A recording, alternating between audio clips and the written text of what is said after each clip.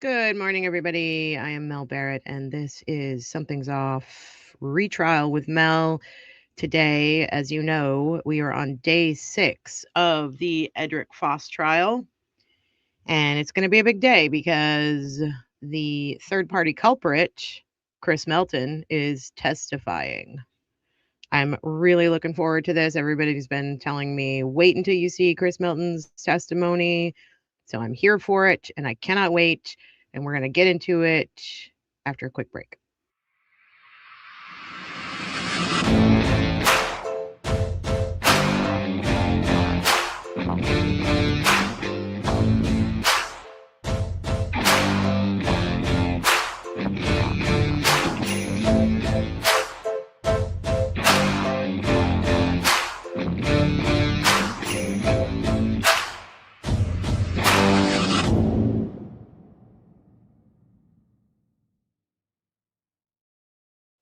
Hello, everyone. Good morning. Glad to see you all here. I hope that there's going to be a bunch of people here today. I know yesterday there was a lot going on.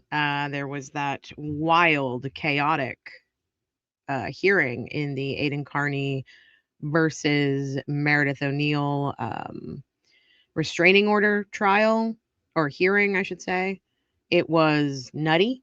I jumped off after our coverage yesterday of Edric's case, and I bounced over there and I tried to get caught up as quickly as I could. And oh my God, it went on for like 6 hours. Rebecca and I did, like a 20, 30-minute reaction to it as soon as it was over. But I've honestly never seen anything like it. I was shocked by the behavior of the people in the court. I was shocked by the judge. Everything was a little crazy.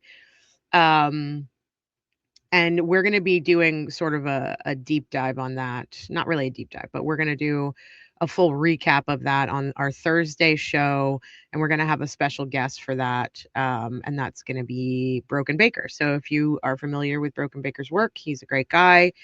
We're really excited to have him in on Thursday.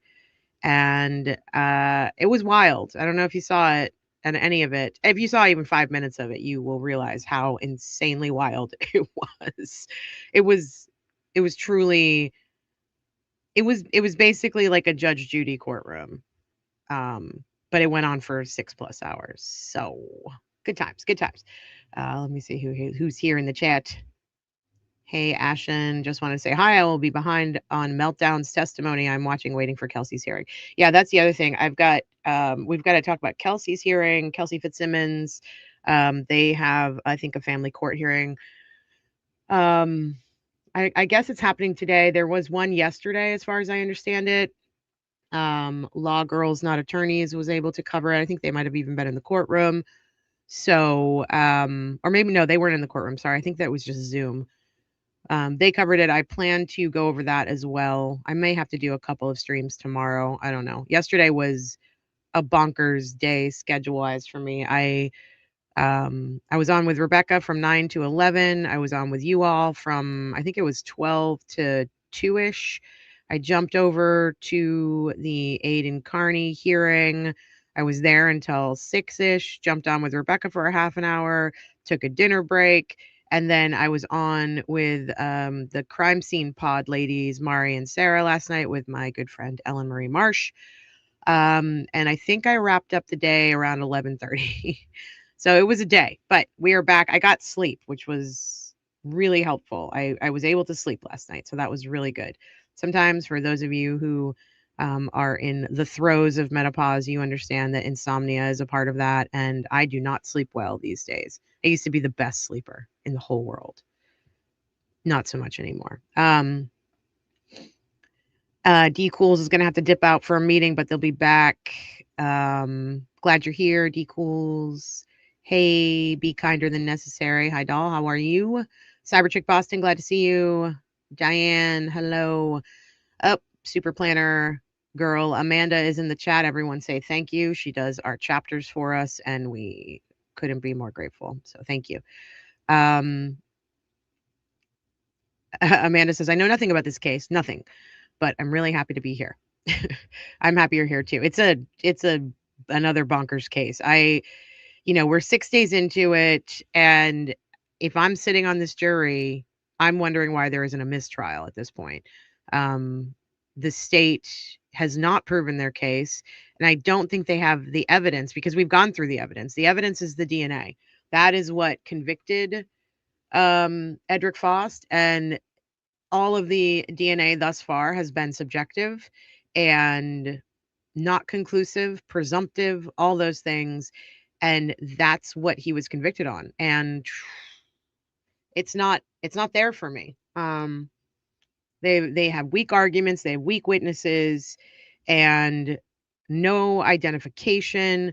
Edric Faust's DNA is not there's not a speck of his DNA inside that apartment. The person who committed this crime either had a key or knew Tara Baker because they were allowed in. There was no forced entry. All the doors were locked from the inside. Um, Whoever was there knew she was alone and that she wouldn't have any roommates coming back anytime soon. And the I personally don't believe that the DNA was mislabeled in 2001. I think it was an oral swab, where Edric Faust's DNA showed up only on the oral swab. The fact that they used junk science in the Lugol iodine test at a lab in California in 2024 to say that those swabs were mislabeled is ludicrous to me. That test is subjective. You're basically trying to figure out, the difference in the color between like crayons, if it's the right brown. I don't think they had enough evidence to change the original evidence is what I'll say. I just think I just it's bonkers to me. Let's see. I Live for Now said, I saw it and unsubscribed from everybody involved in all that drama. Well, I hope you don't unsubscribe for us. We're not involved, but we definitely talk about it. Hey, Heidi, how are you? Let's see. I Live for Now says, yay for sleep. I'm on the estrogen patch and has helped my sleep. I had a hysterectomy last year. So that was one of the best things I've ever done in my life. But it's not really helping with anything else. So, hey, Rob, glad to see you here, buddy. Let's see. Okay, I think that's all the comments, the chat. So, day 6. This is mostly, as far as I understand it, let me look at my notes. Oh, there might be more people than just Chris, but Chris takes up most of the day. So, we're going to get right into it. I don't have my time codes on here. That's weird. Oh, there's some time codes. I did put it in. Okay. So this is from this point on in the trial, I haven't seen any of the testimony. So this is all new to me. This is all for those of you who didn't watch the trial already. This is going to be new for you too.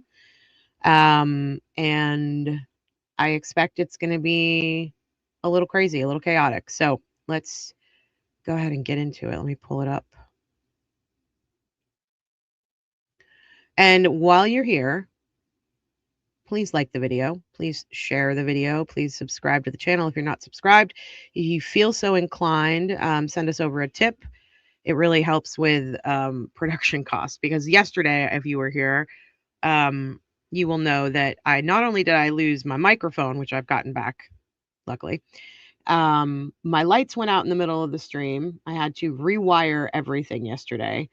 And then right before I was getting ready to go on with you all at noon, the entire house lost electricity. And that was mainly because we had someone was running a vacuum cleaner upstairs and it just blew everything.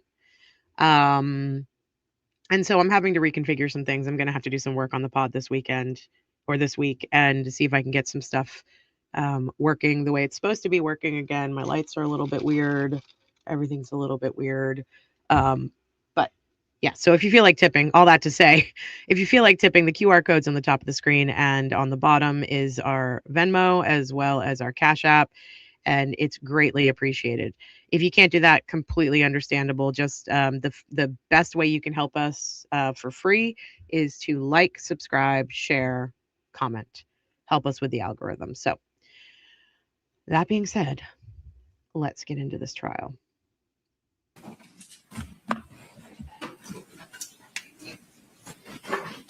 Okay, I'm gonna turn this down a little bit. It's a little bit loud for me. Let me know if my microphone's off, because yesterday it was like I had to change a bunch of settings to get it to work right. And last night when we did our little like 30-minute recap of what happened in the hearing yesterday with Turtle Boy and Meredith, my microphone was really loud and it was popping. So if my microphone sounds off, just let me know so I can adjust some things.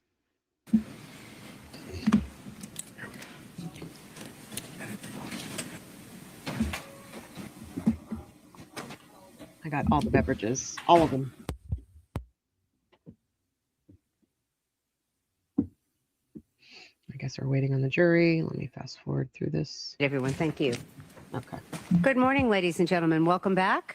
Thank you very much for being on time. We are ready to resume the trial. State of Georgia versus Edric Faust, SU24CR0547. Is the state ready? State's ready, Judge. Is the defense ready?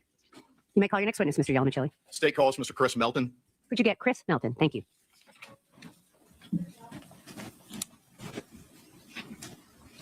Big day, big day.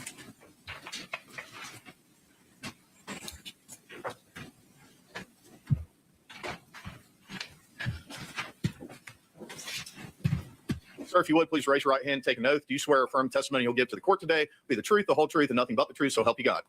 All right. If you would, please have a seat and state and spell your name for the record, and just speak towards the microphone both now and when you're giving your answers, please. Chris Melton, CHRISMELTON. And Mr. Melton, where'd you grow up? I grew up in Loganville. All right. South Walton County and Covington address, but I went to Loganville High School and School District. Okay. And did you graduate from Loganville High School? Yes, sir. What year was it that you graduated from Loganville High School? 1996.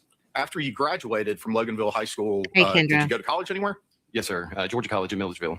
Okay. Back when you were in high school, did you play any sports? Yes, sir. Football, track, a year of golf.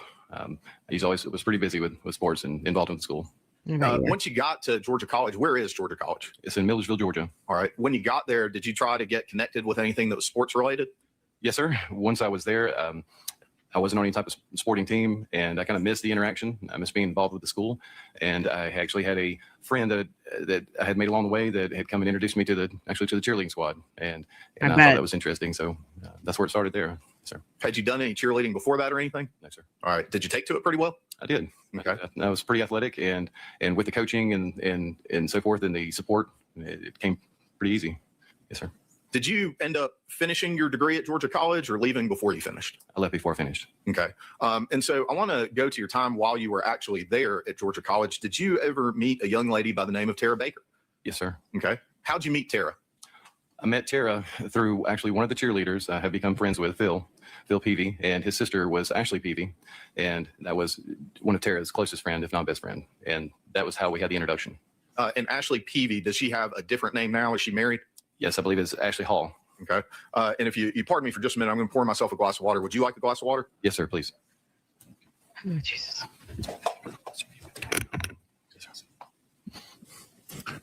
So Ashley Peavy, who is Ashley Hall, now introduced the two of y'all. When you left Georgia College, where did you go? Once I left Georgia College, I moved back home with my parents. So when you and Tara met at Georgia College, did y'all ever go on any dates or anything? Yes, actually, the first date we had was her sorority, 80 Pi sorority formal, and she did not have a date. And I was approached, would I be interested in being her companion for the evening? And I was all for it. Yes, sir. Okay. That was our first date. At the time, was Tara someone you were interested in romantically? Before that, I would say no, sir. Okay. We had introductions, and I thought she was gorgeous, but I wasn't pursuing. No, sir. Okay. And so when did your relationship become more serious after you left Georgia College? Yes, sir. We the night of the formal, we kind of had a spark. And while I was at the school, we crossed paths and so forth, but in social events and so forth. But our relationship took off after I had left, and she had moved back to her parents, and we got reconnected. And that's when it really became an exclusive relationship. And you said when she went back to her parents, do you know where her parents were living? Her parents lived in Lovejoy. Okay. And do you know what she was doing when she went back home? She went back home. She started working at a law firm, a real estate law firm. In Lovejoy? I believe it was. Okay. They're in the vicinity. While she was That's at Georgia the law College, do you firm. know what kind of student Tara was? She was an incredible student. Okay. How long, if you know, did it take her to graduate from Georgia College? I believe it was early. I believe she was a year early on her graduation. Okay. And do you know how many degrees she graduated with? I believe 2. All right. How did that compare to you as a student? She outperformed me by all means. In most, I would say. And I'm sorry, I cut you off. You said "and most." Is I that would say right? in most, yes, sir. Okay. When you got home, and college didn't work out for you or wasn't for you, what were you trying to do with your life, or what did you decide to get into? Well, I was introduced to a plumbing ad in a newspaper by my mother the first day that I made it home. Mom was like, I came his mom was like, downstairs, get a job. and as I turned the corner, she's sitting at the dining room table with the newspaper open and had already highlighted a plumbing job that was advertised. And she said, you're getting work. Yeah. So you weren't just going to get to hang out and watch TV, I guess. Is that right? Yes, sir. Okay. Is that something you began to pursue kind of more seriously than just passing the time and making a little bit of money? Yes. Once I got involved, it actually became interesting. It seemed like a different side of my brain was activated. It was actually fairly easy to me. I'm not downplaying what the task are, but it's something I connected with very quickly. My father's side, he was a very good engineer, fabricator, pipe fitter. He wasn't necessarily a plumber, but he could build and take down and reconstruct about anything you could think of. Okay. And were you and your dad pretty close? Oh, very tight. Okay. Is he still with us? Unfortunately, no. Okay. And when did he pass away? May 26th of 2024. And so I want to get back to you and Tara's relationship as you're living with your parents and she is back home with her folks in Lovejoy. Around what year is this? 98. Okay. Did you text a lot of people back in 1998? I don't think I could text in 1998. All right. So how is it that you and Tara were able to reconnect after she gets home and you're home? While I was still at Georgia College, we had started having affections for each other. We weren't in a relationship, but each time that we crossed paths, our eyes would lock and we'd smile and spend some extended period of time together. And Crazy, Amanda. During that time, before she left, before I'd left, she had found me on campus and made sure that I had her information back to Lovejoy, where her parents were, her phone number, her address, and she had written it on an index card. And once she handed that to me, I folded it up, put it in my wallet, and made sure I never lost it. Okay. And so how far away from each other were y'all living during that time period? Quite a distance. Okay. As best you can recall, do you remember how long it took to drive from your parents' house to her parents' house, roughly? Hour and a half, hour, 45 minutes. Okay. How did the relationship progress? When I looked it up, it said about quickly 50 or slowly, minutes. or how did that happen?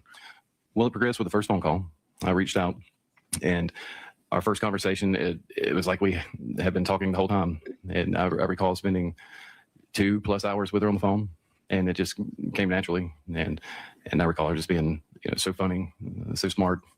She was intriguing. She just bragged about her family, her siblings, her parents, what they did, and the conversation would just naturally roll out. And that made me want to continue to speaking with her and further on. And then we spoke day after day after day, and then I was invited out to her home for our first visit, and then pretty much our first date.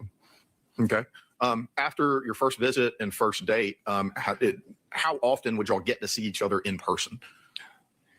On the weekends, mostly. She was working, I was working, and we would see each other like Friday night or like a Saturday night, what was available, working with our schedules. Never spent the night.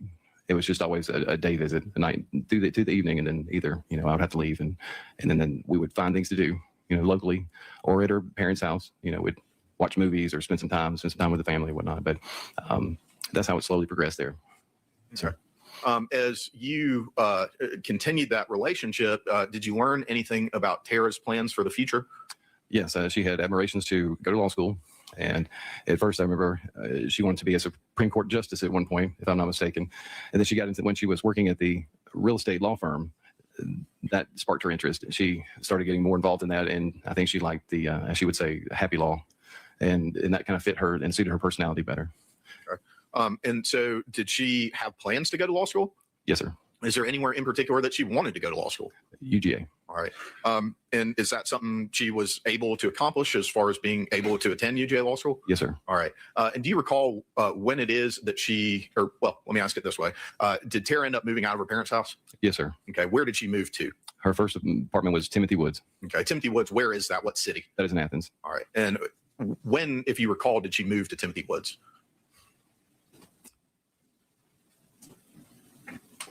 '99, I would say, around that time. 99. Okay. Somewhere in that area. So when she first moved to Athens, did she move here to start law school or to start something else? When she moved to Athens, she had a job at another law firm. Excuse me. Was that law firm in Athens? Yes, sir. Okay. And do you remember how The other law long firm. roughly she worked there until she started law school? Yes, sir. I would close to a year, Okay. I believe. And so when is it that Tara started law school? 2000. All right. And I want to back up and talk about what you were doing in this time frame. We talked about you had kind of found a home in plumbing. It was something that suited you and that you learned pretty quickly. Is that something that you were continuing to pursue? Yes, sir. All right. And so what were you working for a company or how were you working as a plumber during that time period? Okay. When I began, I worked for a company named Car Plumbing, and they had great ownership, great superintendents, great instruction. Yeah, I agree And with that, Amanda. that His made things easier. throat clearing And definitely comes off Once as I a was there nervous and I was tick. exposed to the environment and blueprints and the procedures, it sparked me. I was a hands-on person. I liked putting things together, and so This also that comes helped off me as very in- coached in to me. actually pursuing plumbing in itself. I could see the potential. The owners of the business were very well off. They were very successful. So I saw a future in that, and that was a goal at that point. I could see that maybe this is something I need to stick with. I'd love to see Did you Sam ever move out of your Beningo parents' home? Yes, sir. analyze And when his you did, where did you testimony. move to? I moved to Jamestown North in Athens. Okay. Do you recall where in Athens those apartments are or what type of residence was it? They're more or less like townhomes, 2 stories that are close proximity attached, and South Millage Avenue is where they're located. Okay. And when is it that you moved to Athens? I moved to Athens in 2000. All right. So at this point, how long had you and Tara been dating as a couple? I would say over 2.5 years. Okay. At that point, around 2 years. And so you moved to Athens in 2000? I'm sorry. Hey, Emily. Emily says, "Does this 2 people think actually did it?" I think that, well, the defense is calling him their third-party culprit. And honestly, from what I've seen of the evidence, he is the only other person who could have done it, unless it was one of the lawyer men, the men that she worked with, or her law study buddy. I'm not really sure. The only DNA that was found on her that I understand was this guy's, and his DNA was found at the spots on her body where she was attacked, including one of the murder weapons, which was the printer cable, her printer cable. His hair was found on that cable. Now, he had been in the apartment, obviously, because he was her boyfriend. But there wasn't a speck of Edric Faust's DNA found in that apartment, which I find very hard to believe for somebody who was in there wreaking havoc, brutally unaliving Tara Baker, setting fires, blood, all the stuff that goes along with this heinous crime. It's hard to believe that his DNA wouldn't be anywhere in that apartment, and that the only DNA that was found was that speck of DNA in her mouth. So yes, I do think a lot of people think this guy did it. I think personally right now he's probably coming off pretty great to the jury. I think the jury is probably going to find him believable. We'll see what happens on the cross. I hear the cross gets a little fiery.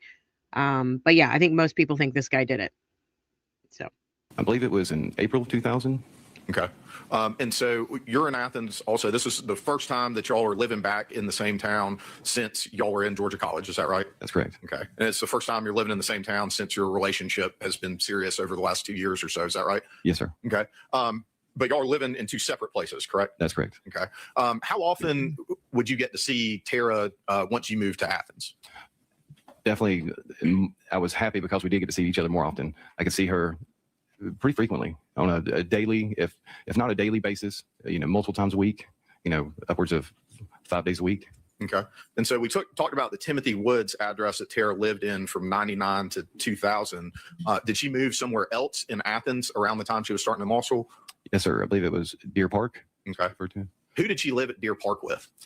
She lived with, at the time, Ashley Peavy and Valerie Lang. That was Valerie's last name. All right. And Ashley Peavy, you mentioned her before from Georgia College. Is that right? That's correct. Okay. How is it that Tara knew Valerie? I believe she met her through Ashley. I think it was Ashley's old roommate, but previous roommate before. All right. And so were Ashley and Valerie seeing anyone romantically? Yes. Ashley was in a relationship with Chris Hall, who I believe who she's married to now, and they met in Milledgeville also, from my understanding. Valerie, I wasn't familiar with their relationship, and I'm sorry, but I can't quite remember his name. Well, that's okay. So would you ever go over to Tara's residence once you moved to Deer Park? Yes. Okay. And would Tara come over to your residence at Jamestown? Yes, sir. Did y'all ever spend the night with each other? Yes, sir. All right. And so would she spend the night more often at your residence than you would at hers? The majority of the time would be my place. Okay. Were there times though when you would stay over at her place sometimes? Yes, sir. Okay. And were there times when you would go and hang out there? Yes, sir. Okay. Did you have a key to that residence at Deer Park? No, sir. All right. Are you aware of any of the boyfriends having keys to that residence at Deer Park? No, sir. Okay. Do you believe him? All right. So I want to go. I want to talk to you a little bit about what that law school experience was like for Tara. Once she started in law school, would that have been August of 2000? Does that sound right? Sounds right. Okay. What was that? Okay, a couple of things in the chat I just wanted to address. Diane said they got him to change his story 5 times so it fitted with the cop's timeline. I think I have heard that as well. He changed his timeline about when they had sex. It went from 10 days to 6 days. And I think that was at the direct, it felt to me like direction from the GBI investigators. Dot is giving us a update about the Kelsey Fitzsimmons case. It sounds like Kelsey will get to see her baby, so that's good news. But it seems like most of the RO was vacated. That's really exciting. That's great news for Kelsey. I'm going to check it out in a little bit after we cover Chris Melton's testimony. Emily said, this is so infuriating. Like, why would all these a-holes agree to frame Faust? I mean, I get why Chris would, but why anyone else? Because he's a black man in Georgia, and it's easy. That's the way it's always been.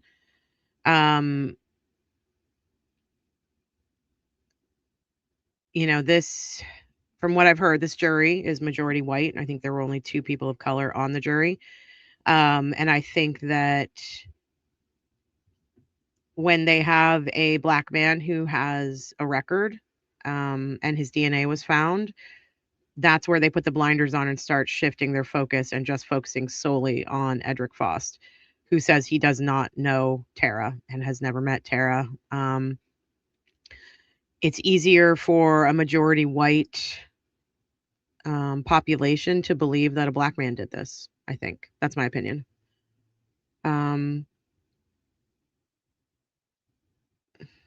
Yeah. Diane said, Emily, they needed a result. Otherwise, they would have lost the funding for the cold case department. Yeah. And I mean, that's the thing. They had to, I've gone over this before, but the law that was signed in that included Tara Baker's name on it, basically, it was a cold case law. So they were able to open like long cold cases. And excuse me, the GBI would be able to have a bigger budget. The Georgia Bureau of Investigation, basically like the local FBI is what I would think of them as. They'd have a bigger budget. They'd be able to open these cold cases and they'd be able to reinvestigate and see if they could come to a conclusion for a case that had never been solved. In order for that to happen, the local jurisdiction, the local authorities, the local cops would have to basically say, we don't have any other leads. We've exhausted all of our leads.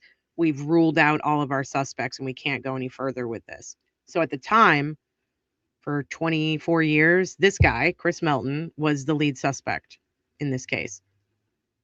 So in order for this case to move to the GBI and to have a bigger budget and better investigators and more access to like forensic technology, they had to declare that this guy was no longer a suspect because they had exhausted all of their investigative leads and everything about him. And so they did that in order to get it over to the GBI. And to me, that was a big mistake because to me, it just sounds like they're looking for an outcome for the family and for their elected officials who created this law. They wanted to win. This was the first case, as I understand it, under that new law. and they scored a conviction. And I think that's what they were looking for. They were looking for a win. So, yeah, next witness said, sadly, Emily, my guess is white privilege. Absolutely. I Live for Now said, I also think GBI assumed people wouldn't care so much. Maybe, yeah. Emily said, as a girl who lives in Georgia, I can totally see that. Just flat out racism. It just makes me angry, I guess. Also, the funding of police with all these weird rules and loopholes like Jesus Christ. Yep. What is the age gap between this guy and the victim? They were about the same age, Amanda. They met in the 90s. They were in college at the same time. I don't know what the age gap is between, well, no, I do actually. So Edric Faust would have been about the same age as all these people back in 2001. So he was in his early 20s.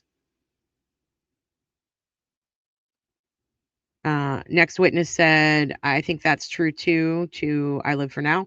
They didn't count on people like us coming off the heels of such corruption as we saw in Massachusetts. Absolutely. They are people, not stats. They are, Emily. Okay. Experience like for her as far as academically and time constraints and things like that? It was a new challenge. Her academics previously, I would say, came pretty easily to her. And then when she started law school, it was more consuming and definitely much more of a challenge. Okay. Is that something that kind of compressed y'all's free time? Yes. I can rephrase the All right, I'll question. sustain it, allow you to rephrase if you choose to. How did Oh, wow. She law has school sustained affect the defense's Tara's free objection. time? Amazing. It definitely consumed more of her free time. Okay. She had to spend more time there. And so at this point, you're in Athens. Where are most of your plumbing jobs happening though? Walton County, Gwinnett County, some in Rockdale County, and the northern side of Forsyth, and sometimes even in Hall. Okay. So all west of Athens. Correct. Okay. Who were you working for back then? I started with McCart Plumbing, and I worked for them for 2.5 years, I would say. And there was a point that after I really had the hang of it, and I really knew how to grasp, and I had been a crew leader at this point for multiple years, I decided that I think I was going to pursue a stepping stone, which at that point would be referred to as subcontracting. And so at that point, you would purchase your own vehicle, your tools, your equipment, you would have your own insurance, and you would have your own employment as far as employees that would work for you. Okay. And so you're getting ready to try to take this next step that you just described. Is that right? That's correct. All right. Well, I want to back up a little bit and talk about that and kind of the broader context of you and Tara's relationship. You know, obviously, Tara is a very high achieving person. Is that a fair statement? Yes, sir. She is a large motivation for me to so early want to pursue the next step. And you mentioned it right there. You called it a motivation. Were you ever intimidated or discouraged or upset by Tara's achievements? Never. Okay. How did you take it? I took it as a good thing. I took, I was supportive. I knew from the beginning her ambitions, and I always tried to be supportive in any way I could. And she did the same for me. And so, we talked about when you were at McCart, you mentioned going out on your own subcontract and you got to get all this stuff for yourself. At McCart, were you using your own money to buy gas to go to jobs and fuel, or gas to go to jobs or other supplies or anything like that? Or was that part of what was given to you? No, sir. Once you are a crew leader, you're issued a vehicle, gas card, all your equipment, tools, fittings, and so forth. Whatever's needed to complete the job, they supply. Okay. So who was paying for gas when you were working for McCart and living in Athens and having to travel for jobs? When I was working for McCart, they paid for everything. Was that the case for you as a subcontractor trying to go out on your own, or was it different? It was different. Yes, sir. And I was responsible fully for everything. All right. And so at this time, where were your folks living? They were living, it's a Covington address, but it's in Walton County. Okay. And so that address, was that closer or further from most of your jobs than where you were living in Athens? Much closer. Okay. Based on that, did you make any decisions about how you were going to spend your time between Athens and other places? Yes, sir. I had just started working for myself, maybe a week prior. Okay. And I'm going to stop you just a week prior to what? To Tara's death. Okay. Okay. I was within within a week I had started. What I had to make a decision was to stay at my parents' due to the cost and the additional expense of the travel. I still wanted to keep my place in Athens. I had no intentions of moving from there, but I did like having my place something close to Tara. So when we did have free time, we did have a place to meet, go. I could have my own space. But during the work days, I would stay at my parents. That way I had a truck, a trailer for hauling equipment. They had the space, and they were roughly in one direction, 50 plus miles closer to most of my jobs. Okay. And so at this point, and we're talking about January, within a couple of weeks of Tara's murder, do you still have your apartment at Jamestown? That's correct. Okay. How was the state of you and Tara's relationship, in those months leading up to her murder? Everything was wonderful. It was difficult for us not to see each other as much as we would have liked, but we were both in the understanding that we were pursuing future paths for us to have a better future together. And so she was supportive of my pursuits, and I would be supportive of her pursuits, but our relationship was strong. That was not the and testimony you mentioned of other in order for witnesses. us to have a future together. Is that something that y'all talked about, a future together? Yes, sir. Okay. So I want to talk with you about some difficult things, obviously. I want to talk with you in particular about the morning of, well, let's start with Thursday, January 18th, going into Friday, January 19th. Okay. Did you talk, and I don't want you to tell me what people said to you, okay, but did you talk to Tara on Thursday, January 18th? Yes, sir. Okay. And what, if anything, was significant about that weekend that was coming up in a couple of days, sir? It was her birthday. Okay. And what was Tara's birthday? It was the 20th. All right. And that would have been the Saturday coming up. Did y'all have any plans for the weekend based on the fact that it was her birthday? Yes, sir. She had, there was, I believe, law school students and even co-workers from the law firm, if I'm not mistaken. And we were going to go out and have a kind of a mixed mingle drink kind of social event in celebration of her birthday. All right. Is that something Wait you a were minute. excited about? Absolutely. I want to Do you know hear. how Tara felt about it? Yes, I sir. want to go back Okay. a little bit here. Hold on. In those months leading up to her murder? Everything was wonderful. It was difficult for us not to see each other as much as we would have liked, but we were both in the understanding that we were pursuing future paths for us to have a better future together. And so she was supportive of my pursuits, and I would be supportive of her pursuits. But That's our not what her friend relationship was said. And you mentioned in order for us to have a future together. Is that something that y'all talked about, a future together? yes, sir. So I want to talk with you about some difficult things, obviously. I want to talk with you in particular about the morning of, well, let's start with Thursday, January 18th, going into Friday, January 19th. Okay. Did you talk, and I don't want you to tell me what people said to you, okay, but did you talk to Tara on Thursday, January 18th? Yes, sir. Okay. And what, if anything, was significant about that weekend that was coming up in a couple of days, sir? It was her birthday. Okay. And what was Tara's birthday? It was the 20th. All right. And that would have been the Saturday coming up. Did y'all have any plans for the weekend based on the fact that it was her birthday? Yes, sir. She had, there was, I believe, law school students and even co-workers from the law firm, if I'm not mistaken. And we were going to go out and have a kind of a mixed mingle drink kind of social event in celebration of her birthday. All right. Is that something you were excited about? Absolutely. Okay. Do you know how Tara felt about it? Yes, sir. Okay. How did she feel about She it? was excited. All right. And then, I want to talk I don't about believe him. January 19th of 2001. When you woke up that morning, about what time did you get up, and what was your plan for the day? All right. Here's his alibi. I would have woken up somewhere between 6:30 to get ready.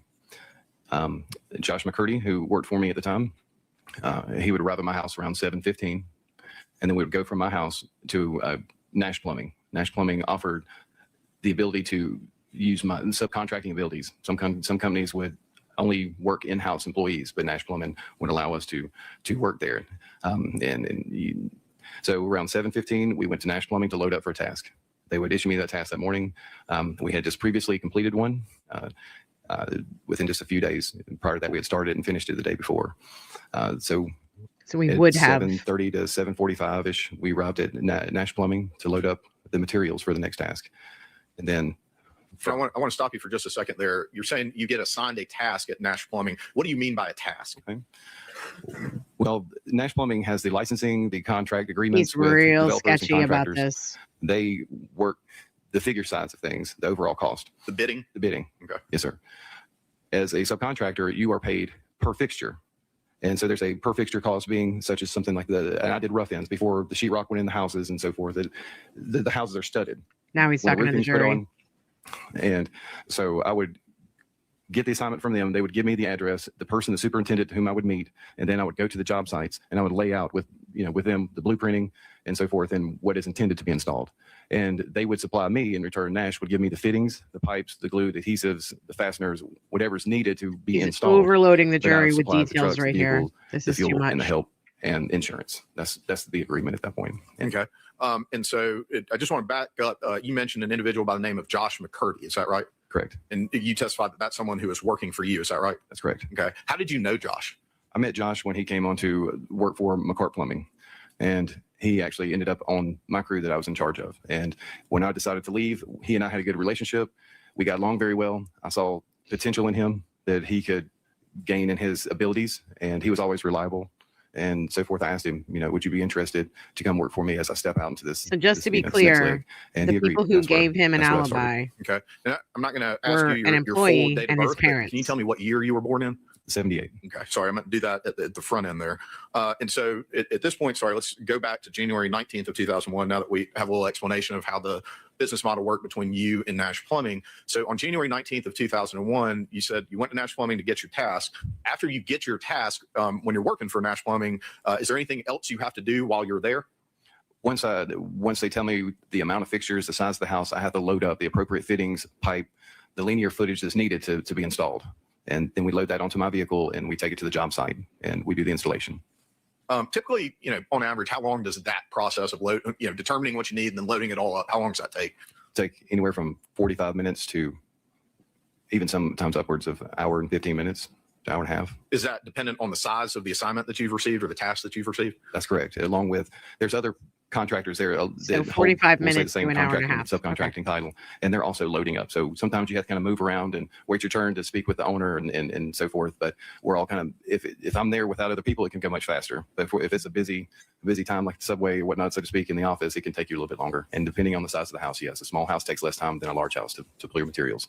After you did finish getting loaded up, where did you go next? I mean, I know it's been 25 years, but as you recall, where did you go next? I went to Wachovia in Loganville. Okay. Is the Wachovia in Loganville, approximately how far away that is from Athens? From Athens, 50 to 60 miles. Okay. And about what time were you at Wachovia? Right after I believe at the time I opened, it's around 9 o'clock, 9 to 9:10, somewhere in that area when I arrived. And so when you got to Wachovia, did you go inside the bank? I did. All right. And what Josh were you hasn't doing been on inside the the bank stand that yet. day? At that point, I believe I was depositing a check and I was withdrawing money. Okay. After you got done at the bank, did y'all leave? That's correct. All right. And where did you go? From Wachovia, I believe it went to Truck Customs in Loganville, just to talk to Bill, the owner. I had planned to have a ladder rack. We had talked about this and had something ordered in. There was a ladder rack that was going to be installed onto my work truck to help out, and that would be the next place. It's my recollection. And I mean, Truck Customs, feel a little silly asking this question. Seems like it's right in the name, but what type of business was Truck Customs? Okay. They would do modifications, all types of modifications from tires to lift kits to toolboxes to ladder. When a question is asked and a witness says, okay, and then explains it, it's because they knew the question was coming. They've been coached on it. They're just following along the script that they've been given. Well, script is not the right word. I won't say that. But it reminds me of like Jen McCabe's direct in, both trials, where it's like, okay, this is what we're going into next. Okay, let me explain this. Okay. So whenever I hear okay, I'm like, nah. It's been coached, scripted. Bags, anything that would help with, work or appearance on vehicles. So the first time you got to Truck Customs, you made reference to a pipe rack a few minutes, or probably not even a minute ago in your testimony. Was that ready to be installed when you got there the first time? No, sir, it wasn't ready. Okay. And so what did you do at that point? Josh and I went to a house in Grayson. We had previously completed that, the installation. So with that being said, we had to fill the piping with water. Here's a question I have. He's supposed to be on a job, right? So he goes by the plumbing place and he picks up the pipes and they load the truck, and then he goes to Wachovia and he deposits a check and he gets cash out. Why would they go to Truck Customs right after that? Why wouldn't they go immediately to the job site? That's my question. What do y'all think? Pressurized on the water piping side, and then you fill the the drain piping with water to have it ready for inspection for the county to come in. And it was my duty to go back and do Again, an inspection to make sure that we didn't have any details the leaks or jury any doesn't corrections need. that had to be made. All right. Were y'all able to complete that task? Yes, sir. All right. Was there anything else that y'all were supposed to be doing that day? Yes, sir. We had to go to Forsyth, the house I had loaded up the materials for earlier that morning. From your task or assignment from that morning from Nash? That's correct. Okay. All right. And where was that house? That would have been, I believe, in the northern part of Forsyth County. Okay. In Forsyth County. Did you? Oh, I know truck to that customs is residence? part of the Yes, sir. alibi, All but right. why were And they there at the time what that they were phase there? of construction was this home in? It was in the new development phase, so the foundation has been installed, the framing has been completed, excluding the roof. They had not put the decking on the roof, and they were in the middle of trying to get the decking put on. And it was at that point, it was literally like raining that day, and rain was coming down inside of the house. And so I had the opportunity to meet with Mike, who was the superintendent. I'm not really sure who the contracted company was. It was doing, I met with Mike, who was in charge of doing the layouts, and we got the blueprints and we completed the layout for the house. And I unloaded the plastic fittings and piping because it wasn't really at risk of being stolen, not like copper piping. So I held onto that where I didn't have to haul that back and forth. And so we left that on the site. Well, you mentioned risk of being stolen and copper piping. The stuff that you left at the site, is that stuff you can turn in for money at a salvage yard? Amanda said, would a relevance objection fit here or no? Like, why all the details? I mean, I think that the reason they're giving so many details is to just establish like how long and involved in his job he was that day, which I get. And honestly, if Ahmad Cruz called objection here for relevance or hearsay or whatever it might be, the judge is not going to side with them. She's going to get annoyed. She's going to start going after Cruz again. The details, I understand why they're doing it, but I think it's also, it's to help the jury, and the jury is probably understanding like there's no way this guy could have done it because he was really busy with work all day. But the issue is, let's go back to the timeline. Excuse me. They tell us that Tara left the law library around 9:45, or that she got home around 9:45. The judge did not allow in the tip that came into police about Tara being seen or heard at a local Mexican restaurant after 9:45. So for what the jury understands, Tara was home by like 9:45. Nobody reported this fire to 911 until 11:30, 11:15 the next morning. So the crime, the murder, what happened to Tara in that apartment happened sometime between 9:45 p.m. and I would say like 9:30 a.m. Now, it's interesting to me. I mean, this is a definite tactic on the prosecution's part. They are focusing solely on what Chris Melton was doing between 7 a.m. and the whole day, up until like 4 o'clock when he gets back to the customs and all that. But the issue is that this could have happened in the middle of the night. It could have happened at 3 o'clock in the morning. Who's to say? Because the person who did it knew that no one was coming home. So they had plenty of time to be inside of that crime scene. And so who's to say this didn't happen at 11 o'clock at night and they didn't start the fire because they had to clean up. There was evidence that the perpetrator cleaned up, wiped things down, locked doors, did all the things that they did. So who's to say this didn't happen at 11, 12 o'clock at night? And then once they got through cleaning up the crime scene, they didn't start the fire until 8 o'clock in the morning, 8:30 in the morning. So the fact that they're focusing on his alibi from 7 a.m. on, it doesn't sell it to me, but it may sell it to the jury because no one knows about that tip that came in. No one on the jury knows about that tip that came in. So the only alibi this guy has from 9:45 at night until 7 a.m. in the morning is his parents. And his parents warned him at some point, hey, Chris, you are the lead suspect here. Like, you need to start, talking and fighting and doing whatever. So his parents knew the weight of what was happening in this case back in 2001, and they were warning him. So I wouldn't put it past parents of any parents to be like, nope, our son was home with us all night long. But the issue is that where Chris lived in their house, he had a separate entrance. So they can't really know if he was home or not. So the prosecution is really trying to like pull one over here on the jury by only focusing on his alibi from 7-ish in the morning on throughout the day. I believe what really happened before 7 a.m. I don't think maybe the fire didn't start until 8, 9, whatever time that was. But what happened to Tara in that place happened before 7 a.m., in my opinion. Let's see.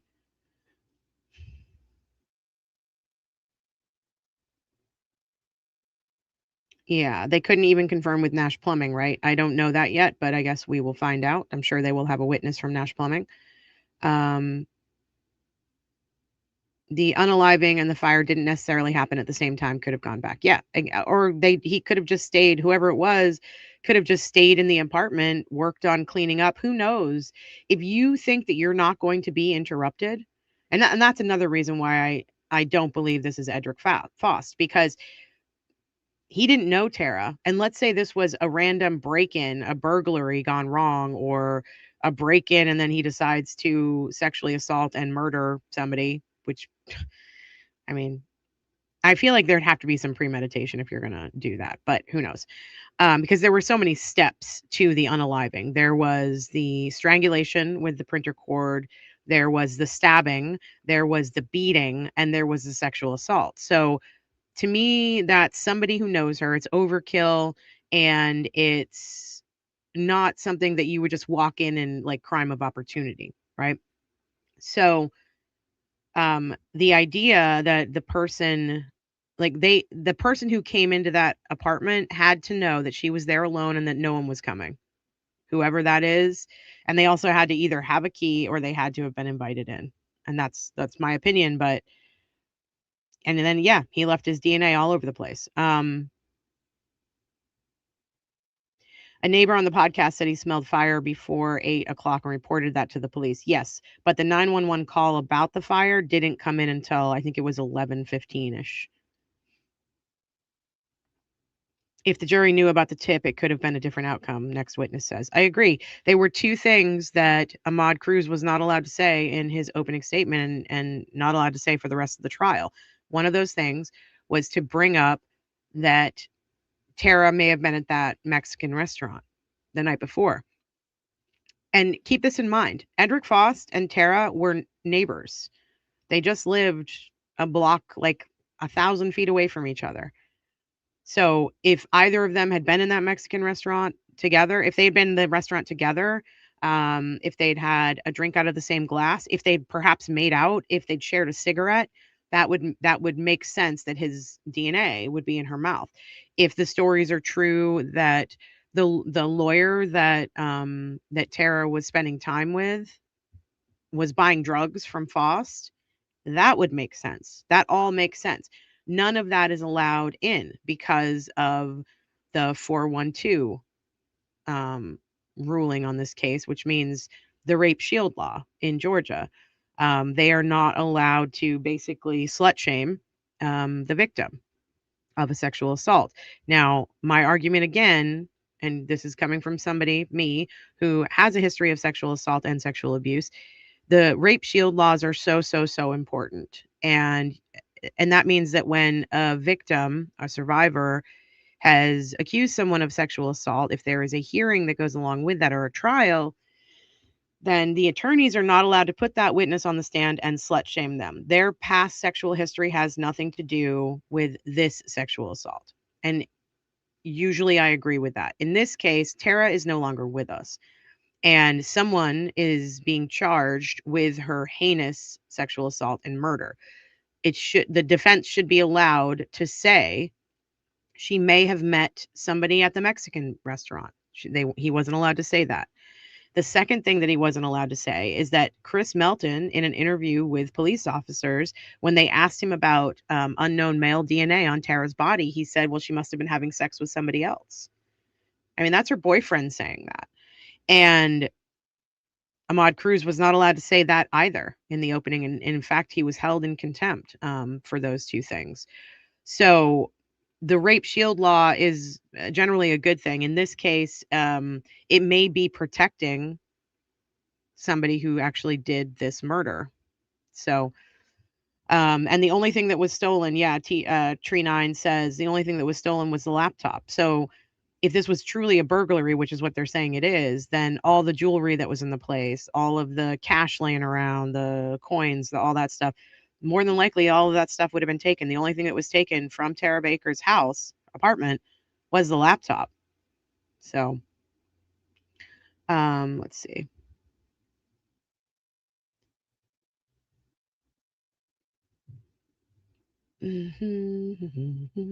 Okay. Messy, very personal. I Live for Now said, unfortunately, that lawyer hightailed it out of the state. Yes, that is what I have heard as well. And Cyberchick Boston said, yes, he should have been allowed. I agree, but this judge is, I think, also wanting to get a conviction in this case, what it feels like to me anyway. Not really, no, sir. Okay. And so given the rain that was coming down, were you able to complete what your task was supposed to be that day? No, sir. All right. And why is that?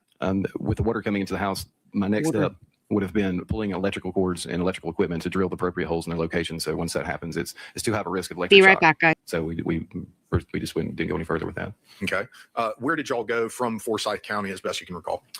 I believe we went back to Truck Customs. I just swung back in just to talk to Bill to see, get some measurements to make sure he could construct the pipe rack at that point, to the right lengths and distances and pinpoints, and it still wasn't ready at that point. All right. And so where did y'all go next? I recall going from there back to Nash Plumbing and speaking with Jody Nash, who is the owner's wife. This would have been a husband-wife operation, but they were successful and they had lots of work that was coming through. But Jody is the one that was in charge of getting us to our appropriate assignments and paperwork. And I went back there just to swing in to let her know, this is where we're at with the Forsyth house. And I will be coming back, Monday, to get that house started. And where'd y'all go after that? We went back to my house. Went back to my parents' house. Josh's vehicle was there at this point. He could go back home. He lived in close proximity. Go back home. We're on some downtime for the moment, because at that point, when I went to Truck Customs, we had established a time that I could return and it would be ready for the installation. I could leave the truck with him for an hour or so and he would complete the installation. And that's why we went back to my house for a short period of time. Okay. And about what time of day would this have been at this point? Okay. Arriving back at my house, that would have been maybe around 2 o'clock or so, 2 to 2:30ish. I know that we had agreed to meet back up at my house around 3:30 to 3:45 to make the trip back to Truck Customs in Loganville, to drop off the vehicle. He followed me in his personal vehicle where we could leave the vehicle and then just kind of run around and do some personal things and errands and so forth while that installation was being completed. And what time, if you recall, were you supposed to be back at Truck Customs or could be back at Truck Customs to pick up your truck? That once it would take about an hour or so. Once I would drop it off at 4, it was going to take an hour 15 minutes, he said, to have the installation complete. Okay. Did y'all ever go back to Truck Customs to get that installation done? Yes, sir. Okay. And about what time was that? We arrived approximately around 4 p.m. All right. While you were at Truck Customs, well, let me go back and ask this question. At that time period, what types of communication devices or ways that people could contact you did you have? I had a pager, a cell phone / Nextel, if anybody recalls what Nextels were. So that's the Nextel aspect of it was mainly used like through the contractors and glorified walkie-talkie. But I had a cell phone and a pager. Yeah. Well, and it just for folks that might not remember, and I think I remember, but can you explain what was it about those Nextel phones you said was a glorified walkie-talkie? What do you mean by that? All right. Nextels could only communicate with another Nextel. And so you didn't have a phone number, so to speak, but you had a pre-issued number that you could type in, and then basically you would push the button and speak. Oh my God, he's having to explain pagers and old cell phones. Good news from the Kelsey Fitzsimmons case. It sounds like Kelsey is allowed to see her baby, which is what she's been fighting for over or almost a year. So thanks for the updates, everybody. Rebecca and I will be covering it in the next couple of days. So thank you for the updates. Back to this trial.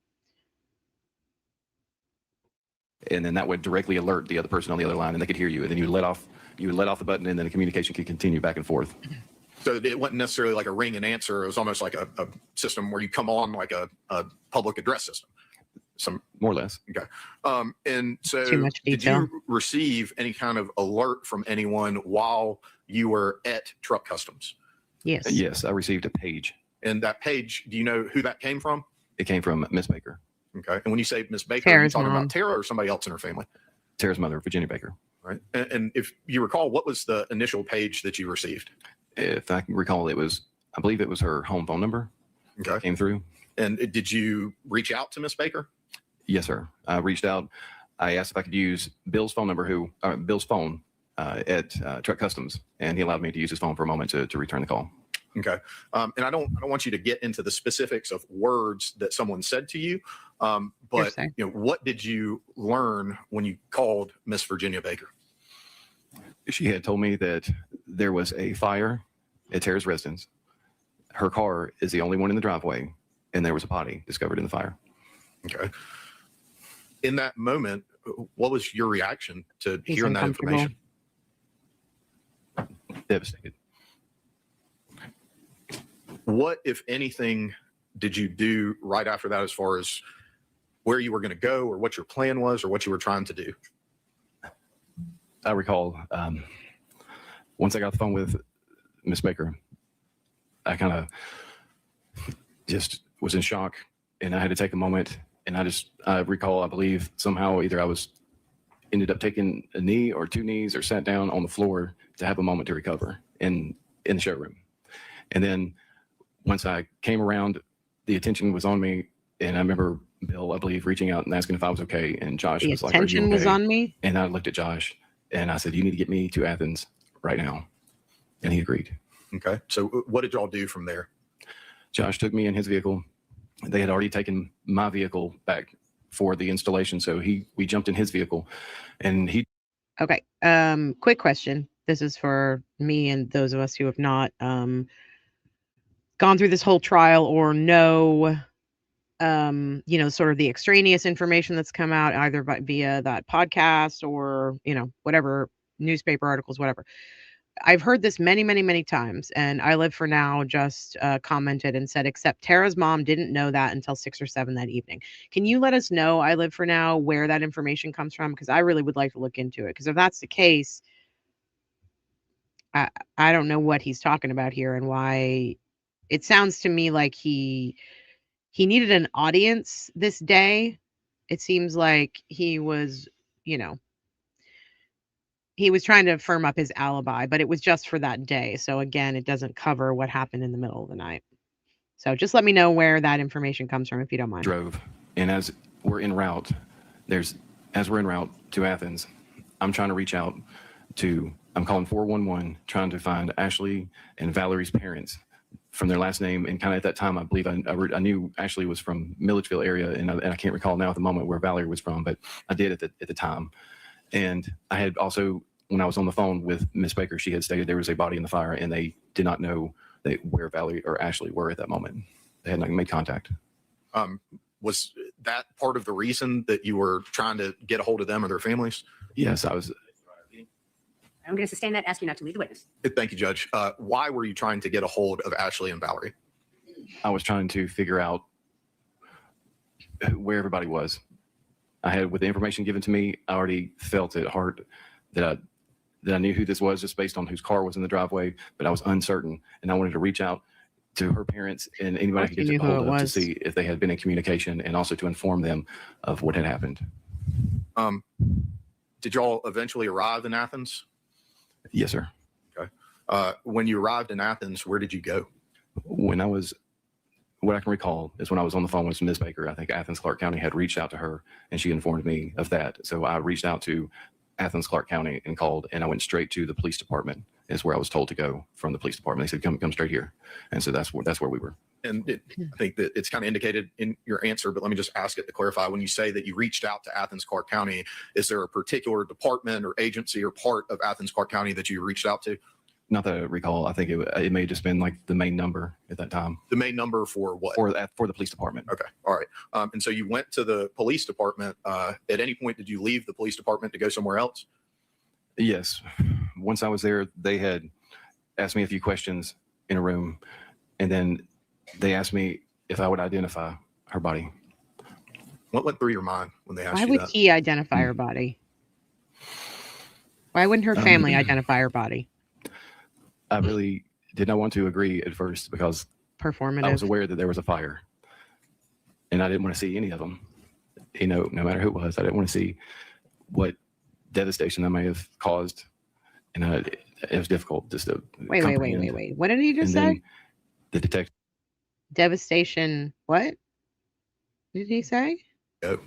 When I was, what I can recall is when I was on the phone with Ms. Baker, I think Athens Clarke County had reached out to her and she informed me of that. So I reached out to Athens Clarke County and called, and I went straight to the police department, is where I was told to go from the police department. They said, come straight here. And so that's where we were. And I think that it's kind of indicated in your answer, but let me just ask it to clarify. When you say that you reached out to Athens Clarke County, is there a particular?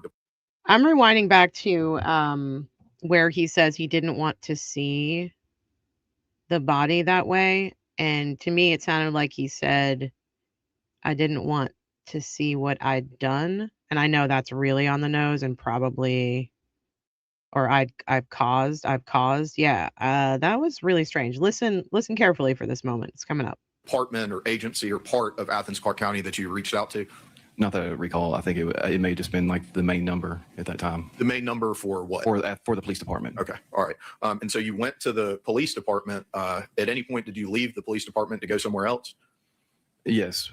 Once I was there, they had asked me a few questions in a room, and then they asked me if I would identify her body. Watch this carefully. What went through your mind when they asked you that?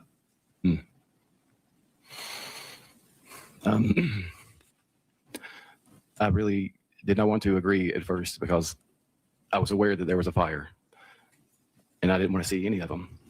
No matter who it was, I didn't want to see what devastation that may have caused, and it was difficult just to comprehend.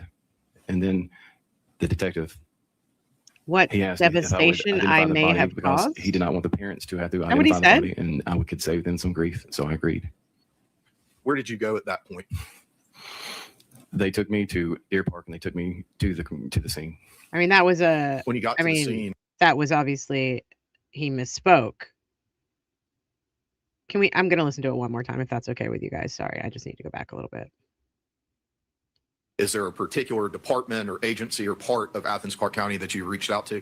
Not that I recall. I think it may have just been like the main number at that time. The main number for what? For the police department. Okay. All right. And so you went to the police department. At any point, did you leave the police department to go somewhere else? Yes. Once I was there, they had asked me a few questions in a room, and then they asked me if I would identify her body. God, he talks slow. What went through your mind when they asked you that?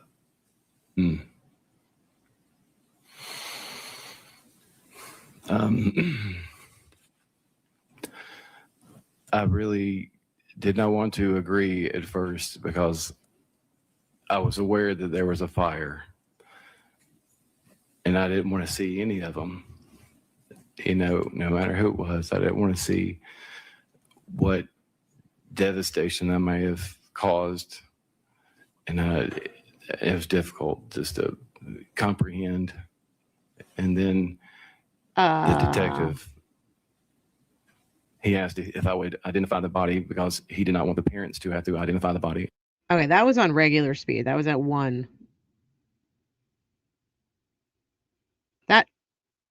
I mean, I know he wasn't trying to say that. It definitely was. I mean, I am not hearing the devastation that had been caused or the devastation that was caused or whatever. I'm definitely hearing him say the devastation that I caused.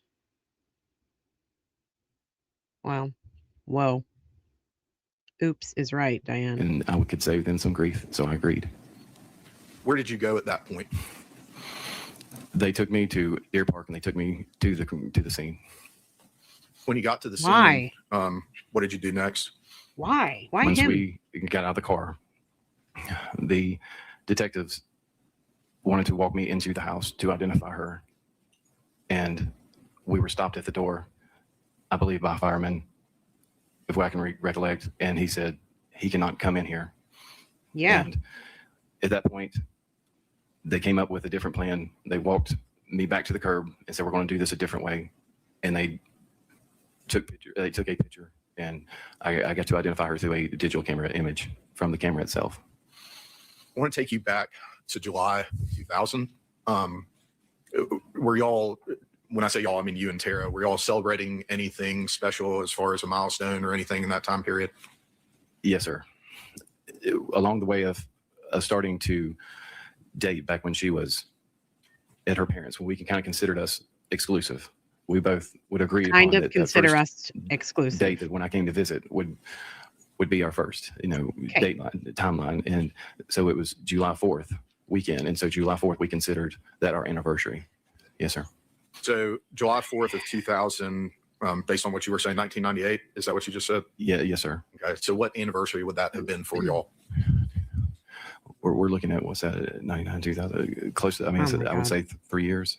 Well, so from July of 1998 to July of I 2000. would say 3 years. To 2000. Okay. Yeah. 99, 2000, 2 years. I apologize. Did you get Tara anything He's special very for that nervous. anniversary?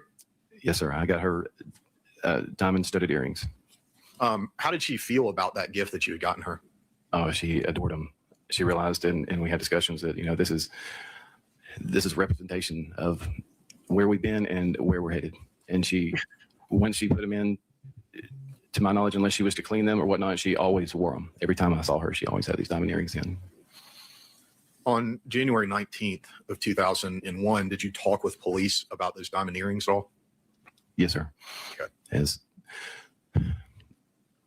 When I was shown the pictures of Tara, Oh, look at him turn toward the jury. I That's was so weird. I was in utter shock, just in the moment. But as I got to gaze upon these pictures, Gaze upon it these did not pictures. look like Tara, and I couldn't, for certain, even identify her. And it just came to mind: if this is Tara, she's wearing the diamond earrings. And so they returned into the house, and then he returned back to me. And when he opened his hand, he had one of those diamond studded earrings. And that's when I knew for certain it was Tara.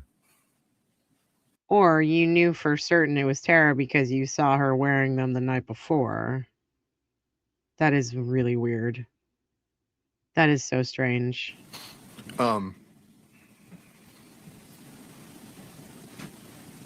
So you see the diamond earrings, and do you communicate your certainty to them that that is Tara? Yes. Okay.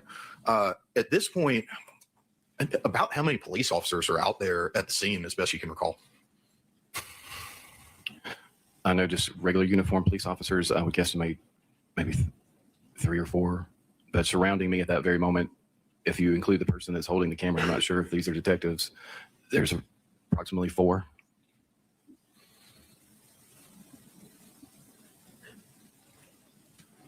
I'm sorry. I thought something was trying to get communicated to the bailiffs, Judge. So I just. Yeah, that is an interesting point. Next witness. Pretty sure that's tampering with evidence, sir. Yeah, I mean, the idea that, well, he wasn't allowed to come in there. Why couldn't he identify her at the morgue? Why wouldn't the cops take him to the morgue to identify her? Why wouldn't her family come in to identify her? Why would they walk into a crime scene and remove a piece of evidence off of her body, put it in their hand, and bring it out to him to be like, is this the one? I mean, it's a diamond studded earring.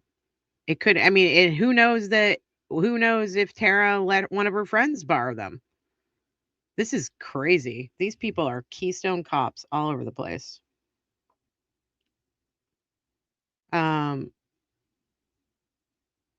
Push those tears out, and who wears diamond earrings in the shower? I mean, I don't know about that. I mean, if I'm wearing earrings, which I don't really wear earrings very often, but I don't generally take them out for anything. But who's to say she didn't let one of her friends borrow them? So the police are letting him identify a body that he's not seeing in person. He's only identifying from something they took off the body and brought outside. And why is he identifying her anyway? I mean, in regular old police work, the romantic partner, the domestic partner, the spouse is usually the first suspect. So if that's the case, they're just letting the guy who maybe did this to her come to the house and stand outside and ID her without actually seeing her body. It's insane to me. And also, why would a guy who's been with her for just a little over 2 years be the one to identify her body when her family's been with her for 24 years or whatever it's been? None of this makes sense. These cops are friggin' ridiculous. Ugh.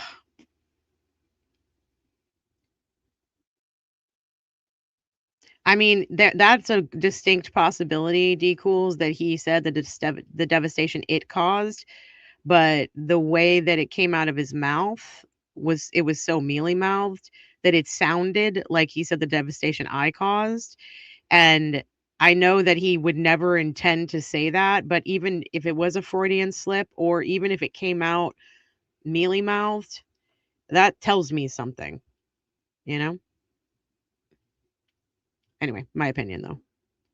Does anybody in the jury need something? Oh, okay. Thank you. All right, you may continue, Mr. Yeoman. Thank you, Your Honor. So about 4 uniformed, patrol 3 or 4, and then you're surrounded by some detectives. Is that what you just said? That's correct. Okay.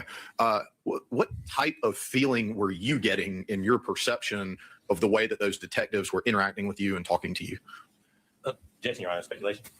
Mr. Yeoman, any response? Yes, Judge. I don't think that it's speculation to ask Mr. Melton what his perception of certain people's actions towards him were. Overruled. You may continue. Mr. Melton, I'll ask you the question again, sir. What was your perception of the way that those detectives This surrounding answer should be you were interesting. treating you and speaking with you? And I'm not asking you to say what people said, but what was your perception of the situation? I felt as if they were gazing upon me, and I could feel the intensity from them staring at me as they were angry. Guilty conscience. Yeah, I would say. Did you? Anger. That's all right. And if you could, I know it's difficult. All witnesses do it. Make sure that you speak clearly and loudly towards the microphone so that our court reporter is able to make a record. Okay. Yes, sir. All right. Yeah, because what did the you ever record say leave the about scene that evening? devastation it caused? Yes, sir. Okay. We went. Yes, I was taken back Wow. to the police department at that point. Yes, sir. Okay. That night when you were at the police department, did you speak with law enforcement? Yes, sir. Okay. Did you do so voluntarily? Yes, sir. As there was a point in time that I was taken back to the police department. My parents, I had called to inform them what had happened. They had difficulty of finding the location. They knew where I had an apartment at Jamestown North, so the police gave me, they took me in an unmarked vehicle back to my place where I could meet with my parents. And then we went back to the police station. Okay. And is that the point at which you talked with police after your parents took you back to the police station? Yes, sir. Okay. Did you have a lawyer with you? No, sir. Did you ask for a lawyer? No, sir. Okay. When you spoke with the police that evening, did you tell them or did you answer all their questions truthfully? Yes, sir. Okay. After that interview concluded, where did you go? We were put up in a hotel, Holiday Inn, near the downtown area, and that was provided by the police department. They said when it was all concluded, it was late, and it had been an emotional That's day, great. and we were all exhausted. And we were put up in a hotel room, my parents, my mother, my father, myself.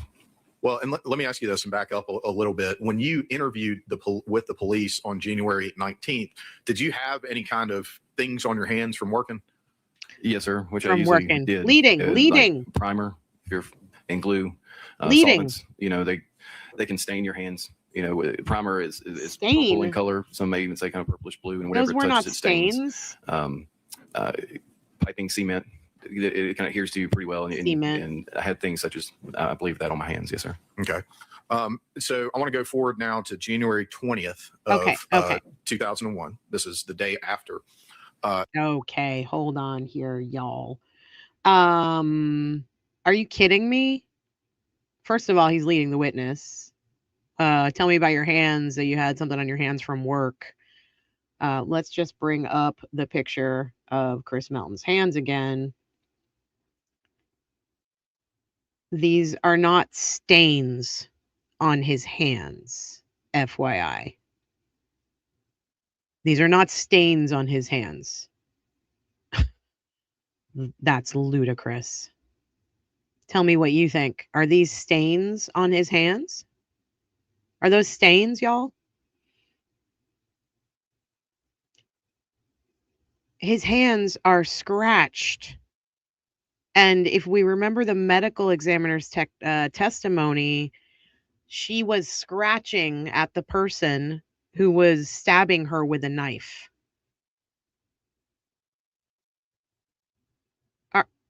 Is he really trying to sell that to the jury? He's really trying to sell that those are stains on his hands.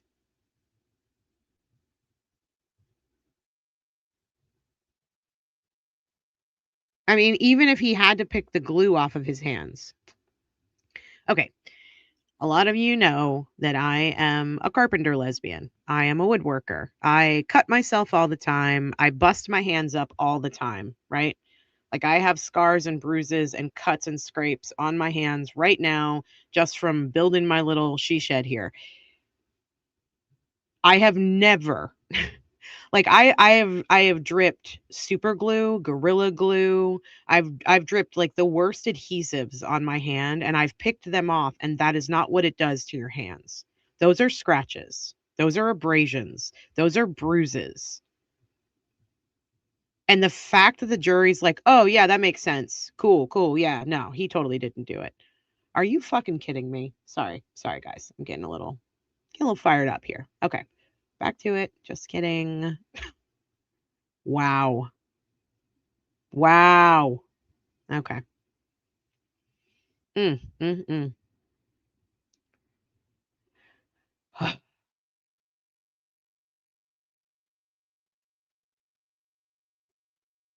Jesus. At that point, did you ever return to those Jamestown apartments that you had an apartment Oh in? my God. Yes, sir. My parents had taken me back to the apartment to grab a few things.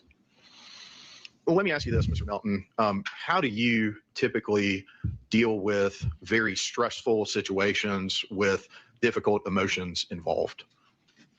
Traditionally, I bottle it up inside, and I'm You're bottled not up showing inside us that right and now. You've been trying to try to cry hold for the past hour. secure presence for Bullshit. myself and the people around me. That doesn't go against, And that goes against your testimony, brother. What happened on that day, on January 20th, the day after Tara's murder, once you got inside of your apartment, townhome, however you want to describe it?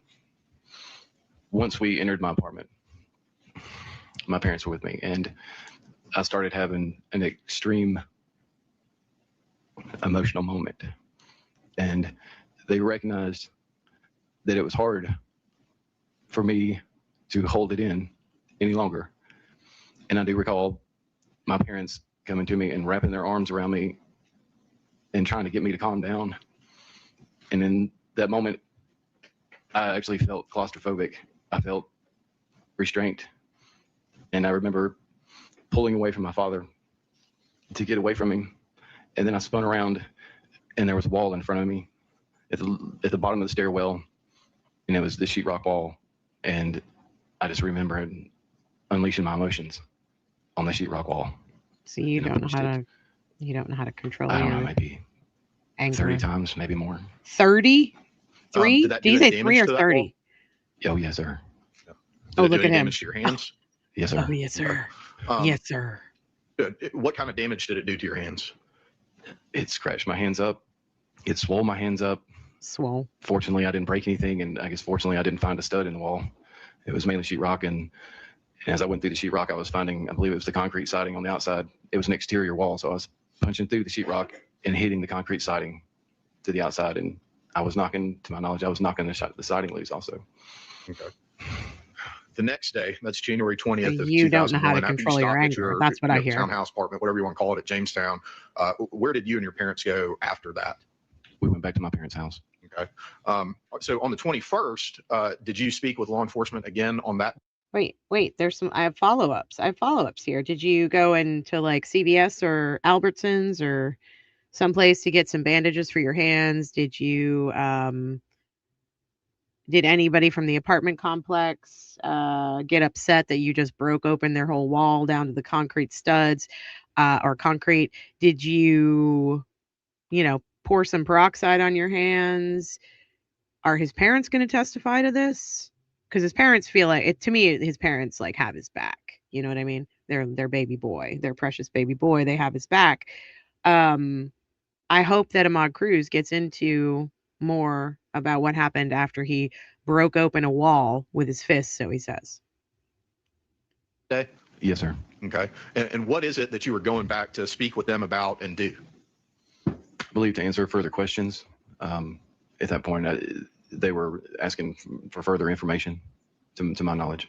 Okay. And Homeboy once I has got there, anger we had issues. discussed blood work and other, blood work and other things that may be needed, like hair samples and such. Okay. Was this something that you were having to do because of a court order or search warrant or something? No, sir. Okay. Is it something that you did voluntarily? Absolutely. Okay. At this point, we're 2 days away from January 19th. You've already testified about how you felt the police were looking at you. Did you take a lawyer with you to that meeting on the 21st? No, sir. Okay. Were you honest with police about the questions they were asking you to the best of your recollection? Absolutely. Sustained. I'll ask you to rephrase if you choose to rephrase. Okay. Did the police ask you questions? Yes, sir. Did you answer them honestly? Yes, sir. Okay. No, you didn't, because you changed your story. January 21st, were there any photographs taken? They had taken pictures of my hands. I had to remove my shirt. They had taken pictures of my body, I believe, which included from my head to my waist, and I can't remember if I had to remove my pants, but I do remember from my waist up having to strip down to have photos taken also. Okay. After you finished having photographs taken, did you end up having blood drawn? Yes. Okay. And do you remember, and if you don't, that's fine also, but was it the same or a different detective who talked to you on the 19th and the 21st? I believe it was the same. Okay. And so after you finished that interaction with police officers, what did you do? As far as, can you rephrase? Can you ask? Sure. Once again? Yeah. So we've talked about you go and talk to the police, then go he's do a off the blood draw. script. What did you do after you got done with the blood draw? We went back to my parents' house. Okay. Obviously, there's an investigation going on during this time period. Did that investigation continue to your knowledge? Yes, sir. Okay. How during this time period, how are people who were in your life reacting to the investigation and to you? I noticed distance. Overruled. You may continue. I'll ask a question again, Mr. Melton. How were people in your life or around your life reacting to the investigation being ongoing and reacting to you? I could see that there was distance occurring. Like people would just Okay. it started fading away. Okay. Friend. Okay. So I just want to make this point. If in the immediate aftermath, the cops suspect you, or at least that's what you say, your friends start to distance themselves. This is like immediate. It means that they believe that you could have done this. Because think about the people that you love, right? I'll use Lindsay as an example. If Lindsay was being taken in for questioning over a brutal, heinous sexual assault and murder and fire, and she had, even if she had all those scrapes and lacerations on her hands, there is no doubt in my mind that she did not do this. There is no doubt in my mind. I would never, let me think about like my best friends for a second. Ellen, let's think about Ellen for a second, or Rebecca. There is nothing in my brain that would be like, oh yeah, they totally did it. I'm going to distance myself. I'm not going to talk to them anymore. I think that they murdered their girlfriend and our friend.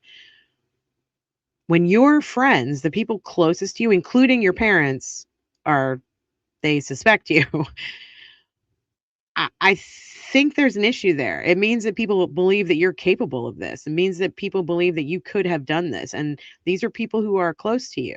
That says something about your character. That says something about who you are as a human being. Now, I'm sure there are people out there, like if I were accused of this crime, people that hate me would be like, yeah, she did it. But the people who love me and the people who know me would know beyond a shadow of a doubt that I had anything to do with this. And they would not step away from me. They would not distance themselves from me. This guy's just giving up the ghost here. He's giving it away. And even, I hate to say, even family members that would just stop communication. And if it was discussed or brought up, or if I was in an area or room that people knew of what had happened to Tara, I felt that I was being looked at as, oh my God, he's a perpetual victim. You're not the one who was murdered and sexually assaulted. Who gives a fuck? You testified earlier about having so fucking sorry for you, dude. Emotions. How are you doing emotionally during that time period? I'm struggling. I am struggling. Daily, I have to put on the best way I could describe as a facade to make it through the day. Are you kidding me, dude? Are you kidding me? I have to I You guys are understand that I have to make it focusing through on him. Okay. Okay. daily. Poor little mama boy. Poor little mama's boy here. How about if you were accused of this crime, charged with this crime, and were sitting on trial with looking at 2 life sentences plus 45 years with no parole, and you didn't do it? I don't give a fuck. I don't feel sorry for this guy one bit. The fact that they couldn't eliminate him after 25 years tells me a lot. He is not a victim. Give me a fucking break. Ugh. Disgusted. Disgusted. But at night, or whenever things stop, such as work or things that can keep me sidetracked, especially the nights were horrible. Look at him trying to drum up emotion. This is I would find myself insane. on my knees, pounding the ground, the sand, whatever, Still punching shit. just He's finding still myself punching so shit. mad at God that I couldn't understand. He's not really crying, y'all. There are no tears. This is some Alec And I Murdoch would wake shit. up so many times for the longest time in the fetal position where I just cried myself to exhaustion. This is embarrassing. But every day, each time, I would be so angry and find Yeah. myself in this position. As mad as I was and not understanding how God could allow the devil into his angel's house, I would feel warmth and Oh my thoughts in my head God. that weren't my own, telling me not to give up. The jury believed this shit. The Not to jury give in. believed this shit. And it gave me the strength to get up each time Oh my God. It's and Alec strap Murdoch on all my over boots again. Strap on and my carry boot. on through the day. And this cycle continued And he can't open his eyes because he for a doesn't long want anybody time. to see his eyes.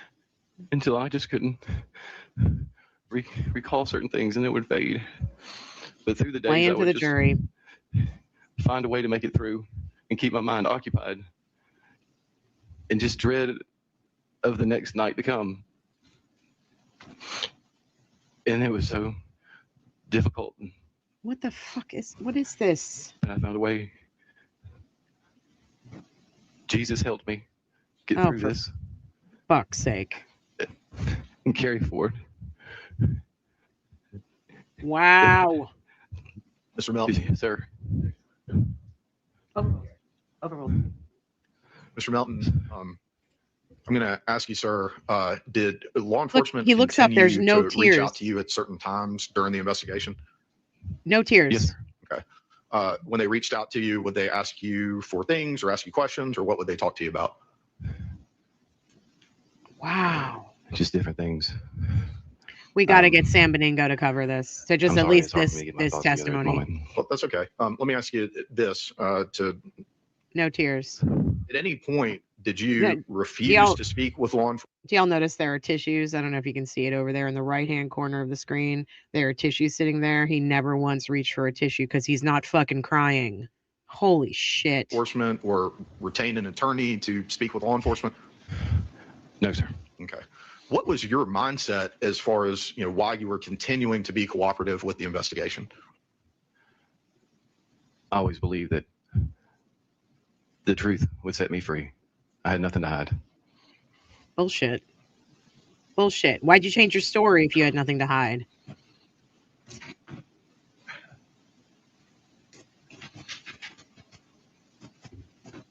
Wow. What is he nodding Mr. Melton, about? thank you very much. I don't have any other questions for you right now. Ooh, Cross-examination, Mr. Cruz. shit. This about to get ugly. Good morning, Mr. Melton. My name is Attorney Amai Cruz. I have the privilege and honor of representing Mr. Faust. And under the authority of this court, I'm going to ask you some questions, okay? Certainly. Okay. Why didn't you cry When just now? Why didn't any tears fall out of your eyes? they are falling out. Well, let's talk about January 19th. Would you agree that today you were much more emotional than you were on the day that you were Oh you my learned of God, Baker's death? Cruz. Amazing. I was holding it together best I could. So your borderline fiance is murdered and you were holding it together on the 19th, but 25 years later, Mm-hmm. you have emotion about it? In that moment, when I'm finding this out. Mr. Melton, that's a yes or no question. Yeah. Judge, Yep. The witness is allowed to answer Mr. Cruz's question. That's correct. Oh, fuck off. That's correct. When this tragedy occurred, and I'm taking this information in, I am telling myself inside, do not collapse in this moment. Hold it together. There are other people that are also relying on you, Who? Who And the I had to fuck get is through this. relying on you, dude? You live in your parents' house. and that's where I'm at. Who's No one's relying relying you on during your, initial interview with police? The police, her family, her friends, anyone who loved her. So the police were relying on you to hold it together during the interview. If I'm not holding it together, I can't think things through. Sure. Did you know that your DNA was found in Ms. Baker's anus? Okay. But he just wasn't, he was just not holding it together when he was pretending to cry. And if he's not holding it together, he's unable to think things through, but he wasn't holding it together and explaining things through to us. This guy, come on, you guys. Come on, jury. What the fuck? I was informed. Who told you that? Liz and Jeremy from the GBI. When did they Liz. tell you that? Because in the recorded interview that we have, they didn't mention that to you. That's my recollection. My question is when? When did they tell you? If that's not the correct recollection, I'm not sure at this moment. Let me ask you this. When was the last time you met with the state? This morning. This morning, Okay. And they talked to you about your testimony? Yes. we went over what the courtroom would be like. Okay. So this is rehearsed. Is that fair to say? Ooh. I wouldn't say rehearsed. Yeah. But it you went is. over it not just this morning. You went over it a couple of times last week. Is that right? We have established a process in which would occur in this courtroom. Cruz as doesn't far even as have any notes in steps that are front of him. taken once I get here or whatnot. He's ready for So this. the questions that you were asked today, you already knew you were going to be asked those questions, correct? Yes. Yes. Oh, he got some. What's he got here? Holy shit. Just know that I am going to. What is it? It's a chalk. What is it? Can I, What you doing, Cruz? What you doing, can I Cruz? say something to this? That's, Thank you, ma'am. what? Did he just ask if he could say something to this? What?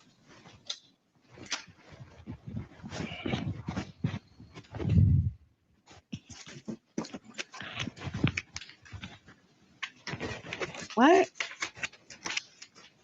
Mr. Melton, would you like a slim mark or a big mark? Slim. All right. Let the record reflect that I'm going to give you a black Sharpie, okay? I'd like you to write the very first time that you mentioned during your direct examination in regards to your actions or where you went on January 19, 2001. Do you understand that? Yes. May I approach the witness, Your Honor? Whoa. I love this Can you performance. please I write love the it. first place you went on January 19th on the board there? Come on, follow him, camera. Follow him all the way. Come on, camera. And Your Honor, I would ask that if Mr. Cruz is going to ask the witness to engage in whatever this is, that be repositioned Whatever to a this place where is. the jury can actually see it. I can do that. We'll start on page 2.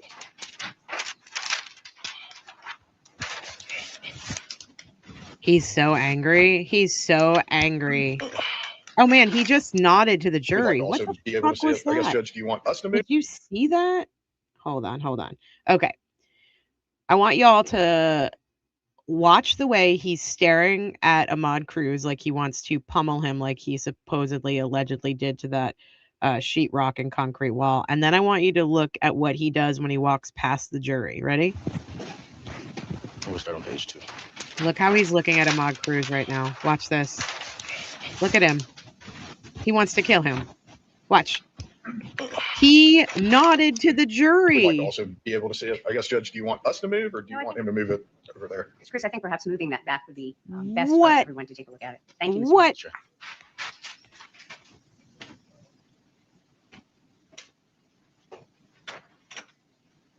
Nodded to the jury like, Mick- thanks, you Sure, guys. can you write the Thanks. first I know place you were went on and the my time, side. that you went to that location.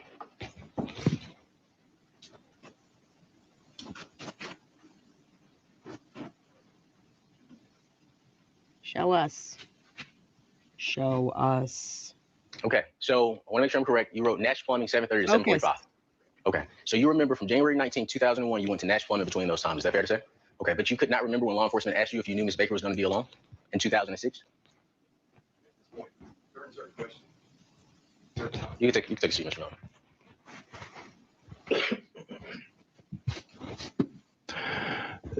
Along the way, I'm questioned about certain things, and I pull up my best recollection. Post this, I've been traumatized. I'm grieving. My mind is certain things at certain times. Poor mama's It's hard boy. to pull from, and in those moments, stress also.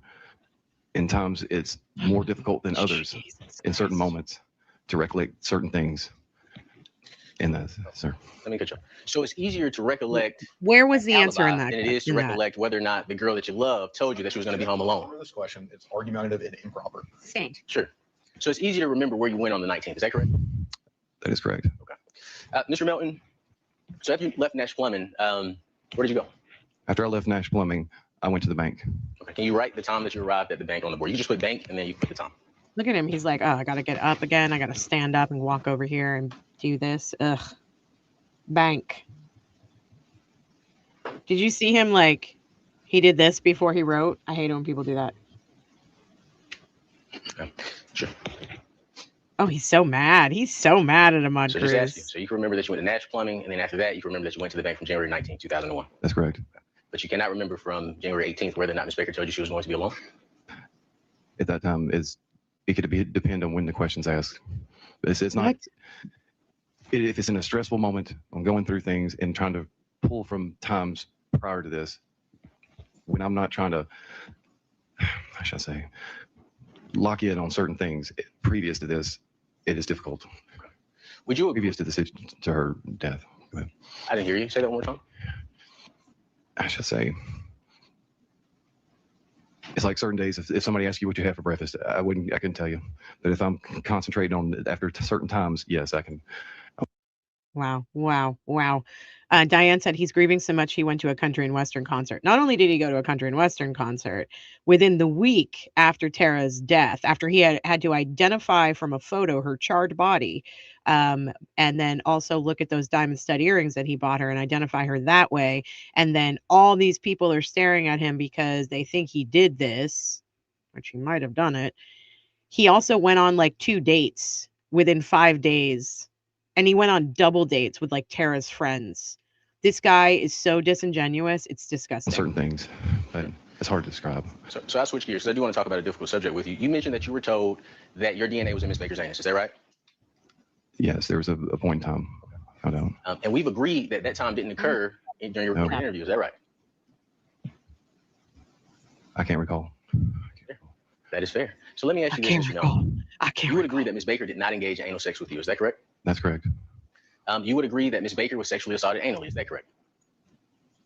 I wouldn't really know if she was sexually assaulted anally. Like I don't. Bullshit. Well, Yes, you do. Everyone knows I that. understand that. Everyone knows it. Previously stated that Ms. Baker And your DNA was not Ms. there Baker, I'm sorry, in her Ms. anus. Bigham I see. and Jeremy Howell told you that your DNA was in her anus. Can we agree on that? Is that fair to say?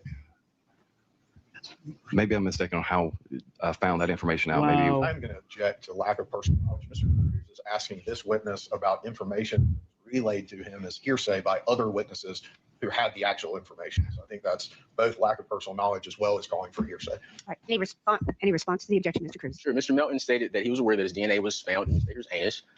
He stated that Ms. Bigham and Jeremy Howell were the individuals that told him. And we're fleshing out his knowledge in regards to what he's aware of, Your Honor. I think as to the form of the question, I'm going to sustain the objection. You may rephrase if you choose to do so. Yes, ma'am. Next Thank you, Your witness, Chris is Honor. writing with his right Your hand. DNA should be in Ms. Baker's anus. Would you agree? I mean, other than if we have had sex and it has transferred from there and Oh, say he drained knew. down to that area, Drainage. then- It is Drainage. interesting that you say drain because did you know that's Yeah. the exact same thing the state is arguing in this case? I mean, it makes sense though. So No, it your doesn't. DNA is in her anus because it drained down in her anus. Is that your position? I would say that would. Again, Your Honor, lack of personal knowledge, lack of foundation. There's been no foundation laid that Mr. Melton's aware of these things. That would all be through GBI crime lab witnesses who do have personal knowledge and scientific information. And so there's no foundation for these questions. And he's asking for things that are outside of Mr. Melton's personal knowledge. He's asking He about was things- asked Would these object to a speaking questions. objection, Your Honor, and just ask the state to state the ground. Okay, I'm going to overrule that objection. He was just explaining his objection. I'm going to respond in the same way as the last objection. I'm going to sustain the objection as to the form of the question, allow you to rephrase if you choose to do so. Yes, ma'am. Thank you. Thank you, Your Honor.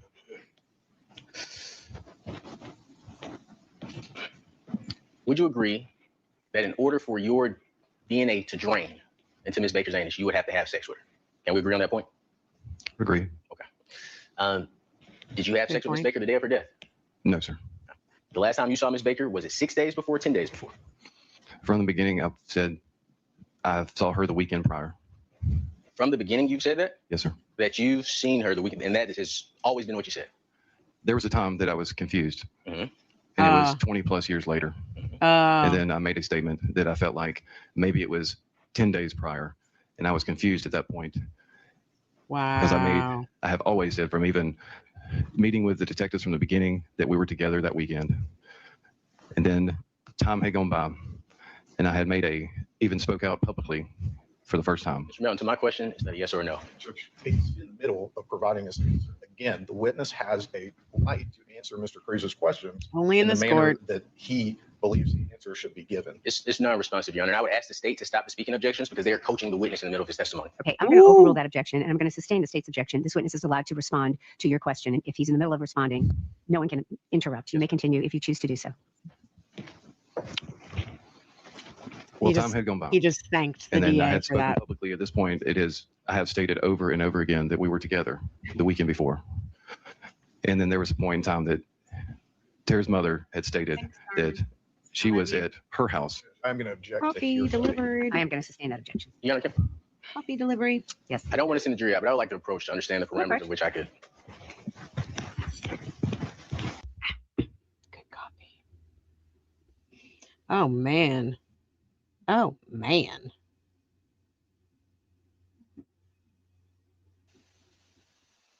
Boy, why do we not have any audio? Oh, wait, we're back to it. In the basement, is that correct? At that time, I would. Oh, Edric wearing a little white sweater. He looks good.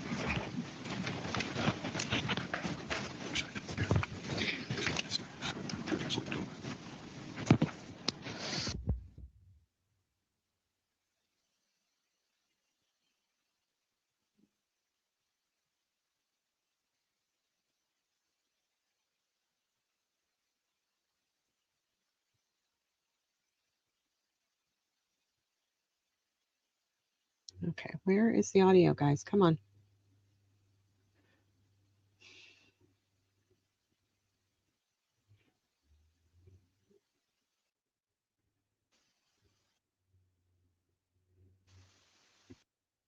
In the basement, is that correct? Keep missing the question. Okay, can we just...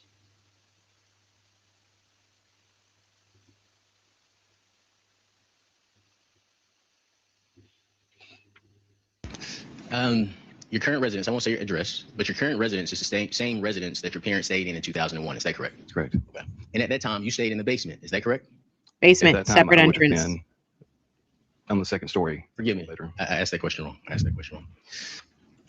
The week before Tara's death, you went to your parents' home. Is that correct? That's correct. During that time, you stayed in the basement. Is that right? Don't lie. No, sir. I think it was in my old bedroom in the second story. Of course, indulgence, Your Honor. Don't lie, Chris. Don't lie.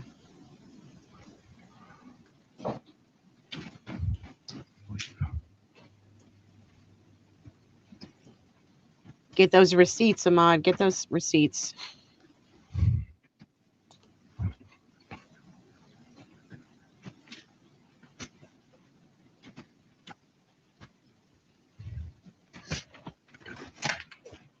So, Mr. Melton, this isn't the first time you've been asked that question, is it? I can't quite remember. Okay. Do you recall on May 5th, 2024, being asked where you resided when you went to your parents' home the week before Ms. Baker's death? I don't recall the question. So, don't more time you don't recall what I now? don't recall. And ask that question? Yes, sir. Okay. Do you recall making the statement? So, I was working there and driving back and forth. Well, my parents, we had a furnished basement. There So it then is. that's where I was. Do you recall making a statement?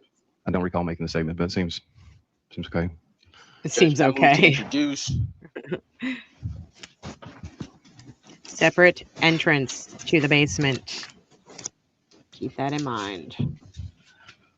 Oh man, y'all, we're gonna have to take a break here pretty soon. 32. I move to introduce as defense exhibit number 32, Mr. Melton's May 5th, 2024 interview with Miss Ooh. Elizabeth Bigham. We can Minute see mark is 1442 through 1448. And before I introduce this, you do recall speaking with Miss Bigham, is that correct? That's correct. That's Liz, Your Honor, I would right? ask you play minute mark 1442 through 1448 into the record. All right. Okay, guys. Any objections from the state?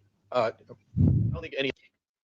Here's what we're going to do real quick. I need to take a really quick break, like a 10-minute break. We are going to come right back. And in the meantime, I'm going to play you our new little trailer, which I put up a couple days ago. But yeah, let's take a 10-minute break. So let's come back at noon. And I'm going to play this for you. With no ads, of course. No ads. Thank you very much. And I'll be right back, guys. I just need to grab a quick snack and use the restroom. And I appreciate y'all for sticking around. Please go share the video. Please like the video so that we can get some more eyes and ears on this. And here we go. Wish I could do.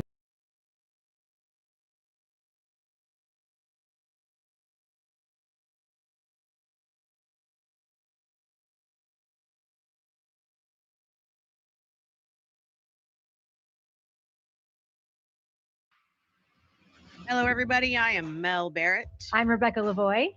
Welcome to Something we ask what the hell's wrong with everybody all the time in true crime. We saw a peen, okay? Watching peens walk by on my beach, okay?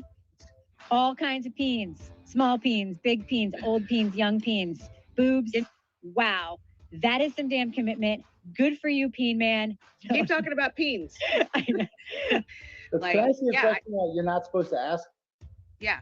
So like you are, you're lesbian and you have shorter hair, right? Yes. Now, do you go for lesbians like yourself, or do you go for the traditional longer haired, like Rebecca looks? So- The lipstick lesbian is what Yeah. A lipstick lesbian. I consider myself a chapstick lesbian. But the thing is, not all lesbians are the same, Aiden. We don't all look like Julie Nagel. I'm not out there trying to get all these ladies to kiss me. I know. I'm I not- know. I mean, I will say I also threw shot put, so fine. I Not also ran the they fat can't, man not they relay. can't. Okay, Right. fine. Yeah, I don't want to sexualize Kevin and all, but You can sexualize Kevin. he seems pretty well endowed. I have to. He'd say. be so excited if he knew he was being sexualized right now. You have no idea. And this is coming from a lesbian. I was like, "Good job, Kevin." Her name, it can't be Tuesday Gazette, right? That's just her Twitter name, and they use that on the show. There's no fucking way. I don't know. No. Even we're in a hot tub together and hung out in Maine together, and we're best friends. And Proctor was this, and Proctor was in this guy's wedding. And cares? this kid was. What Really? do you think? No, I'm not. No, I'm You not. should start like a sex show. No. I just you know talking that about your husband's big wang, and now you're talking about whacking that off. was To be her. technical, Yeah, but how does she know? How does she know? I showed him because I I Because asked you her a showed. picture, and she's a bruiser kid.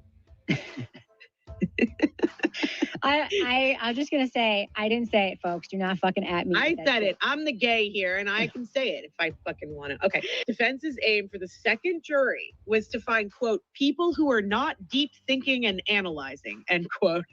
And then Mama Llama talks specifically about a female juror who thinks that John O'Keefe got hit by the car and then went into the house and then got beat up. And so the defense got exactly what they wanted out of the jury, because they're basically making the point the jury was dumb as fuck, and that's what the defense wanted. What happened today in court with the corruption in Massachusetts? Who's Krusty Panties mommy? And she's like, So Nan's like the new Ruby Frankie. she's a Rube Frank. She's one passengers. Look at He's like, Julie Carpenter, you're a shell of a woman. Could you get your tits plunged up anymore every time you're on TV? You think you're in AA, you're drinking your fucking balls off. And they're in fisticuffs on the dock. What And are I'm like- fisticuffs? Fisticuffs. They're punching. Fights. Oh, The sorry. Alabama brawl. I thought that was like more fondling. Fisticuffs. Like, yeah. Oh, that does sound right. One of them was wearing a fisting cuff, and the other one.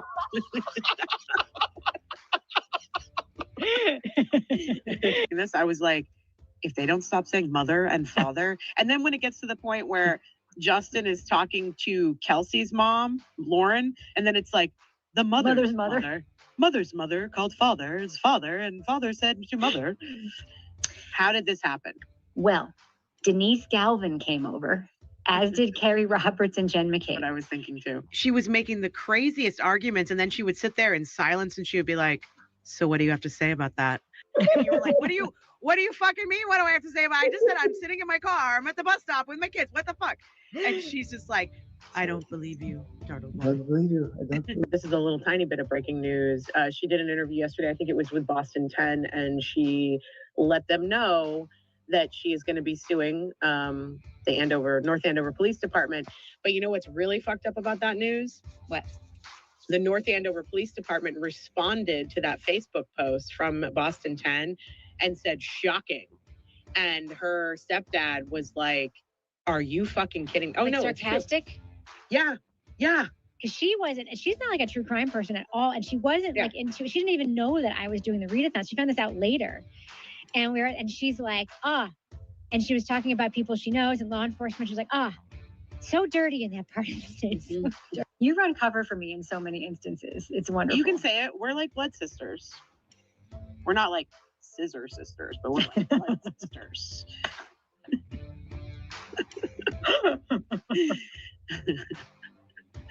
When I got to the meat of this, I was like, you guys are so fucking messy. Can we please get our shit together, people in Massachusetts, especially law enforcement and EMTs? But instead, they're just like, "Yeah, fuck you." You know, I'm gonna take this baby. You'll never, and then blah, blah, blah, fall down the stairs.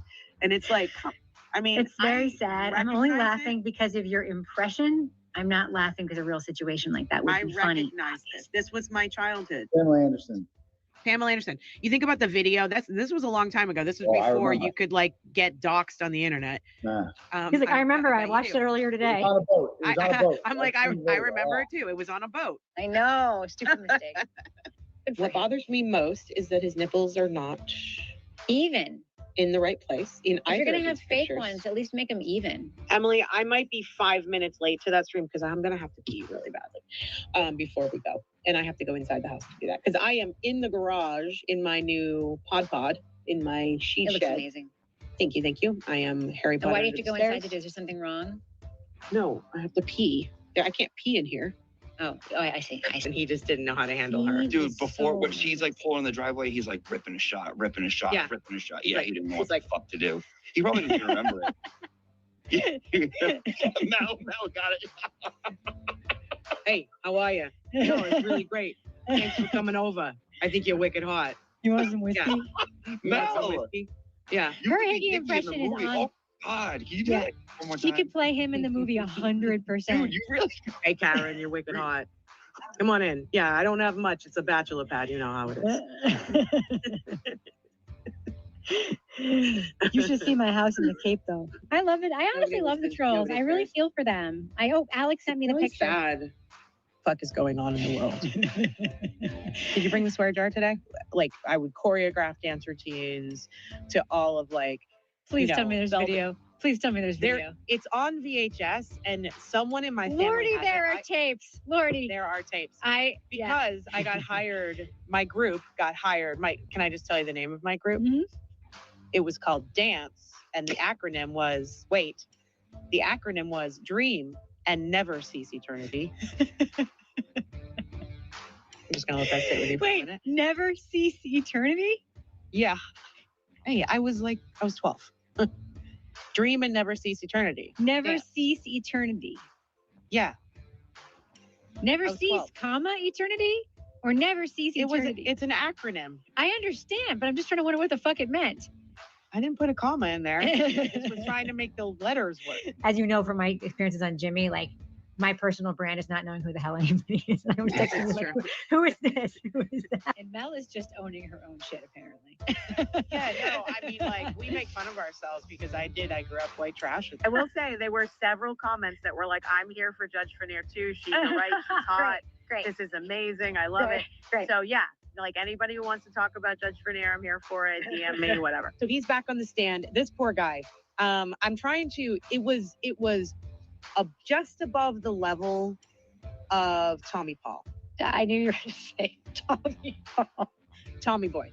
It was just above the level of Super Paul. I can't remember now. Was that his fake name that we made up for him or his real name? I can't think of him as anything other than Tommy Paul. I and in my brain, all I can see is Tommy Boy going, that guy in a little coat.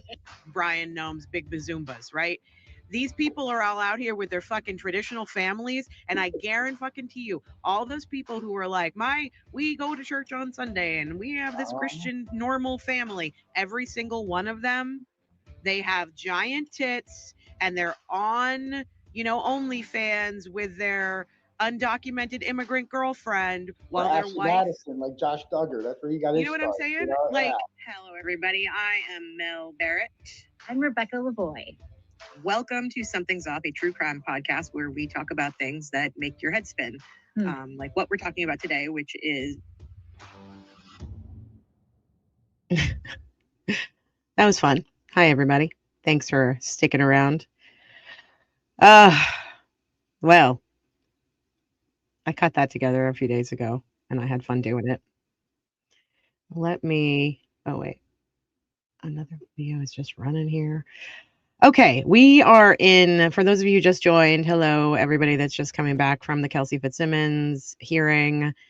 I Live for Now says, hey, Mel, I just found the part where Tara's mom said she didn't hear from the police until 6 o'clock that evening, so I'm emailing it to you. Perfect. That's what I've been wanting to see. Because if that's the case, then he just lied on the stand, yeah? Okay, just checking. Hey, is it Andrea or Andrea? Not sure. Let me know. Okay, let's get this back on the screen here. Share, add to the stage.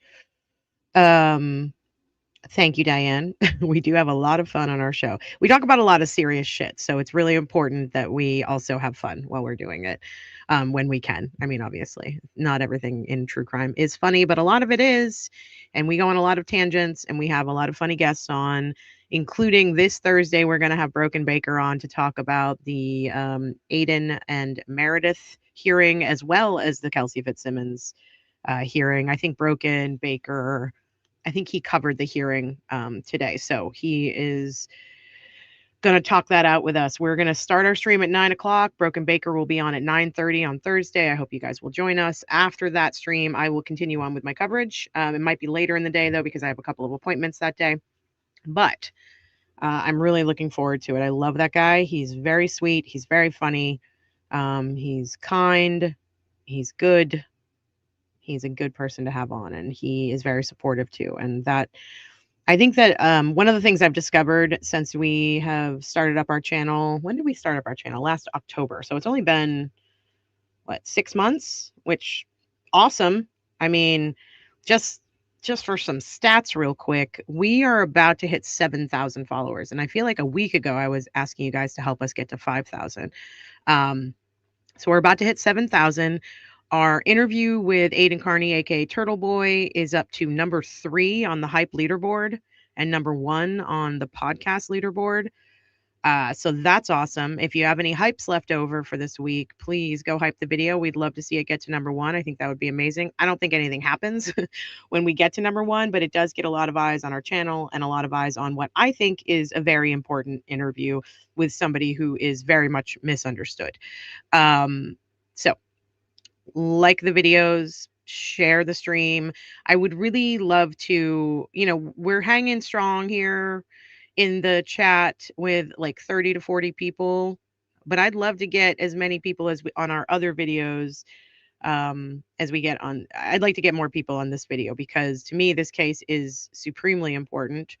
More people need to know about it. I know a lot of you have already seen the trial. I have not seen the whole trial. This day is like all new to me. And obviously I'm reacting in real time to this shit show. But I'd really love for other people to be aware of Edric Faust's plight. And that at this point in time for this trial, I'm going to go ahead and say that I believe this man is innocent and they have wrongfully convicted an innocent man to 2 life without parole sentences plus 45 years.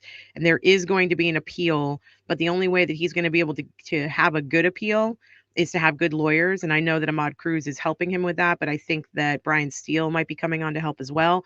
The only way that's going to happen is if they raise enough money to pay for their legal defense or their appellate defense or appellate filing, I should say.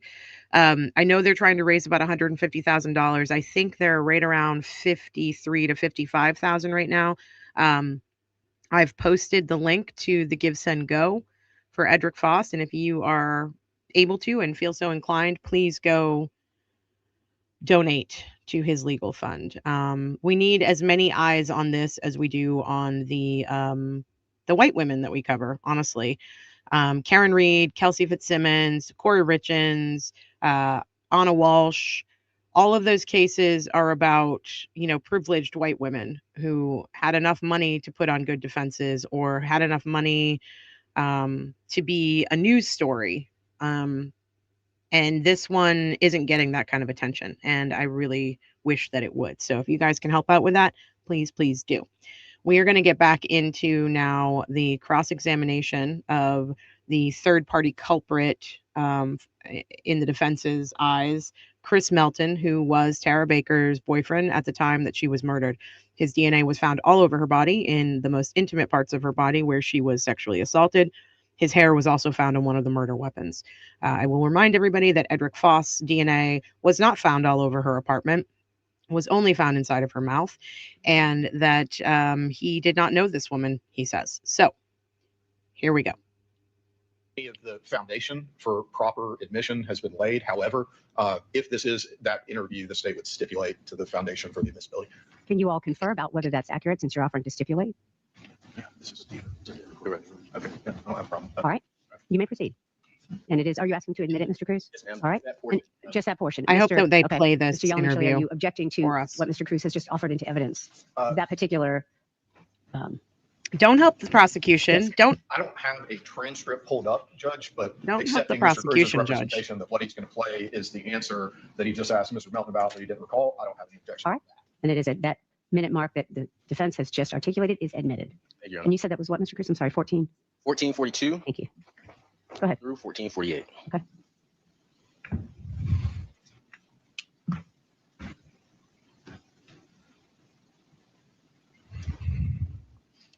And Mother Oats says this video won't do that well because algorithm hates the language in it. I saw the trial. Censoring the words might help. I don't know. I'm going to go ahead and respectfully disagree with you because all of the cases that we cover have pretty horrific language in them, including the Kelsey Fitzsimmons case, including the Karen Reed case, including Corey Richens, and most especially Brian Walsh. All of those videos and those streams get thousands of views on them. And so for me, it means I believe, obviously this trial is not live, so that's part of it. But the other part of it is this is a Black man in Georgia who has been convicted of this heinous crime. And I don't think people care as much as when a white woman is on trial.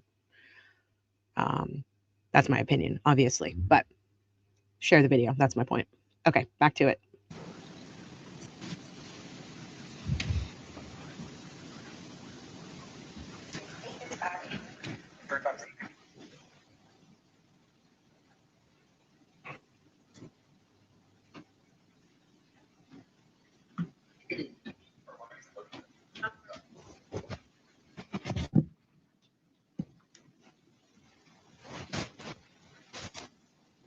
Oh, thanks for the tip, Nikki. Got it? I was working there and got back. Well, my parents, we had to his basement. So then that's where I was keeping in well, pretty much Jersey. Oh, he's talking fast.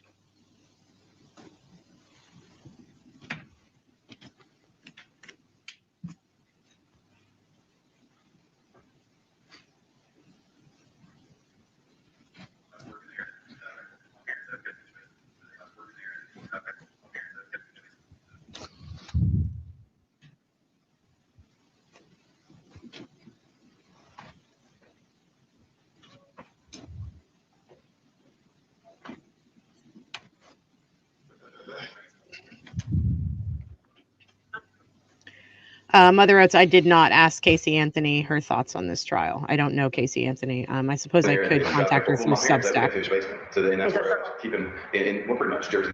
Did you hear that? I was driving back and forth. We pretty much had a huge basement. That's where I was. I was keeping, and I cut that off. I hear that. So you were staying in the basement, is that correct? I would stay in, there's times I stay in both. We had finished basement and had the bedroom upstairs. Okay. And the furnished basement was set up as a place to stay, a place to hang out for whoever. And then also had my, Non-responsive. Overruled. So You may continue with your. the finished basement would have like a couch and sofa, TV, things, and my old bedroom upstairs also had a bed and so forth. And I would stay and, hang out in one, stay in the other, depending on who was there at the time, if we had visitors or whatnot. So I would stay in the basement if nobody else was using it. under narrative. I'm going to overrule the objection. You may continue. So with that being said, I feel like kind of both are true. I had my old bedroom and they had a furnished basement. That's great. Both were true. So you Oh, were so in you the were furnished marked as basement defenses on exhibit this 33, night. defense exhibit 34. You said that in your interview, Let the dude. record reflect that I'm showing Mr. Melton what has been marked as defense exhibit 33 and defense exhibit 34.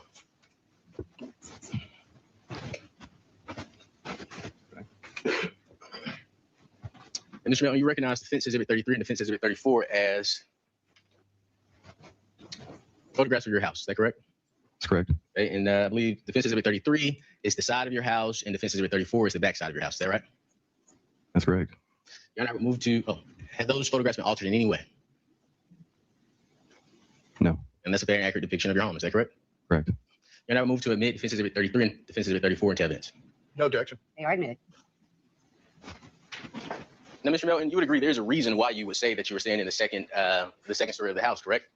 As far as There's a backdoor exit on the basement. I believe that's defense exhibit 34, if I'm not mistaken. Is that right? there's a basement exit, yes, sir. And there's also a side exit from the basement, which was defense exhibit 33. Is that correct? There's one exit. There's a door on the backside that goes into like a dead space that's more for access. So defense exhibit 34, the backside is a door to enter and exit the basement where you don't have to go in the house. Is that right? The side door would be. The back door is not. But either way, there's an exit there's an exit from the basement and an entrance into the basement. Is that right? That's correct. Correct. Now, you recall your parents talking to law enforcement? They did. And they were one of your alibi witnesses. Is that right? Were you aware of that? I would say yes. They knew I was there. And you're their only child? I am. And by the time law enforcement spoke with them, you had been staying with them for 4 months. Is that correct? I had started staying with them after this incident. Yes. So, yes, After Tara's passing? that's correct. So if any other witness said you moved home months before, that would be untrue. That's correct. I want to talk to you about Miss Baker a little bit, okay? We'll switch gears and come back to some of this stuff. Interesting. Would it be fair to describe Miss Baker as super friendly? That'd be a fair statement. You would also describe her as down to earth. Correct. She did not have any racial biases. No, sir. And although she was a law student, you would agree that she was not pretentious. I mean, no, sir. Not unless it's for little specialty things like her collections of things, but no. Now, is it fair to describe Miss Baker as a casual dresser, shorts, hiking boots, sweat top type of girl? Yes, sir. She was more of a flats over heels kind of girl. Is that fair to say? Fair to say.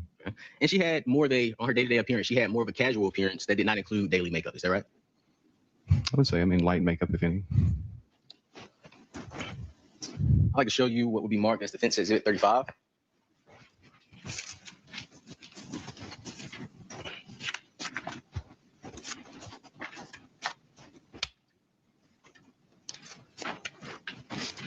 What is it?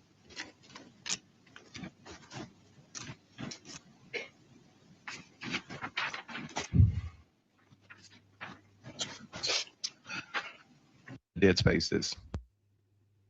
They are admitted. Now, Mr. Melton, you would agree there's a reason why you would say that you were staying in the second story of the house, correct? As far as There's a backdoor exit on the basement. I believe that's defense exhibit 34, if I'm not mistaken. Is that right? there's a basement exit, yes, sir. And there's also a side exit from the basement, which was defense exhibit 33. Is that correct? There's one exit. There's a door on the backside that goes into like a dead space that's more for access. So defense exhibit 34, the backside is a door to enter and exit the basement where you don't have to go in the house. Is that right? The side door would be. The back door is not. But either way, there's an exit there's an exit from the basement and an entrance into the basement. Is that right? That's correct. Now, you recall your parents talking to law enforcement? They did. And they were one How of your did we go alibi back witnesses. so Is that right? far? Were you aware of that? We already saw this. Sorry, guys. Defense exhibit 35. Baker, as you would remember. I'll say yes, sir. And I would move to admit defense exhibit 35 into evidence. Any objection? No objection, Judge. It is admitted. Thank you, Your Honor.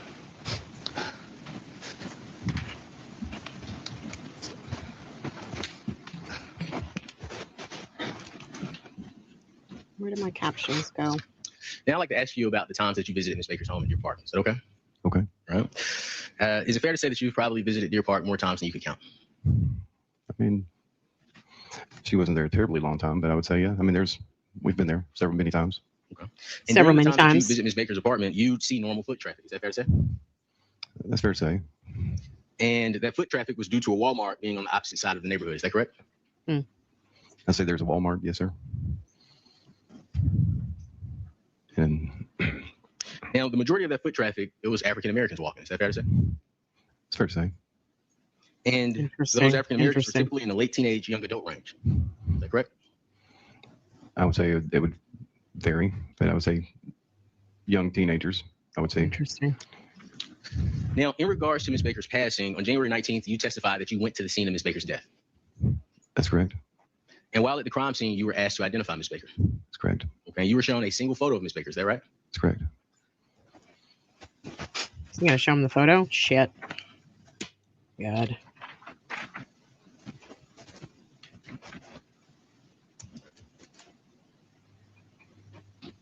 Can I let the record reflect that I'm showing the state what has been marked as defense exhibit 36?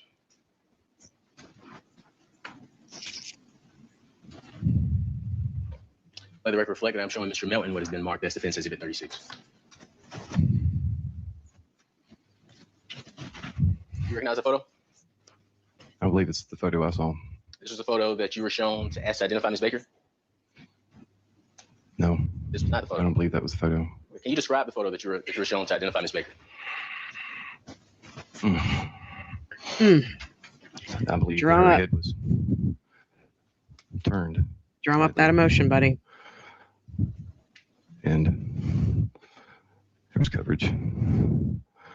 Bad. Why is he breathing like that into the microphone? Mr. Melton, you're just shown a photograph of Ms. Baker deceased, and you have not shed a tear. Wow.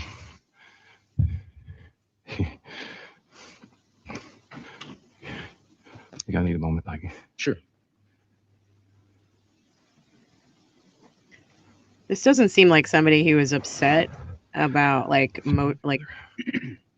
crying. He So let's switch gears. looks like somebody who might have done that to somebody and is seeing the that you picture became of his so work. upset that you punched the wall in your apartment. Is that correct? When I unleashed the emotions, yes. Okay. And when you unleashed the emotions, you became extremely angry. Is that correct? I was upset. Yes, I was upset at the situation. And the way you chose to release emotions through violence. Would you agree? Yeah. Towards that wall. But you told the jury that the injuries to your hands came from punching the wall. Is that right? He also said it had all kinds of shit all over his Okay. And we've hands already from agreed. work. Well, you testified that the wall was sheetrock. Is that correct? Correct. I'd like to show you what would be marked as.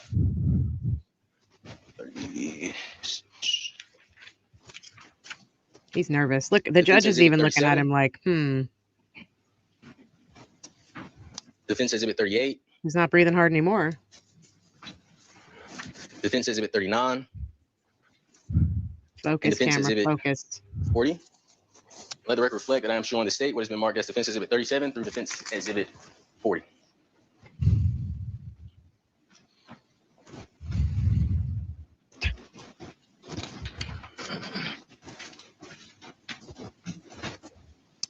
Your Honor, let the record reflect that I'm showing Mr. Melton what has been marked as defense exhibit 38 This through is defense so exhibit 40. disingenuous. I have 37. I'm sorry, 37 through 40. Please forgive me. Is it okay if I approach you, Mr. Melton? Yes. Yes, sir.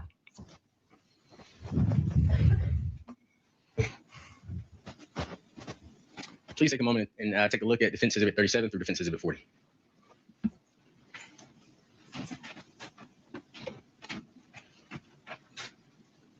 You recognize defense exhibit 37 through defense exhibit 40 as the wall that you punched. Is that correct? Oh, pictures. I would say yes. Is that a fair and accurate depiction of how that wall looked after you punched it? I'd say from what I could recollect. Sure. Has that photograph been altered in any way? I'm not sure. I wouldn't. But you have no reason to believe that photograph is not altered in any way. Is that correct? I have no reason to believe. Your Honor, I would ask to admit defense exhibit 37 through defense exhibit 40 into evidence. Any objection? I want to see They are him. admitted. Thank you, Your Honor. I would ask the publisher of the jury. Granted. Show us. This guy's it's a lot. It's a lot. It's a Now, little let's talk about too the injuries to much. your hands, Mr. Melton. Yes, sir. Of course, indulgence. This is a lot.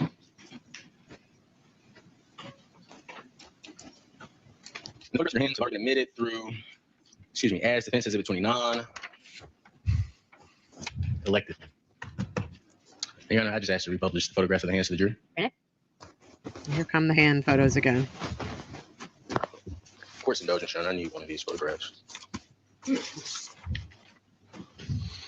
Mr. Melton, I am going to show you one of the photos from defense exhibit 29, and we're going to talk about some of these injuries.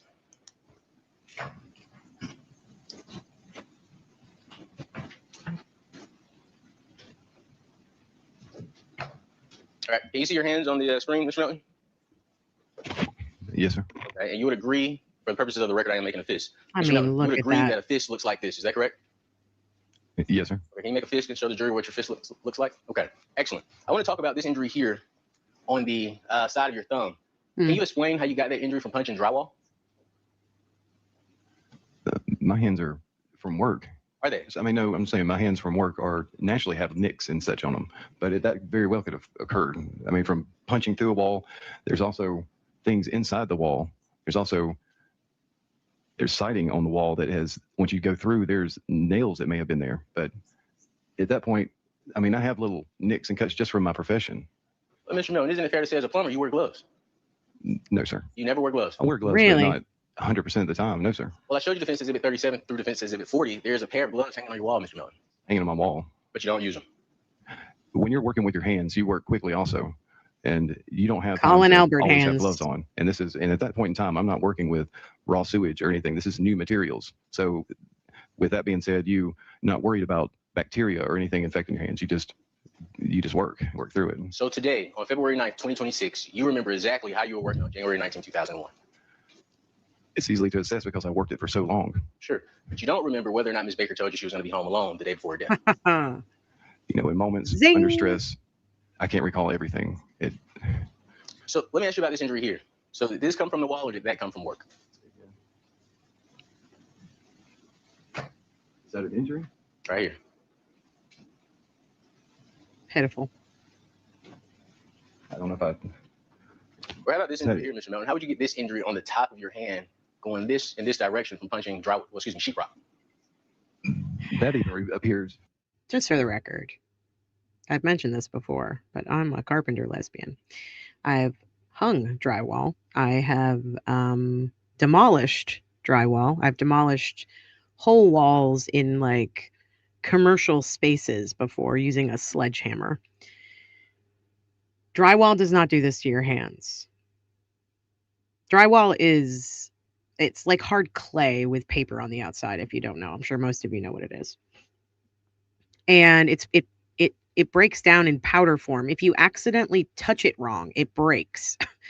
So if he's punching this drywall and he's saying that the scratches on his hands came from punching the drywall, the only way those scratches would have come from punching drywall is if he was inside that drywall and, like he said, there was a nail or something and he was just like repeatedly scraping his hands across that nail. For instance, one time when I was doing demolition on a commercial space, I was tasked with breaking down this like 20-foot long wall. It was all drywall with wood studs underneath and metal framing, right? So drywall on the outside, metal framing on the inside, wood studs. And so there would be times where I would use a sledgehammer to break through the hollow parts between the studs to knock the drywall out. And then if there was a particularly hard piece of drywall to get out, I would turn my back to the wall and I would kick it backwards like a horse. And one time I did that and my foot went through the drywall and a piece of metal framing had somehow been cut or split or something like that, but it was like this jagged edge of metal and it scraped against my leg. I still have the scar from it. It was a very deep scar. It was a big old scar, lots of blood. That is the worst injury I've ever gotten from breaking through drywall. And it's the only injury I've ever gotten breaking through drywall. And even if I had put my fist through drywall, which I've never done, my fist would come back maybe a little bruised, with some chalky residue on it. And that would be about it. I don't buy this story for 1 second. The way his hands look did not come from. I should have my friend Thomas come on. He's a union plumber. He would be able to tell me. His hands, the damage to his hands did not come from plumbing, and it didn't come from punching drywall. It came from something else. That's all I'm going to say about that. Oh yes, when you punch, even when you punch through walls, you got to pull your hand back. I'm punching into a wall, pulling my hand back, punching through a wall, and even at work, I have nicks, cuts, and even You'd have burns from bruises. soldering pipes and hot materials. I can't tell if that's an injury from hitting something or an injury from work, and it may look like that. Even looks like it could be even a slight solder. It's hard to say. I mean, it's hard for me to. Kendra says, I wonder what Tara's nails look like. I wonder that too. We talked a little bit about one of the things that I'd really love to know is more about the DNA under her nails, especially if she was clawing at somebody. I don't recall what the DNA results were from that or the forensic results were from that. If anybody can remember, let me know. Assess that. But this is the first time in 25 years that you've ever made the statement that these injuries were from work. Would you agree? I've never been asked the question as far as if they're from. And just to make sure we're on that I can recall. Just make sure we're on the same page. Your exact statement was to law enforcement is the injuries. Matter of fact, we don't even have to go to law enforcement. Your exact statement in the court before these jurors was that these injuries came from punching the wall in your apartment. Do you recall making that statement? Yep. Was this prior to being shown pictures? Mr. Melton, do you recall making that statement? You just said yes, it, I dude. had injuries from my hands from hitting the wall. That's what I recall. But when I asked you about the injuries, you are now saying that they are from plumbing and hitting the wall. Is that right? Well, I have, when you're pointing out specific things, like I do have from plumbing, you're going to have nicks and cuts or whatnot from that. Just show us your hands. My question is, during my examination of you, this is your first time saying that these injuries are from plumbing. That's a yes or no question, if you can. Since you just asked that question, I guess I would have to say yes. And once the jurors finish looking at the photos, we'll go over some other photos as well. Now, on the day of Tyra's death, you voluntarily went to the Athens Clarke County Police Department. That's correct. And I believe the state asked you a couple of times, did you hire a lawyer or did you refuse to speak to him? When you agree as the boyfriend, if you refuse to speak to him, you would look even more guilty? Yeah. Rephrase restate the question. Sure.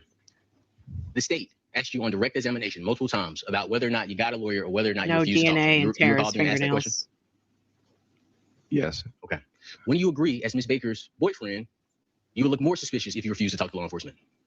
If I refused. Okay. Yeah, okay. So we agree on that. Is that right? Of course. I mean, I'm always want to be cooperative. Sure. But that was a yes to my question, right? Yes. Okay. You would also agree you will look more suspicious if you refuse to give blood. Is that correct? Correct. Okay. You will look more suspicious if you refuse to give hair. Is that right? Correct. You'll look suspicious if you refuse to talk to him. Is that correct? Correct. Now, you conducted an interview with Officer Bill Ricketts on the 19th. Do you recall that interview? I believe so. And you said you believe so. Are you certain that you remember conducting? Yes, I remember an interview on the 19th. And your father was present with you during the interview. Is that correct? Yes. Okay. And he sat with you for the entire interview. Yes. Maybe. And during that interview is when you told law enforcement that you were at your parents' home at 7:15 on January 19th. Is that correct? Yes. Do you recall during the interview being asked how would you describe you and Ms. Baker's relationship?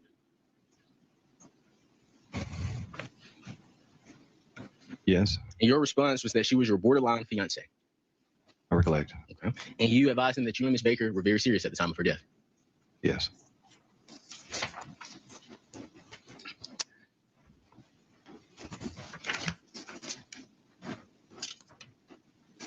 I believe you established with the state that the truck you used for work at the time of Ms. Baker's death was your own work truck, the truck you purchased. Is that right? Correct. Now let's talk about Josh McCourty. The state asked you about your relationship with Josh, and you stated that he was just a coworker that you met at McCart Plumbing. Is that correct? Correct. Okay. Josh stays less than a mile away from your home. Is that correct? Correct.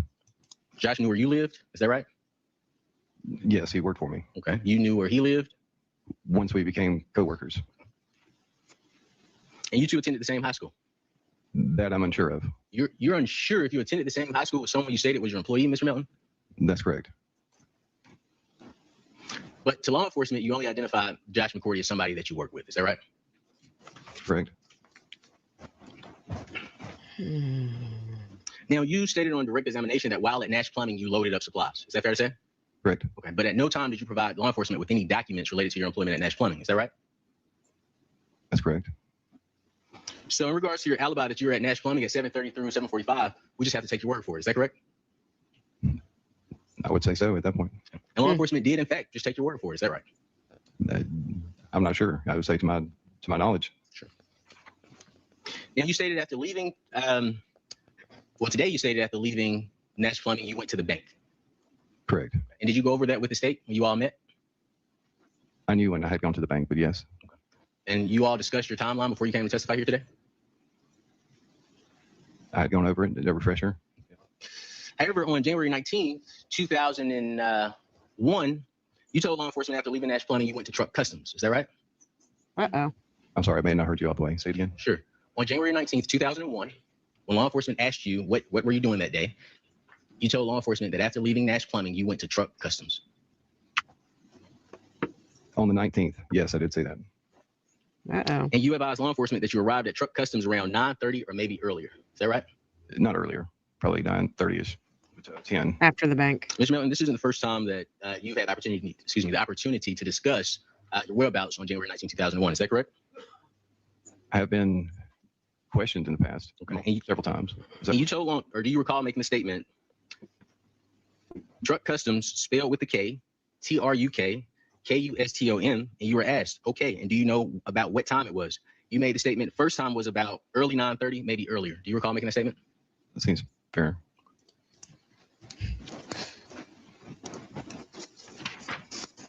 So at some point you leave Truck Customs, is that correct? That's correct. And I'm sorry, Mr. Melton, do you still have the marker I gave you? All right, perfect. Can you write Truck Customs on that under the bank? And the time that you were at Truck Customs? All right, and you can say right there, Mr. Melton, if you're comfortable. You can write the time next to Truck Customs.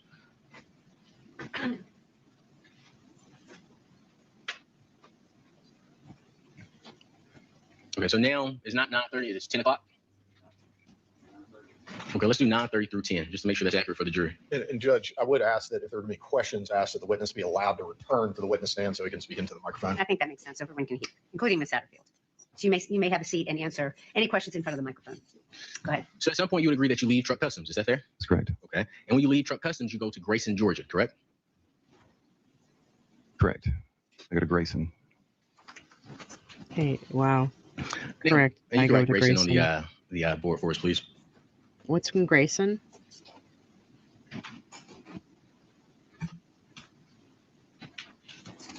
Oh, that's very sweet of you, Carrie. Thanks for the $5, and it's totally fine if you can't All right, watch so it. do you recall speaking with Just Detective tell Riggs people 2 days about it. later on That's all I January 21st, ask. Thank you. 2001? Yes. And would you have any reason to disagree that January 21st, 2001 was a Sunday? No.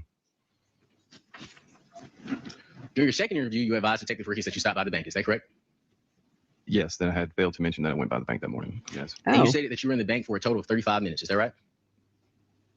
Sounds about right. Okay. Next to bank, you 35 put minutes. 35 MIN and circle it. that's not what he said in his direct. Just yeah, put it there. He that's was all. there for like 8 minutes.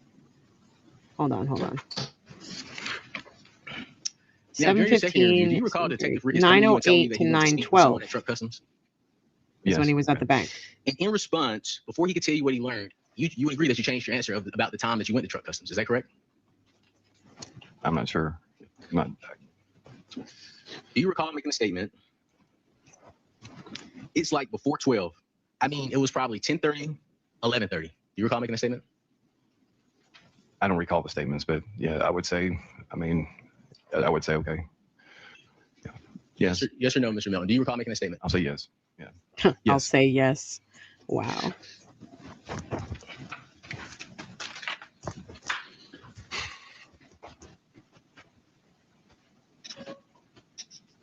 Yeah, Andrea, and then also goes out on a couple of double dates within 5 days of her murder. What's he writing on the board for? What you doing, So is Ahmad it fair to say Cruz? that the actual time is between 10 a.m. and 11:30 on the 19th, Oh, based on your statement? As far as being at Truck Customs, Yes, sir. and you stated what you did say. What did you just say? I'm sorry. Would it be fair to say that the actual time of being at Truck Customs is sometimes between 10 a.m. and 11:30 a.m.? That's pretty broad, but yeah, I would say, okay, it would fit in there. Well, that doesn't fit, Now, does during it? the January 21st, 2001 interview, you were told for the first time that Ms. Baker was sexually assaulted. Is that fair? Can you repeat the question? Sure. During the January 21st, 2001 interview, you were told that Tara was probably sexually assaulted. I don't recall being told at that point. I had been told. Adam, Tara's brother, had called me that morning and had kind of informed me that this is what we're looking at, that they had been Her informed. brother warned you? So let me ask the question again. On January 21st, 2001, you knew that Tara had been sexually assaulted. Is that right? That day, yes, I had been informed that day. Now, law enforcement also informed you of that. Do you recall? I don't recall. Would hearing the recording refresh your recollection? I would say if I heard it, it would help reflect. Yes. Your Honor, I'd ask to refresh this witness's recollection outside the presence of the jury. Right, and this is a good time for a restroom break, so I'm going to send you all into the Outside jury of the room. presence This of will be the a good jury? restroom break, so we'll take a Why? little bit of time. Please don't discuss the case. I don't understand why outside of the presence of the jury. I really don't get that. I mean, they should be able to hear this. They should hear his voice. If there's video, they should see his demeanor. This is so messed up. Can you guys hear that big truck that's coming by my house? It's pretty loud. All right, here we go. Why are you so loud, truck? Let me put it on mute for a minute.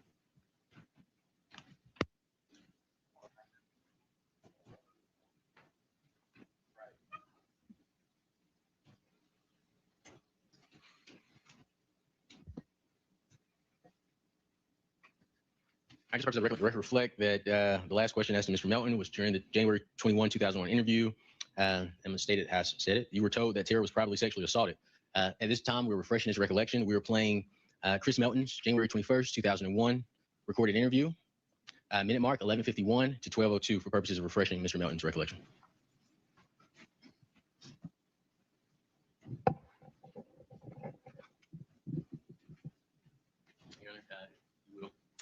Oh, it reverted well?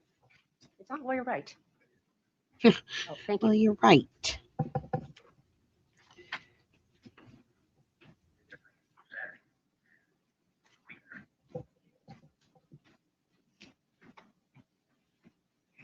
I just don't know, like you listen to this and let me know if your memory is refreshed. If you need to hear any other portions of it, I don't mind playing, okay? Obama's and that kind of blood people there, they take it to work for evidence, and then on Monday morning, we've got to do work relationship. They'll start right away for us and tell us exactly what we got. What? I didn't hear that. Did you all hear that? Hold on.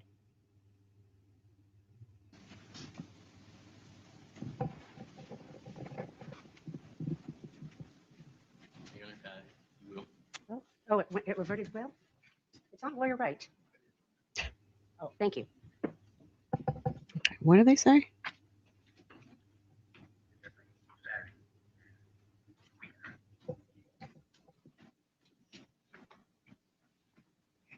I just don't know, like you listen to this and let me know if your memory is refreshed. If you need to hear any other portions of it, I don't mind playing, okay? Obama's and that kind of blood people there, they take it to work for evidence, and then on Monday morning, we've got to do work relationship. They'll start right away for us and tell us exactly what we got. I don't understand anything that was said. Yeah, Diane, I can't believe that they have any kind of sidebar discussions in front of the witnesses that are on the stand. It blows my mind in this case. It's just awful. It allows the witness to change their testimony after they come back, after the jury comes back. It's so crazy to me.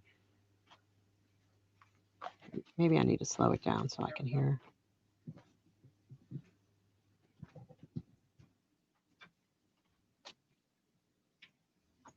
Everything Saturday. And of course, on the weekend, there's none of the Obamas and that kind of blood people there. They take it to work for evidence, and then on Monday morning, we've got to do work relationship. They'll start right away for us and tell us exactly what we've got. Tara was probably sexually assaulted. Okay, there we go. There we go. Yes, sir. Oh, where's his microphone? Where's the Join mic? the jury, please, sir. Thank you.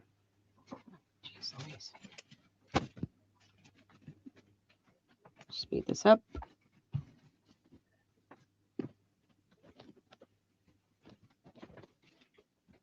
Hedrick looks nice in his sweater. Go with you. Ms. Cruz, you have the floor. Thank you, Your Honor. And Mr. Melton, during the January 21st, 2001 interview, you were told that Tara was probably sexually assaulted. Is that correct? Correct. All right. You would agree that you didn't start a crime. Is that correct? Correct. Crying. You didn't become upset. Is that correct? I would say not correct. You said that's incorrect. Incorrect. Did you make outward expressions of anger? No. You didn't say you needed a moment to yourself, right? Correct. You didn't even say, I hope you find who did this before I do, did you? Correct. Instead, you asked calmly, did you find some stuff on her like semen? Is that right? Oh, for fuck's sake. Did he really? What a D-bag.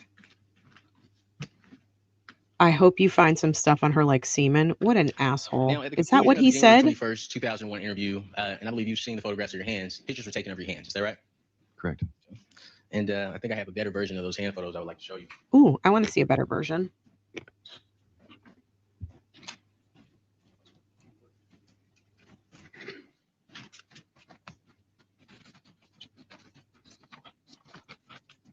How many we got here, Cruz? Got a lot of photos. A lot of photos. Got to admit those. Got to show them to the prosecution. Got to show them to the witness. This one marked as one. There are 13 photos. This will be a how many photos? They're photos of hands. Well, I said you're saying there are one. You're not photos of physically non. Just for purposes of clarifying the record, for physically non, you're not photos of physically non.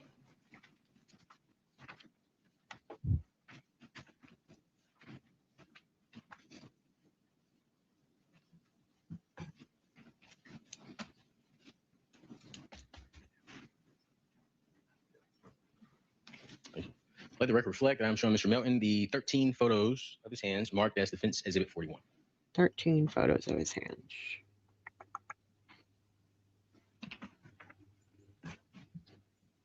Yes, they did find semen, and it was yours, buddy.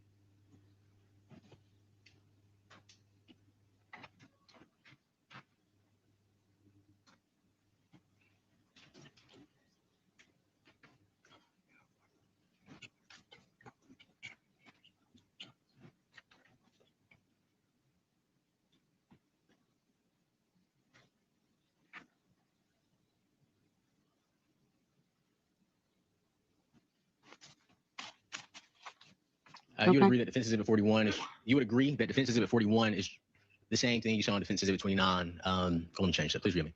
You'd agree that Defense Exhibit 41 are photographs of your hands. Is that correct? Correct. Okay, and a little bit better quality than Defense Exhibit 29. Would you agree? I would agree. Okay, and those photos are a fair, accurate depiction of your hands as they were on January 21st, 2001. Is that right?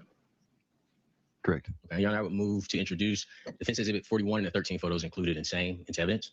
Any objection? No objection, Judge. They are admitted. Okay, thank you, Your Honor.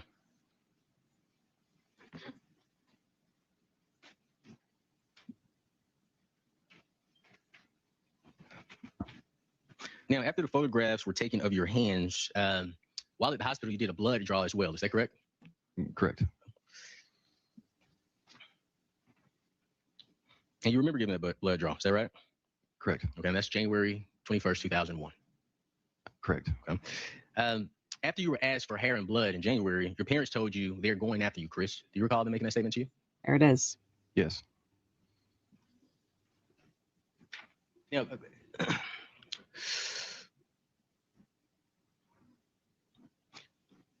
you discussed with the state the photograph you were shown to Miss Baker to identify her body. Do you recall us talking about that? Earlier? When you showed me? Correct. Unfortunately, yes. Okay. And you stated that that was not the photo that was shown to you to identify her body. Is that right? I don't believe so. Okay. Go ahead, Mr. Melton. I was looking through a digital camera with a small frame, and it was fuzzy, and it's hard to. Anyway, it's not as high quality as what you're showing here, but no. But we could agree she had a sheet over her body. Is that right? I believe she had something draped across her. It was at the bottom frame of the digital image. All right. So I asked you this question: do you remember telling law enforcement that the photo shown of you, Miss Baker, had a blanket covering her from the neck down? So I saw her face and her hair. Correct. And the photo I showed you was a photo of Miss Baker with a sheet covering her from the face down, the neck down, and you saw her face and her hair. Is that right? Correct. Okay, Correct. But we can agree you did not see a black cord wrapped around Miss Baker's neck. Is that fair to say? Oof. That's fair to say.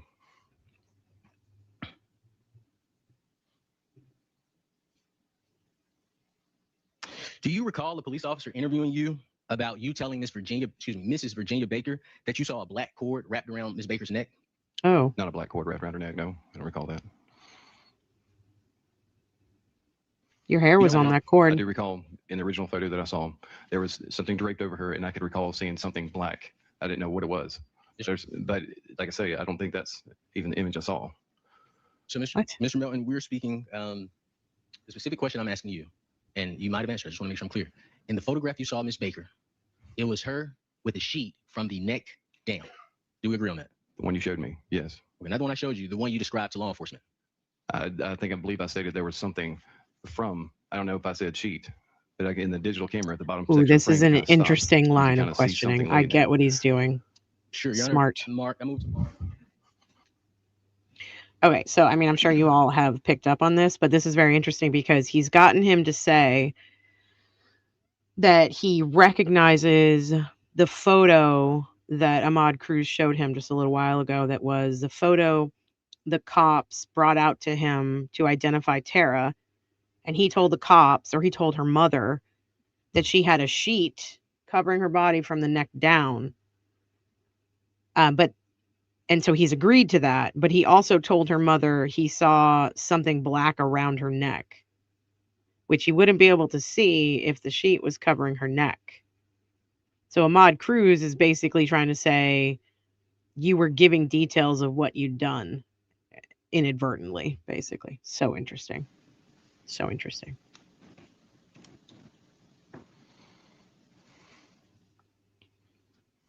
Move to mark the audio recording of Chris Melton with Detective Newton as defense exhibit 42.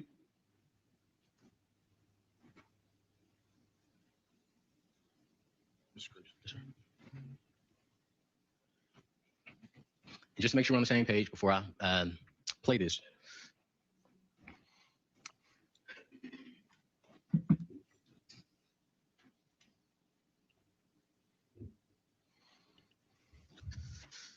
What are we Law enforcement playing? asked you, do you remember how much of her was exposed during that, in that picture that you saw? Your response was, they had a blanket covering from the neck down. So I saw her face and her hair, You were asked, okay, There it you is. couldn't see any of her body or body parts. Your response was, no, I did not see any of her body. You don't recall making that statement? I recall. Why did he Now, just glance at you the testified on prosecution? direct that this was just a terrible experience for you. It destroyed you. Is that fair to say? Yes, sir. And you and I both could agree Ms. Baker's death is a true tragedy. Yes, sir. Okay. On Thursday, January 25th, 2001, you went to Miss Ashley Peavy's house. Is that correct? What's the dates? January 25th, 2001. Yes, sir. Okay. And Here's this is 6 his days after the Ms. week Baker's death. after Okay. Tara's Yes, sir. death. Okay. And while at Miss Peavy's home on the 25th, which we've agreed is 6 days after Miss Baker's death, you called Miss Leah Tucker. Is that right? Yes, sir. Okay. And it was after 8:15 p.m. It was nighttime. Is that fair to say? I can recall the time. That's fair. But you set up a dinner with Miss Tucker at 5:30 p.m. the next day. Do you recall that? I don't recall that, but that sounds, she was a close past friend. Yes. All right. And then on January 26th, despite your future fiance being brutally murdered, you called Holly Hufford. Would you agree with that? I don't remember Holly Hufford, but I do recall someone that was hurting, like as in anguish, but I don't recall who Holly Hufford is. You remember somebody else hurting and being in anguish? Everybody around us. But you set up a lunch with Holly Hufford for Friday the 26th. I don't recall. Okay. But we can agree it wasn't Miss Holly Hufford's fiance that died. It was your fiance, right? That's correct. Do you recall Miss Ashley Peavy Hall joining you and Miss Hufford for lunch? I remember us joining for lunch with someone. If this is Holly, okay, yes. Okay. And during that lunch, you were flirting with Miss Okay. Hufford 7 days after your fiance had been brutally murdered. Reflected? Is that what you asked? Well, flirted. No. You did not? No. During that lunch, you were gently rubbing Miss Hufford's lower back.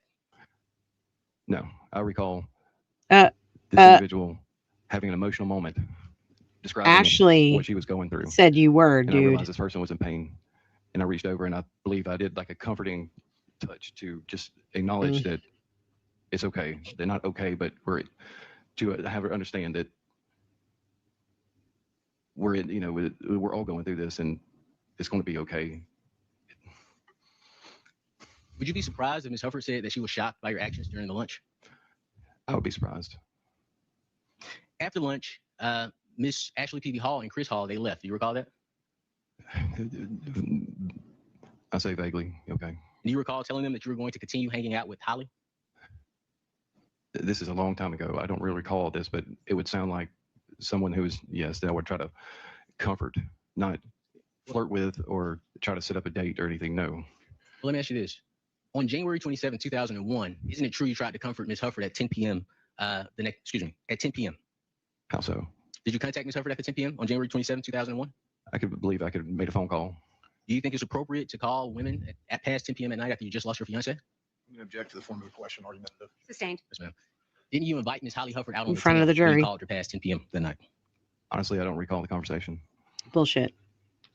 Now, again, we discussed how much, or you told this jury how much Ms. Baker meant to you, correct? That's correct. Okay. Do you recall discussing with law enforcement Ms. Baker's law school memorial service that was held shortly after her death?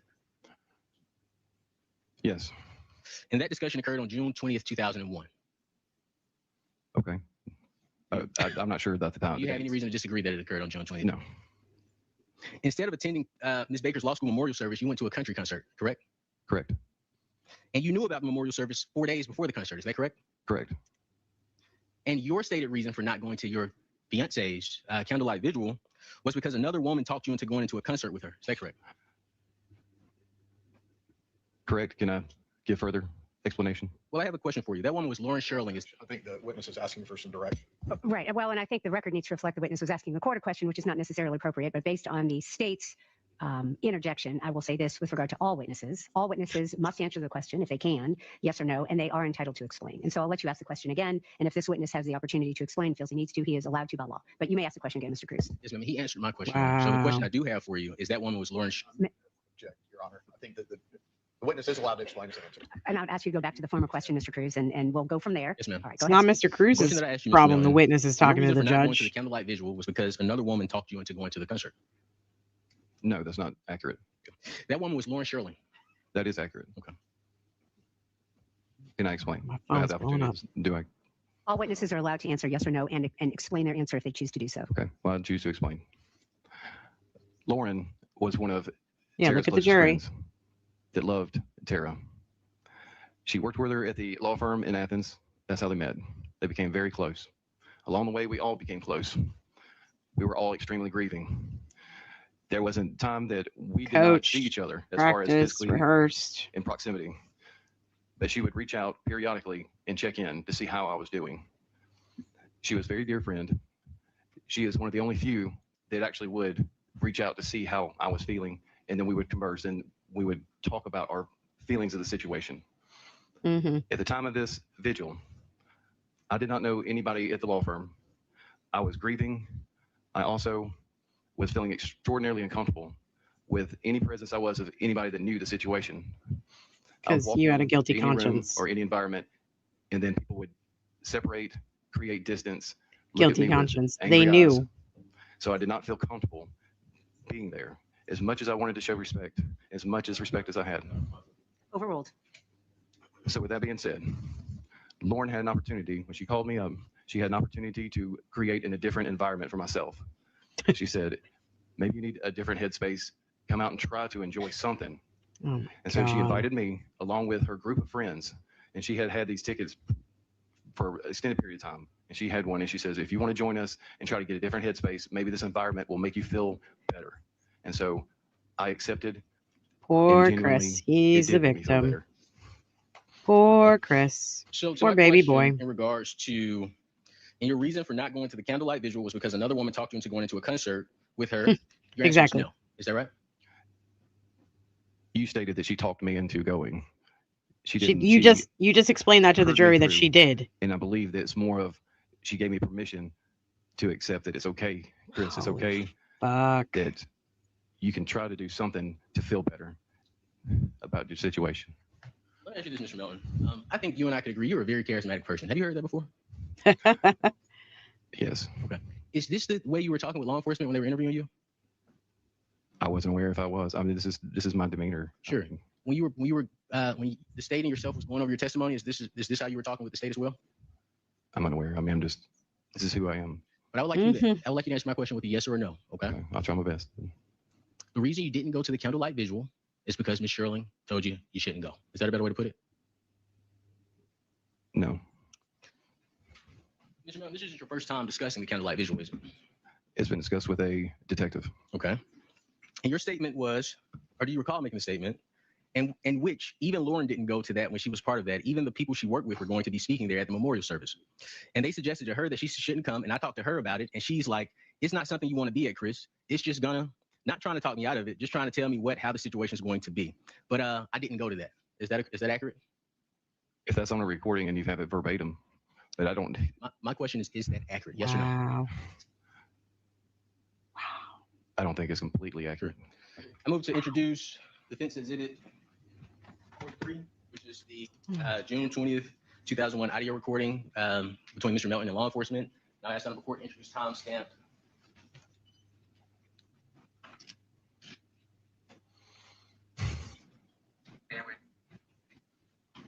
Heather said if he was the one on trial, they would convict him. I think I agree with that. The jury should have seen through this shit. 425 to 455, Your Honor. Do you have a number of that exhibit? Defense Exhibit 43. 43. And I'm sorry, say it one more time, the time stamp. 40 to 25 seconds, 40 to 55 seconds. Right, thank you. You're asking to introduce that? Just that was correct. Right, any objections, Your Honor? There's no foundation laid for the recording, Judge. That is our recommendation foundation. Right, I'll sustain the objection, light foundation. Excuse me. You were talking to law enforcement in regards to going to a country concert with Lauren Sherling. Is that correct? Correct. Okay. And you hadn't heard his audio recording. Would you like to hear this audio recording? I would. In the section that you're referring to, I would say yes. Okay, perfect. So, Your Honor, this is what I would ask. I would ask In this section, we can play anything we fucking want. To determine if he recognizes that recording, Your Honor. All right, any objection, Mr. Yeoman Chili? No, Judge. All right, ladies and gentlemen, I'll have you leave for a moment. Don't discuss the case. This is another break, and we will take a lunch break. Don't worry. We'll be back with you shortly. Thank you. I'm going to slow this down so we can actually hear it when we get to the tape, because the tapes have been pretty atrocious.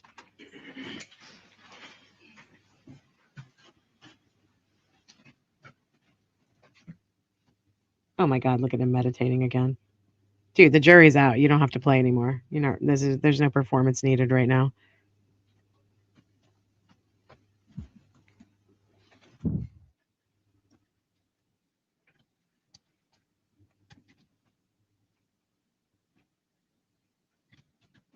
Cruising along here.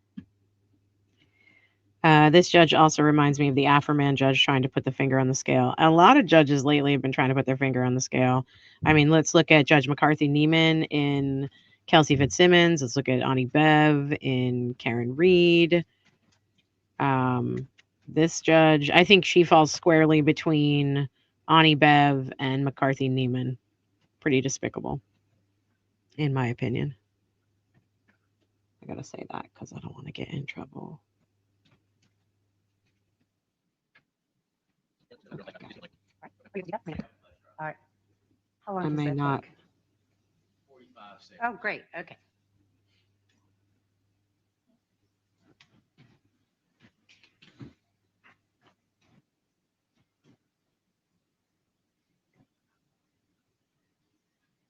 Diane, I don't understand your question. Who are you asking this question to? Diane said, why did they not find Mr. Faust not guilty then? What are you referring to? Not sure. Come on, y'all. Why is he standing up? Oh, because they're listening to the tape. The jury's back in.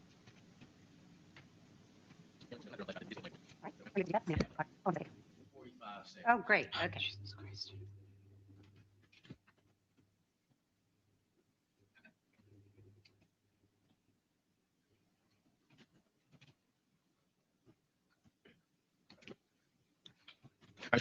Playing minute mark 425 through 455.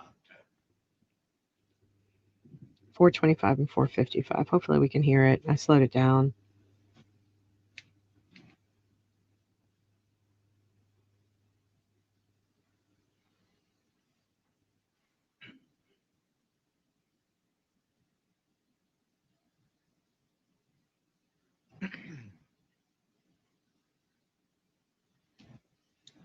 Let's go. In which even Lauren didn't go to that when she was part of that. Even the people she worked with were going to be speaking there at the memorial service, and they suggested to her that she shouldn't come. And I talked to her about it, and she's like, "It's not something that you want to be at, Chris. It's just going to not trying to talk me out of it, just trying to tell me how the situation's going to be." But I didn't go to that, and we discussed. I even talked to Lauren about it the night before, just discussing if I should go to that instead of the concert, and saying, hey, I feel I should be there too. She's like, well, she told me what her the people at the law firm told her what it's going to be. What a punk ass. Yes, sir. Yes, sir. Yes, sir. Wait, can we not hear Ready for the jury? Cruz? All right, could you bring the jury in, please? Oh, weird. I think Cruz was asking questions. We couldn't hear it.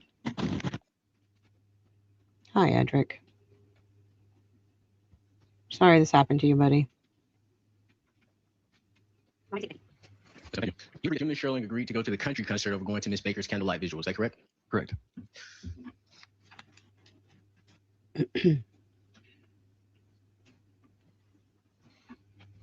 Now, at this concert that you went with Miss Sherling, that you went with Miss Sherling to, there was a total of 6 people. Is that correct? Sounds accurate. Okay. It was Miss Sherling's mother and father. Is that right? Yes, sir. Okay. It was her neighbors, which was a guy and a girl couple. Yes, sir. Okay. And this was a country concert at Turner Field. Correct. Okay. So you and Miss Sherling left Athens when Miss Baker's having a candlelight visual to travel to Atlanta to go to a country concert. I don't remember where we left from. I don't recall that. But I do recall going to a concert, and it was in an open stadium, and you got to walk around and listen to country music. You remember that, but you don't remember whether Miss Baker told you she was going to be alone the day before she died. Hey, keep saying it, buddy. Look how angry he is. Between you and her that jeopardized He gets angry quick. I remember being asked about the question. Do you remember the incident? I remember nothing happening the week before, but I had answered a question to a detective.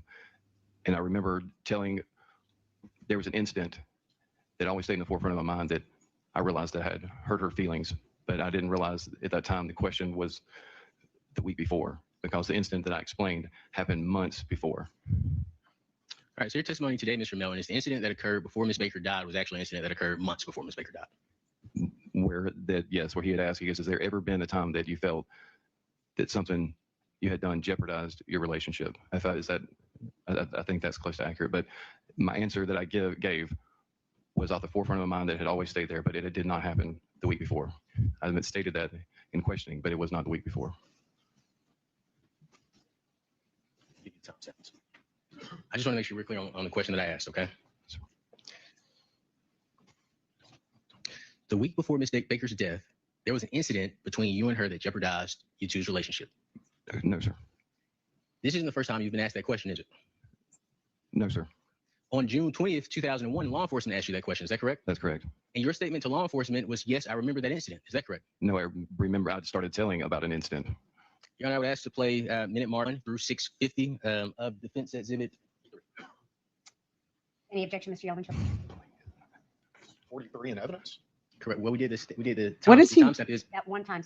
What was he? What is he whispering? If I didn't move to Not in evidence. please forgive me. Hold on. Incident. I remember nothing happening the week before. Was but he I had whispering to answered the a DA? question to a detective, and I remember telling, there was an incident that always stayed in the forefront of my mind that I realized I had hurt her Was he feelings. whispering but I to the didn't realize at DA? that What time the fuck question was that? The week before, because the incident that I explained happened months before. All right, so your testimony today, Mr. Melton, is the incident that occurred before Miss Baker died was actually an incident that occurred months before Miss Baker died.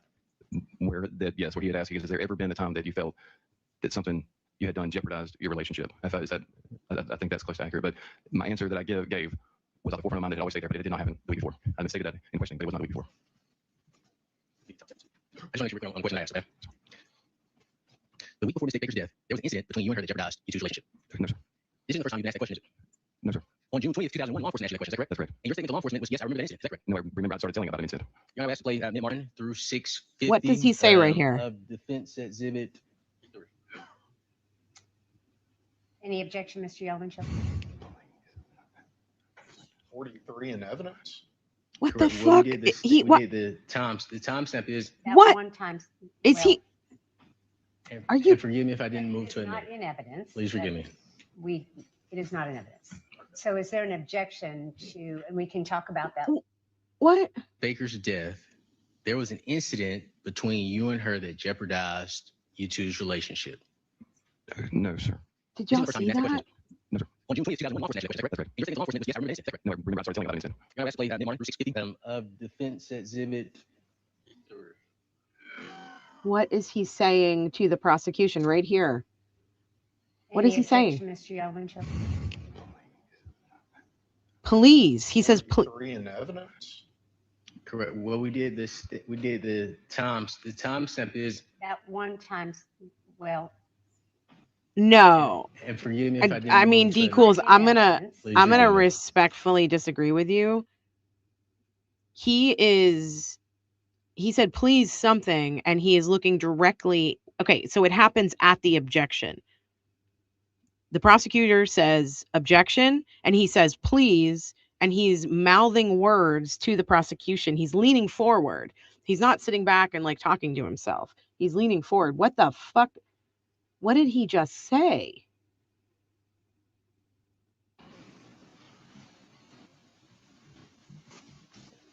Incident. I remember nothing happening the week before, but I had answered a question to a detective. And I remember telling there was an incident that I was in my mind that I realized I had hurt her feelings, but I didn't realize at the time the question was the week before. Because the incident that I explained happened months before. I just want to know this incident occurred before Zachary died. Actually, occurred months before Zachary died. Yes, what he asked is, has there ever been a time that you felt that something you had done jeopardized your relationship? I think that's close to accurate, but my answer that I gave was out of my mind that I always say that it did not happen the week before. I didn't say that in question, but it was not the week before. I just want to repeat one question I asked. Okay? The week before Zachary's death, there was an incident between you and her that jeopardized your relationship. Okay, what? This isn't the first time you've been asked that question, is it? No, sir. And then he says, no, sir, On again. June 20th, 2001, law enforcement asked you that question. Is that correct? That's correct. And your statement to law enforcement was, yes, I remember that And incident. right Is that correct? here. No, I remember I started telling about an incident. Your Honor, I would ask to play minute mark 1 through Objection. 650. Watch what he does here. And watch where he's looking. Exhibit. Objection, Your Honor. Any objection, Mr. Yeldon? Yeah. Look. 43 in evidence. Holy Well, shit. We did the times. The timestamp is. Holy shit, you guys. What the fuck is he saying? I'm sorry. I'm going to keep watching Please this. forgive me. It is not an evidence. So is there? I'm going to ask you that question. Is that correct? That's correct. And your statement to law enforcement was, yes, I remember that incident. Is that correct? No, I remember I started telling about an incident. You're going to play minute mark through 650. Watch. Is there any Exhibit objection? Any objection, Mr. Yeldon? Yes, please. 43 in evidence. Correct. Well, we did this. We did the times. The timestamp is. At one time. Well, Y'all. And forgive me if I didn't move to it's a not minute. in evidence. Please forgive me. It is not in evidence. So Y'all. is there an objection to, and we can talk about that later. Look, do you see he's encouraging the prosecution right there to object? Look at his face. Yes, he's saying yes, object. Foundation. Your Honor. Object. Will sustain that objection will allow you to lay a foundation. Okay. And you've already stated that you remember talking to law enforcement about that. Is that right? I do. Okay. And Are you all seeing this? Am I you two crazy? specifically discussed the I gotta incident get this between time you and code Tara down the here. week before she died. Is that right? He asked the question, but I'm not hearing it correctly at the time. It was Hold on. I got to get the time code here. It was like 4:07. Okay. an incident Oh my that had happened God. in the past, but not the week before. But he does ask that question. So let me do it this way. Did you admit to law enforcement that an incident occurred with you and Miss Baker the week before her death? I would have to say yes, but it wasn't accurate. Well, we can't have it both ways. First, you said it was months ago. You can object about editorializing about the witness's answers. I'm going to sustain that objection. Sure. Mr. Cruz, just Fuck off, Yes, ma'am. Your Judge. original answer was that this incident was months ago. Is that right? Yes. Okay. But your answer now is you do remember the incident the week before she passed away. I remember the question he asked, and the explanation and what I had described did not happen the week before. But you told law enforcement it happened the week before. He asked the question, and I gave an answer, but it was not the week before. He does not Go want ahead, this to control. come in. This Let me makes him control. guilty. Go ahead, This My makes him specific guilty. question is, did you tell law enforcement that the incident happened the week before her death? He asked that question, and I did not say that it happened the week before. I went into an explanation of what, in my forefront of my mind, had at some point jeopardized our relationship. Your Honor, I would renew my request to introduce minute mark 621 through 650 into evidence as a prior inconsistent statement. Mr. Yelman-Chili. Well, were a lot of questions. None of them had to do with the foundation for the exhibit, however, which was my objection. I think that's correct. So I'll sustain the objection, allow you to lay a foundation, Mr. Cruz. This is insane. This is You haven't insane. heard what's on this flash drive, have you? On the flash drive? Right. You haven't heard what's on this flash drive, correct? I don't know what's on your flash drive. Let me ask you this. Did the state play your interviews for you? I have heard the interviews. They played them for you? I have heard the interviews. Okay. So you're familiar Answer with the your interviews with question. law enforcement, is that correct? That's correct. Okay. And you are familiar with the interview that took place where you discussed with law enforcement the incident that took place the week before her death. Is that right? Yes, I'm familiar with that question. Okay. And the reason you're familiar with it is because you've heard the interview, correct? He's I'm being familiar with the question from very originally. Plus, careful. after 25 years, I think it's fair to say that I need to hear what I said on recording. So you'd like to hear it to determine if it's a fair and accurate rendition of your statements to law enforcement on June 20th, 2001? I would like to hear to see if it's accurately depicting your question, because you say, did I state, and in my explanation, that it actually happened the week before. The question he asked was, did it happen? I guess what happened, or is there anything the week before that could have jeopardized your relationship? And then I go into an explanation of something that was always on the forefront of my mind because I hurt her feelings, and it did not happen the week before. But I did not explain to them it did not happen the week before. I just went into an explanation. Well, that's of something fucking that I convenient. was recollecting. That's Okay. You're not allowed convenient. to hear what's on this flash drive defense exhibit 43. There's no way to prove that, obviously. Do we have headphones? No, headphones. Your Honor, I would ask, and I apologize to everybody, I would ask that I have the opportunity to lay the proper foundation for this flash drive with Mr. Melton outside the presence of the jury. All right, we'll do that. Ladies and gentlemen, if you'll go into the jury room, don't discuss the case. We'll be with you shortly. Shit. Holy shit. He was terrified. He was terrified, and he wanted the prosecution to defend him. He got really flustered. So, Mr. Cruz, you are you refreshing this witness's No, I am not. I am laying the foundation for impeachment. I just want to lay the foundation that he recognizes this. This exhibit. I think Impeachment. that's the only piece that's missing. So are you trying to lay the foundation for a prior inconsistent statement? Correct. Okay. All right. Yes. Go ahead. You better let him play May I, it. Your Honor? You may. Okay, thank you.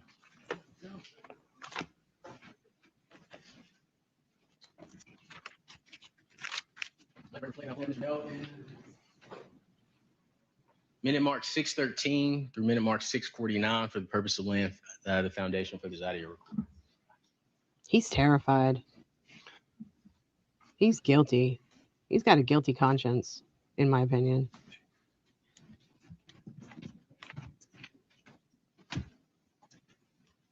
Look at him clenching his jaw, face getting red. Even if Look at him. He does not want to hear this. Another thing was issue, kind of, we'll call it an issue until we hear from you, was brought up to us. Something to the effect that like a week prior to Tara's death, Tara had found out some information and could have maybe jeopardized y'all's relationship. Yeah, an affair. Do you remember having a discussion? I think something that she might have found at your apartment in Athens. I think she went there to leave you a note or something. What'd she find? Yeah, I know it was. Okay. How about Oh, he's laughing. What a dick. Mr. Melton? Yes, it did. Okay. Is that you on the audio recording? Yes, it is. Okay. Is the minute 6 minutes and 13 seconds to 6 minutes and 49 seconds? Is that an accurate portion of your conversation with law enforcement? Yes. Okay. You recognize this audio recording as the conversation you had with law enforcement on June 20th, 2001. Is that fair? Day Yes. after. Does it Why is sound he like it's been laughing? altered in any way? No. Your Honor, I believe the proper foundation has been laid for the audio recording. I'd ask that the jury be allowed to come back in. All right. Thank you. Mr. Yelmichili, do you have an objection? I think at this point, the foundation has been laid. Look at him. However, Look at him. I He did not wants hear them a prior to object. inconsistent statement. It's exactly what Mr. Melton said, which is that he got asked the question. Look at him. And then he launched into an explanation of what This is happened crazy. This is without crazy. correcting the date. So there may be something beyond this that Mr. Cruz wants to play that shows the Wow. inconsistency. But I believe, as far as what I heard, Judge, it was exactly what Mr. Melton testified to, which is that, yes, in response to that question about a date certain. No, I go back started to him. launch Why are into we an looking at Yaman? I don't give a fuck. explanation about the I don't only care about this incident dude. that Go I back could to think Chris of. Melton. but it is not actually from that date. I didn't clarify that for law enforcement, which seems to be what happens on the recording, but obviously the court heard the recording as well and can draw its own conclusions. Mr. Cruz, any response to Alderman Chili's comments? Absolutely. That's a misrepresentation. Law enforcement clearly asked him if he was aware of an incident that occurred the week before Tara's death.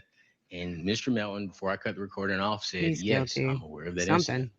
My Yeah, question, I agree with you, question to D-Cools. him was, Mr. Melton, was there incident? Well, my specific question to Mr. Melton was, Chris, the week before Tara died, there was an incident that upset her and jeopardized your relationship with her. Do you remember that? His first answer was no. It was months ago that it happened. And eventually we got to him saying, well, I just told law enforcement that it was. I confronted him with the statement, Your Honor, I would ask that I'm allowed to impeach Mr. Melton with a prior inconsistent statement, because Mr. Melton danced around the answer. He wouldn't give me a clean yes or no. He's fucking doing a jig over I'm going to here. ask you to play it again because I did not hear what you're articulating. Yes, so ma'am. I'd like to hear it again, please. Yes, ma'am. Thank you. You can't be serious, Judge. You cannot be serious. This is an inconsistent statement. Another thing was issue, we'll call it an issue until we hear from you, was brought up to us. Something to the effect that like a week prior to Tara's death, Tara had found out some information that upset her and could have maybe jeopardized y'all's relationship. Do you remember having a discussion? Thank you. That's what I thought I heard. So I think that we are at a moment of the interpretation of semantics. Oh, But I fuck do think off. semantics matter. How about these semantics? And Fuck what off. the officer just said, which is why I needed you to repeat it, Jesus. was that something happened the week before where Miss Baker had learned of something. And that is a different set of words and a different my God. phrase than what you're asking Mr. Melton. And so based on that recording and based on the questions that you are asking Mr. Melton, that's not a prior inconsistent statement. It fucking you is. certainly Are may, you kidding continue me? questioning him, but that does not qualify as a prior inconsistent statement. If there's more context, for example, in that recording that supports the way that you have asked the question, we certainly can get into that. But this particular thread that you have played very specifically says when she learned of something, and that is different than what you've asked. Yes, ma'am. That's off. fair. No. Bring the jury out. I've played it. He's laid the foundation for the recording. I'll ask the appropriate question, and depending on his response, we'll take the next Just do All right, that. bring the jury out. Thank you. Just fucking do that. This woman. This woman.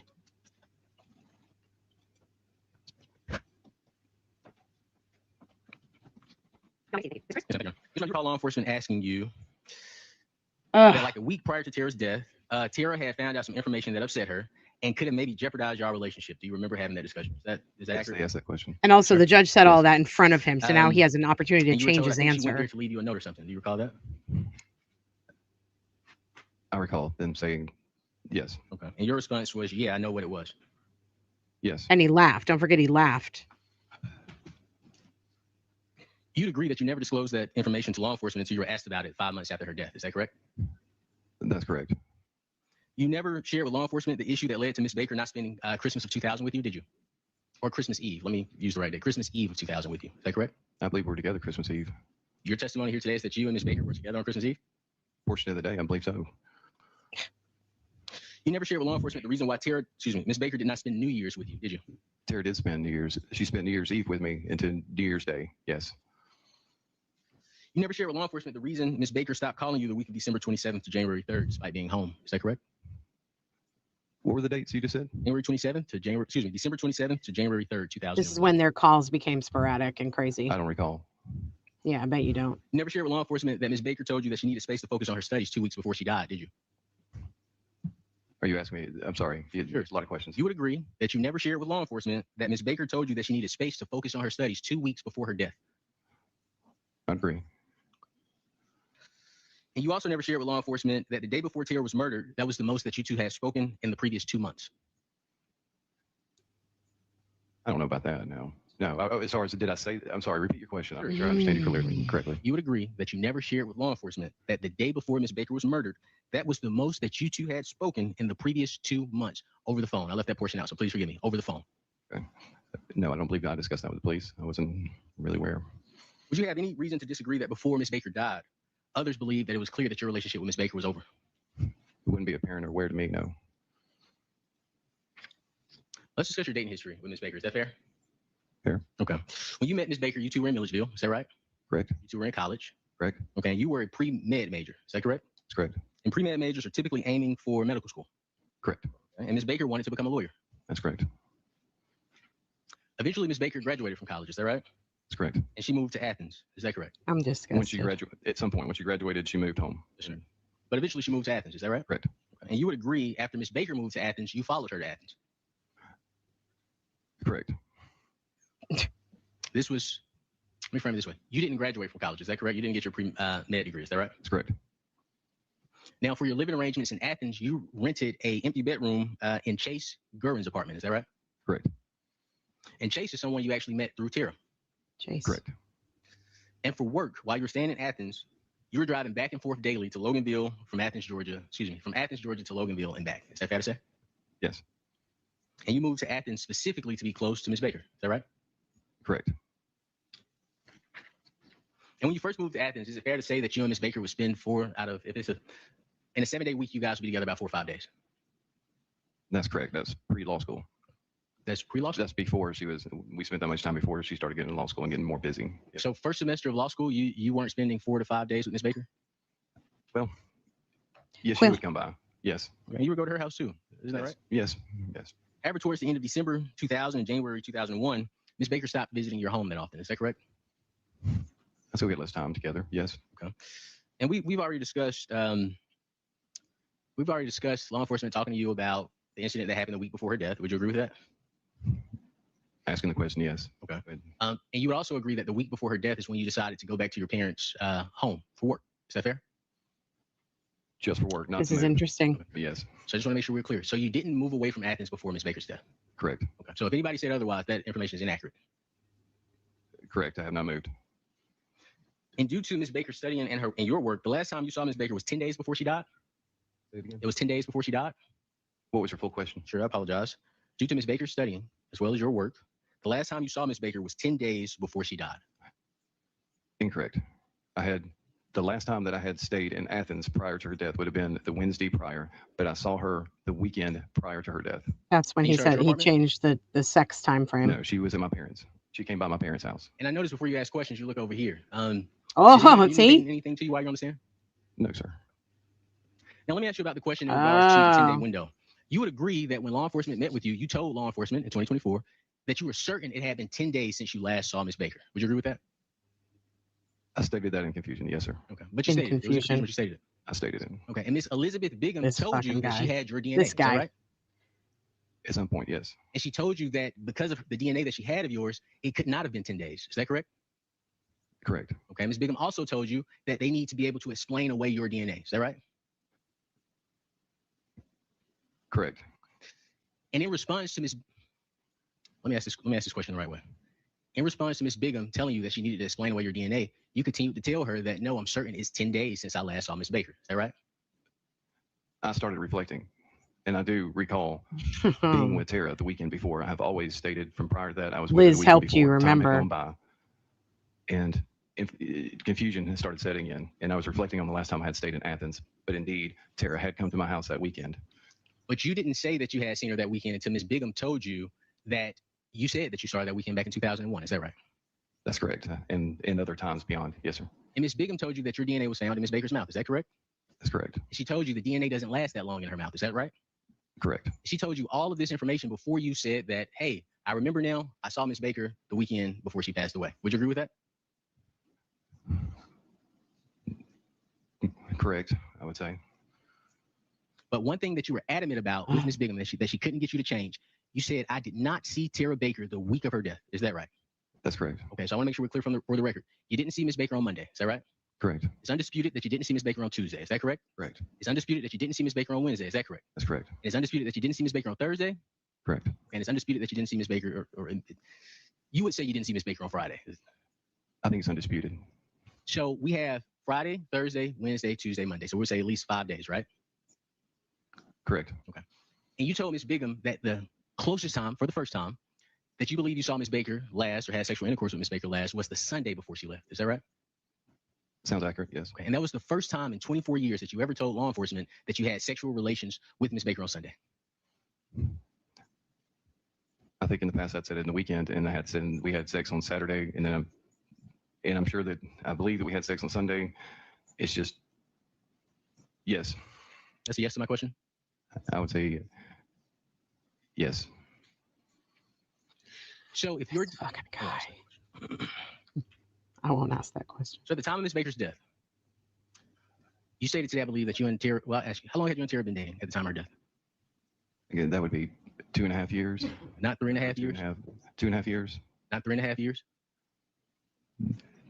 From 2.5 to, I think our 2-year anniversary was the July 4th prior, I believe, that we considered us actually a couple. Okay. Yes. So we'll say 2.5 years. So in 2 years, 2.5 years, within that 2-year window, you moved to Athens to be near her. We've agreed on that. Is that right? Correct. You helped her move into her Deer Park apartment. Is that correct? Correct. And at the time she moved into her Deer Park apartment, is it fair to say that you two were in a serious relationship? Correct. But Ms. Baker didn't choose to move in an apartment with you. Is that correct? That's correct. The day before Ms. Baker died, you would agree that you two spoke 5 times. Sounds right. And we've agreed for the past 20 years, you have stated court's indulgence. Now, Mr. Melton, we've already agreed that in 2001, you were advised that Ms. Baker was sexually assaulted. Is that correct? That's correct. Okay, you heard it, you testified to it. Is that right? Correct. Okay, now you do recall also meeting with GDI again on May 5th, 2024. Is that right? That's correct. And during the May 5th, 2024 interview, you were told that someone else's DNA was found in Ms. Baker's mouth. Do you remember that? That's correct. Okay, and is it, you were told that it was the bad guy's DNA. Is that right? That's correct. You were also told by law enforcement that they did not intend to arrest you. Is that correct? That's correct. And they told you that they needed your help explaining away your DNA. Is that right? They were trying to have an understanding of why the DNA was in their mouth, or was in Tara's mouth. So, ask your question again. Sure. They told you they needed you to explain. They needed to be able to. Let me rephrase it. They were asking you to help them explain away your DNA or why your DNA would be present in her mouth. Yes. Now, when they told you that there was another DNA profile in Ms. Baker's mouth, your response is, uh-oh. Next. Uh-oh. That's what he got held in contempt for, that question, that information. Saw that one coming.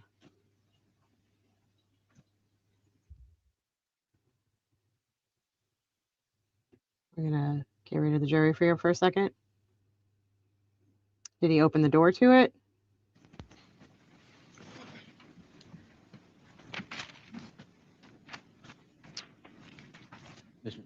this is a little bit more to that. Oh, okay.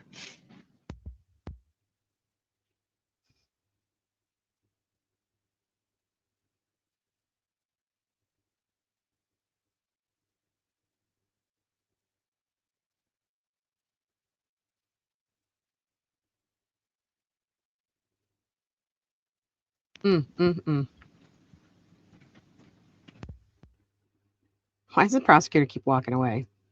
Trying to pull a power move. So this is, I think what they're meeting about is the 412 ruling, because it looked like he was going down the road to ask him about if he said that Tara had sex with somebody else. All right, so we are going to that have you to were take a aware lunch that break Ms. here Baker was soon. sexually assaulted in 2001, right? Correct. Okay. And despite this knowledge of her being sexually assaulted at the time of her death, your response was, I'm kind of stunned. I'm hearing there's 2 people, me and somebody else.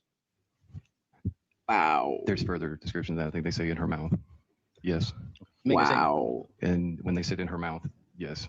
Would it be shocking that if someone was sexually assaulted by someone else, that they would likely have more than one DNA profile in them? Is that fair to say? Judge, I'm going to object for calls for speculation. I'm going to sustain that objection. In your personal knowledge, okay, if someone, whether by choice or not, is intimate with 2 people, you would expect that 2 people would be present. Is that fair? Oh, right. Yes, somebody was sexually assaulted. And I'm thinking that if it's in the vagina and, all right, yes. No, if it's in the vagina, what? Please finish the statement. So the defense wasn't allowed to bring 412 stuff in unless it dealt specifically with Chris Melton. So I think that's why he's getting some leeway here. Let me just rewind that a little bit because that was an important question. He was answering it in a weird way, of course. The vagina and right. Yes.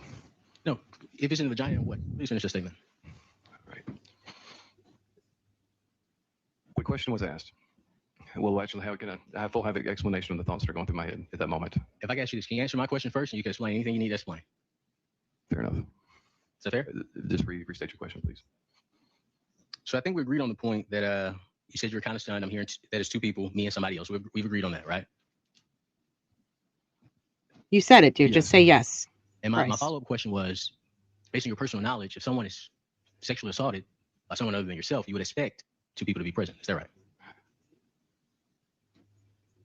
I would say yes, but I do have further explanation of my statement. Sure. Oh, God. You were asked about your sexual history with Ms. Baker. Is that correct? When can I continue? When can I continue to? So I can answer questions. The honorable court is only giving me authority to ask questions. Didn't mean to look that direction. I apologize. But the question I have for you, you have previously described your sexual relationship with Ms. Baker. Is that correct? Yes. Okay. And that did not include anal intercourse. That's correct. And when investigators interviewed you on May 5th, you understood the importance of being truthful. Is that right? That's correct.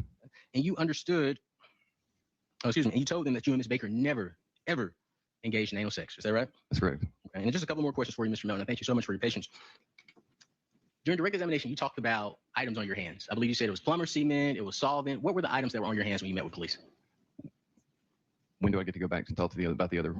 Refer to the previous question that you had. So the honorable court is only giving me authority to ask questions. After this hearing, you and I can discuss it if you like. And I not have an explanation to an answer. Do I have the opportunity to explain a statement? If I'm not, I'm assuming I'm granted that.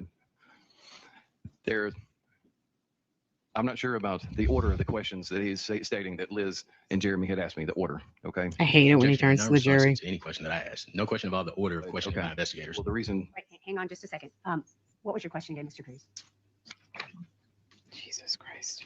I believe the question, and Mr. Melton can correct me if I'm wrong, that he would like to follow up on was the question in regards to his statement, I'm kind of stunned. I'm hearing there's two people, me and somebody else. And I believe he mentioned about it being in her mouth. And I think he wanted to follow up on that, Your Honor. All right, well, witnesses are allowed to explain their answers if they answer yes or no. Did you, why don't you ask that question again and see if you get the yes or no question? And this guy with his responses. Sure, absolutely. And despite knowing this guy's so Ms. used to Baker people was sexually protecting him. assaulted for Ugh, so 23 gross. years, when you were told that somebody else's DNA was found in her body, your response was, I'm kind of stunned. I'm hearing there's two people, me and somebody else. Is that correct? Correct. Okay. With the explanation. When Liz, they tell me, not that it's in her body, they tell me specifically that it's in her mouth. Liz. Okay.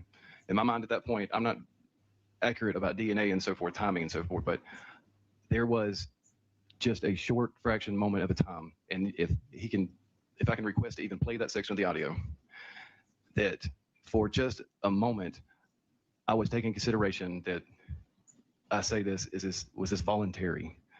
Because why in the world would she not bite his penis?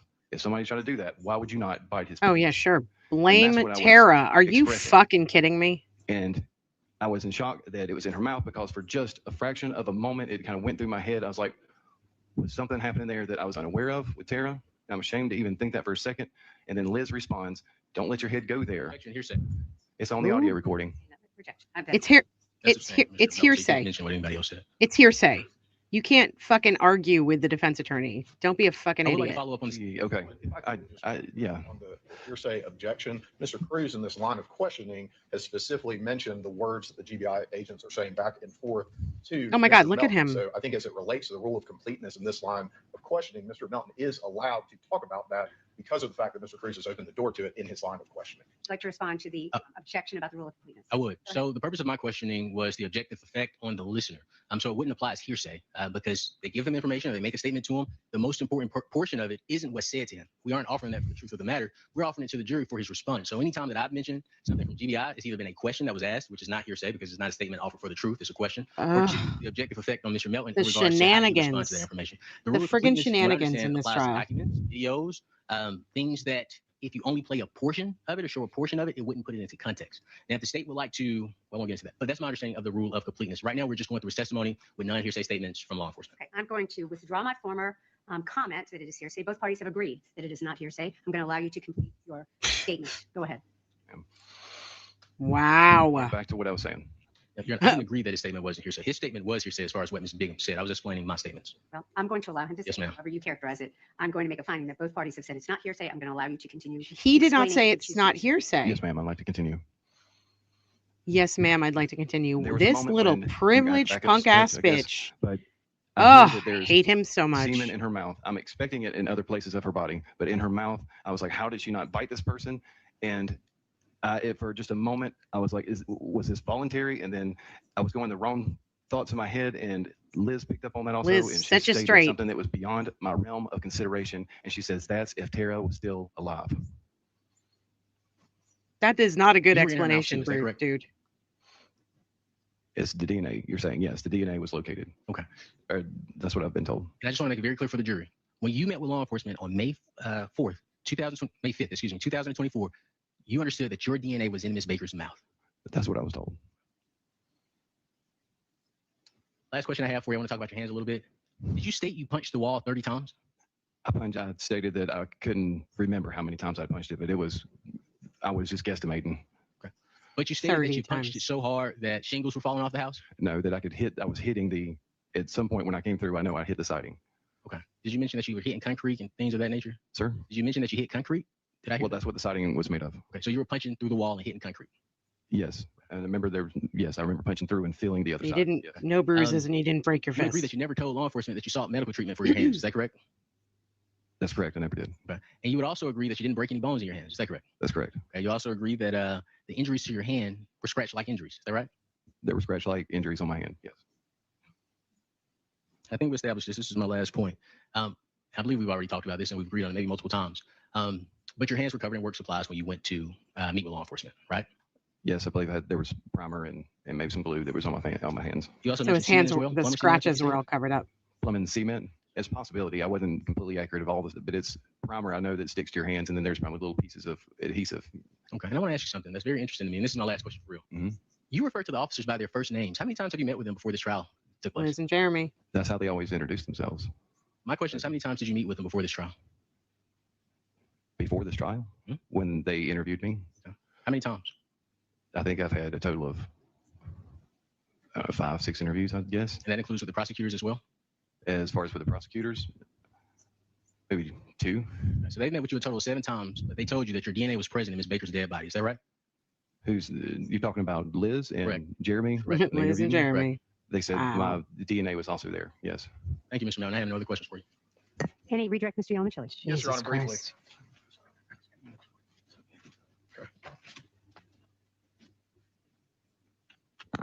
Mr. Melton, I've got just, one, well, I'm not going to call it one question. It might turn into a couple, but just one thing that I wanted to talk to you about, because there's been some testimony about this incident between you and Tara, but there hasn't been any testimony about what that incident was. Can you explain to us, what it is that happened and what this disagreement that y'all had? And I believe you testified it was the only disagreement that you could necessarily recall that was ever Bullshit. serious. What was it?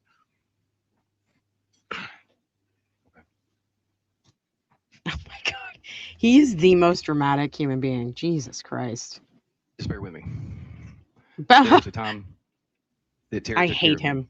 I had got an infection. I had cellulitis that had entered my body through my thighs and through my buttocks on a Sorry. job site late summer. Late summer, I remember being hot. I had been shaved. I was on a new job site. I'm sitting on the soil installing plumbing. Well, during that time, evidently bacteria that had been in the soil entered through my clothes, entered my skin, and got me Into your infected. butt. That same day, later that evening, Tara was at my house, and she saw the effects it was having upon my body. And I'd swollen up in between my thighs and my legs, and my skin started turning black. She told me, you need to go to the emergency room. She took me to the emergency room. Once that was taken care of there, I had to come back to my place, and I could not walk or move around for a long period of time, possibly up to, if I can recall, 2 weeks. Okay. During that time, Tara was my caretaker. That's when she was given a key to get in and out because I could not go up and down the steps without having her come in to take care of me. Well, time goes by. Now I'm at the end of this, and I've healed up, and I'm ready to go back to work. So she has stayed over. She stayed behind that morning to show herself out. Once I had gone to work, she had called me and said, we need to talk. And I was like, okay. Well, she said she would meet me back at the house, meet me back at my place. While I was gone, what she had found, I had a TV armoire with VHS tapes. And as embarrassing as it is, and this is something I had since I was 19 from back in college, she found an adult video. It wasn't anything crazy. It was just one video in bright orange, I might add, so it wasn't concealed. It was just there. That hurt her feelings. She felt so disrespected. I was ashamed. I was embarrassed. I can't even quite remember the last time I had even seen it, but I was still in possession of it. She sat down in that argument and she demanded, when did you come in possession of this? Porn. And I further explained that when we were in college, back, I guess I'm 19 at this time, one of the cheerleaders was actually marrying another cheerleader. It was a man and a woman. They had been partners for a while, and they actually were getting And make married. sure you differentiate. Well, Make there sure you was let them know it wasn't a gay bachelor party thing. that didn't have anybody, no females show up or anything, but they had this adult video playing on the TV during that crazy little bachelor party guys kind of thing. Guys kind of Well, thing. Locker room talk. That's how it you began, know. because I asked the host, I was like, hey man, you mind if I had the tape? I was not in a relationship or anything at the time. I'm ashamed to say that. Embarrassed. Please. But when she found that, I felt like I broke her heart. Oh my That was God. not who she was, and I hope it's not a representation really of who I am. Oh, for as a young fuck's man. sake. This is so She found that tape, such bullshit. and that was the only time I can ever recall that she raised her voice at me. And she demanded that I destroy the tape and throw it in the dumpster by my apartments with her hands on her hips, watching me. And I did. And we agreed, and I talked it out, and I laid everything out for her as she asked, and I was laying all my cards on the table. This is the lamest shit I've ever heard. She chose to show me Fuck grace. off. And she was understanding. And we made up that same day and in that evening. Okay. But that always stayed in the forefront of my mind as the time that I could have jeopardized our relationship. And I've always This shown guy, her respect. he's And a I lying realized I was liar showing who her disrespect lies, in in that my fashion at that opinion. time, but she made it clear that that was inappropriate and that I should never do that again. And I agreed. And that's the incident that I explained to law enforcement when they asked me, is there ever a time? Clown show. That's what I hear. Is there ever a time that you have jeopardized your relationship? And Clown show. when I tell them that story. Okay, stop fucking talking, And dudes. You already that's told the context story. of where that answer came from. Jesus Christ, Judge, this I guy don't have any other talks too questions for much. Mr. I thought I talked a Any lot. recross, Mr. Cruz? Go ahead. Mr. Melton, you've gone to Miss Baker's house with her before, right? We agreed on that? Yes, sir. And you've seen, it's fair to say that you would see her take out her key and unlock the door. Is that right? Yes, sir. So you would know what her house key looks like. Is that correct? I guess it looks like a house key. Yes, sir. And you would agree if you showed up to Miss Baker's house unannounced, she would probably let you in. Is that right? If I showed up to her house unannounced and knocked on the door and she answered the door, correct. Yes. No Yeah. other questions. Any redirect, Mr. Yamajili? Hey, Your Honor. May this witness be excused? We'd ask that he is. Any objection to the defense? You are free to go, sir. All right. I assume that she's taking a lunch. Yeah. Okay. I have got to take a lunch myself. What time is it? 1:43. How about we say I need like half an hour, y'all. How about we say oh, we got a new witness on the stand. Let's say, okay, 1:43, 15 minutes. Let's say 10 past 2, I will be back. I'm going to keep the feed up. And I think maybe I will just play some. This is crazy, y'all. This is nuts. This is so ridiculous. I can't understand it. I can't understand how a jury bought this shit. Good God. Hold on, I'm just bringing up some videos.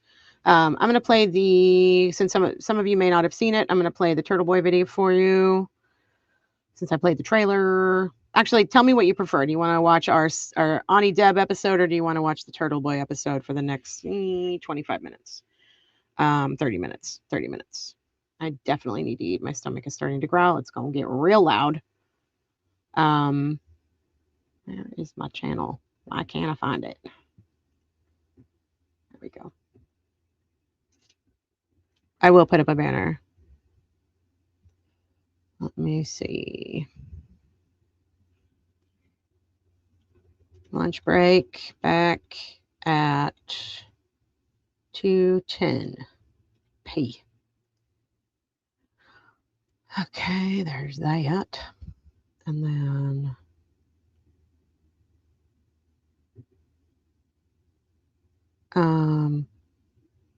you watched Turtle Boy twice already. Okay.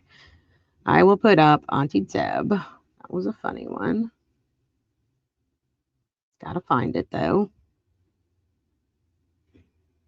I'm using the channel that doesn't have ads. Thank you for the reminder. I have been trying to be very aware of that. Where's Auntie Deb? Where is that sexy little mother? Okay. Diane, so basically 25 to 30 minutes from now. All right, we're going to put up Auntie Deb.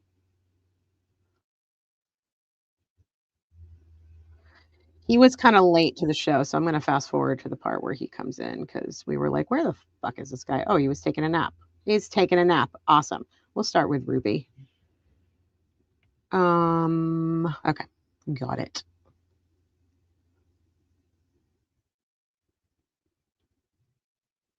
And there y'all go. I will see you in a half an hour.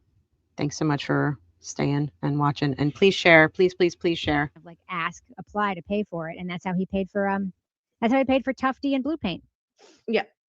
Tufty and Blue Paint. Ruby says hi. She's snoring in the background because she's sitting on my heating pad again. Yes. Did you see that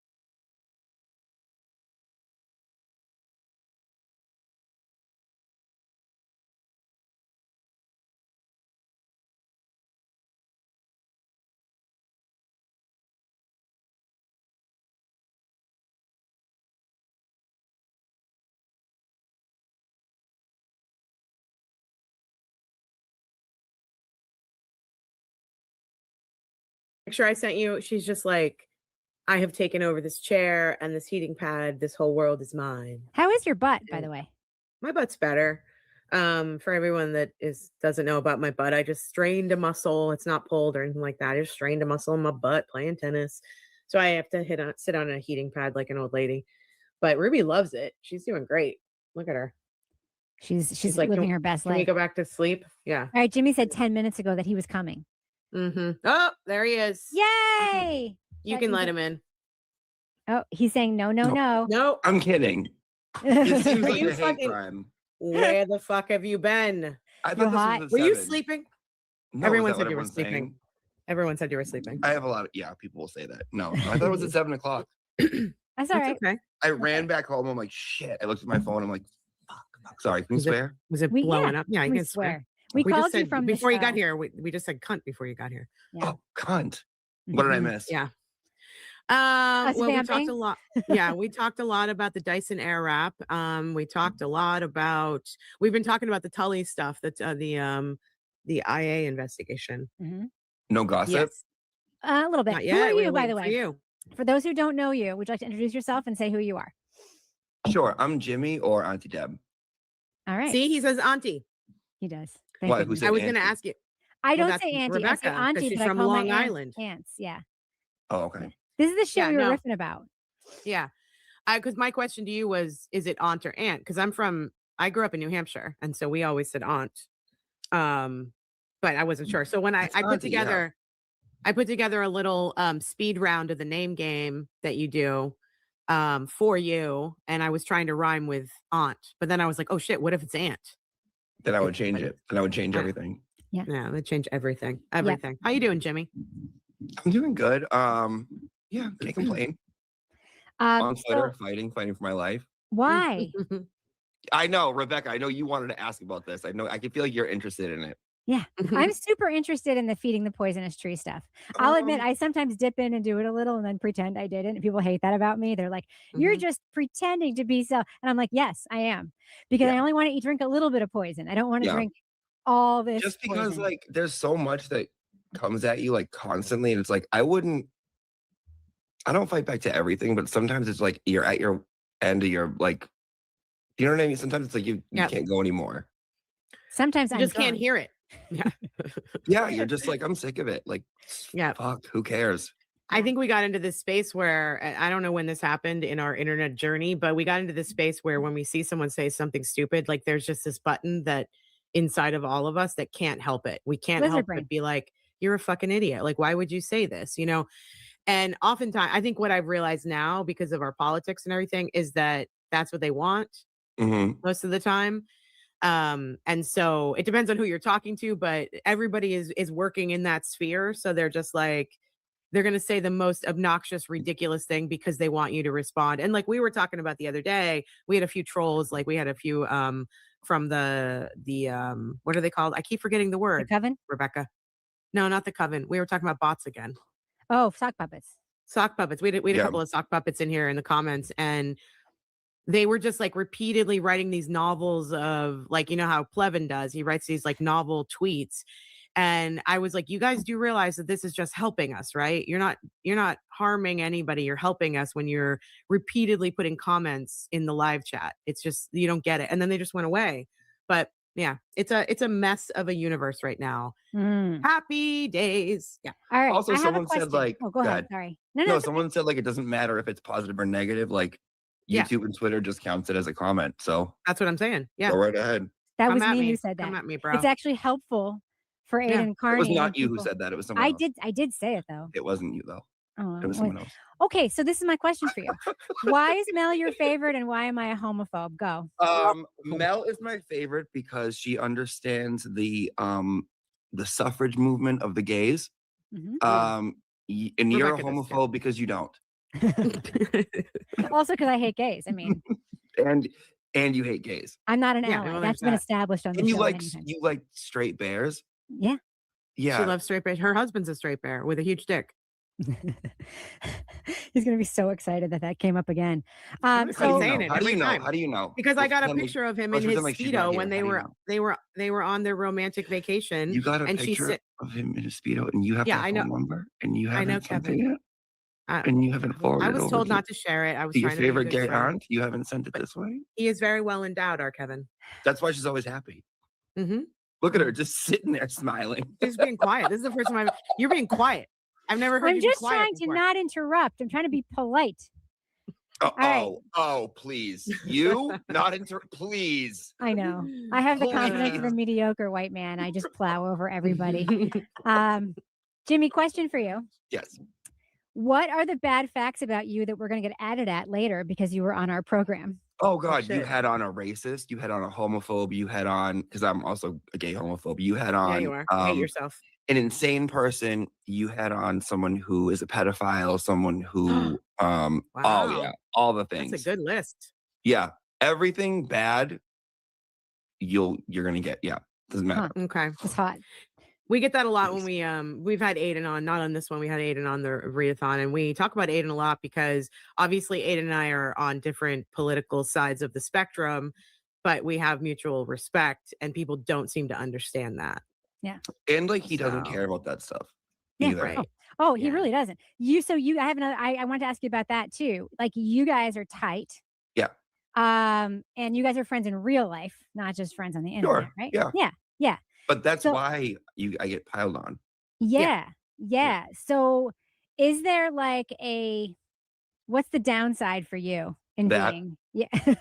One time he was like, hey, you know what? I got a lot of shit from these two people because I'm like friends with you. And I said, oh, you got a little bit of shit? Well, you know what it's like being your fucking friend? You know how much shit I get? I'm like, that's what it is. what's the biggest upside to being friends with him? But he's funny. Yeah. He's deeply funny. Yeah. He's wicked funny. He's passionate too. I think Yeah. that some of his humor comes from his passion because he just doesn't give a fuck. He's just sometimes like Aiden gets accused a lot of doing the wrong thing, but oftentimes I think he gets in trouble because he's just trying to do the right thing and Mhm. like get the information out there and do, what he's supposed to do and hold people accountable. And he does it with humor and he does it with, stupidity sometimes, but I'm just like he's a deeply funny, caring guy, and he says stupid things sometimes, and All the I don't time. know. Yeah. Oh yeah, that's true. All It's like if you're from, I remember. Go ahead. No, go ahead. No, you go ahead. No, I'm not like her. I'll let No. you go. No, you go ahead. You're the guest here. You go ahead, please. Okay. I'll go. So when we had Aiden on the readathon, the one main thing I wanted to ask him was like, what the fuck were you thinking yelling into that window at D&E Pizza? Like, can you not control yourself, brother? And he was like, I had too many sangrias. And I was like, oh yeah, that makes sense actually. So like he acts out of his skin is the only way I can think of it. Like he acts like I'm gonna do And this. Ann was there.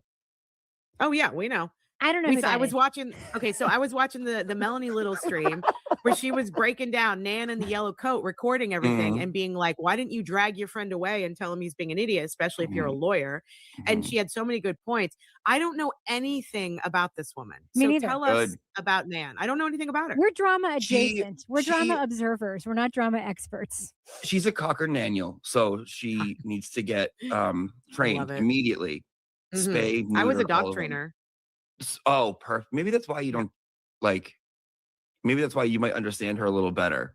Oh, okay. She came into like this space in February, at the beginning of February, and like throwing money at these creators, like $500 here, $500 here, and like I just want to support from afar. That's all. But do you guys want to do a panel and I'll come on it? Do you guys want to do this? Blah blah. And like, yeah. I'm not a YouTuber, so I'm not gonna. But can I come on your show? And then like just weird shit, and then like would always like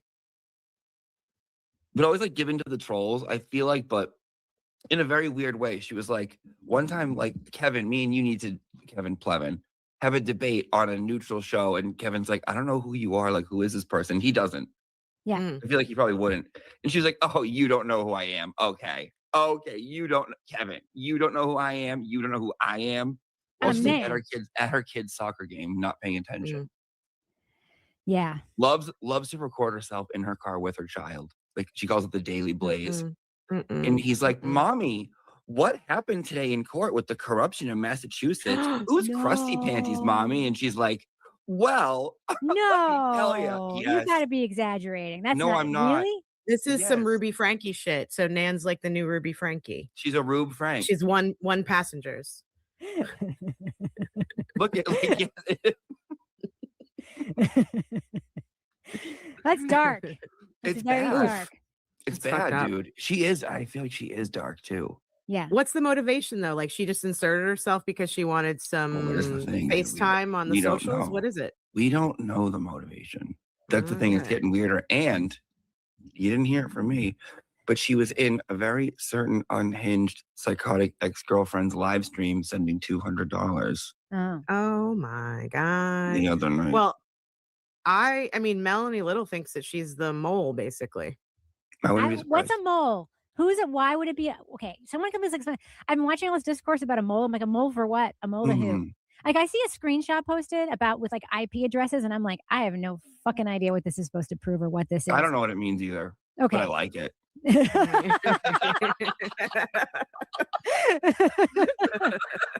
I'm into it. I'm like, oh yeah, IP. Yeah, tell me I more. don't know Tell what me the fuck more. it means, but I'll I pretend. know. I feel like some of it's a distraction too. I mean, like this is what we were saying at the end of the last trial. I was like, Rebecca, what are all these people going to do with their time now that they can't do this like from 8 o'clock in the morning until 8 o'clock at night and be invested in what's happening like in real Yeah. time?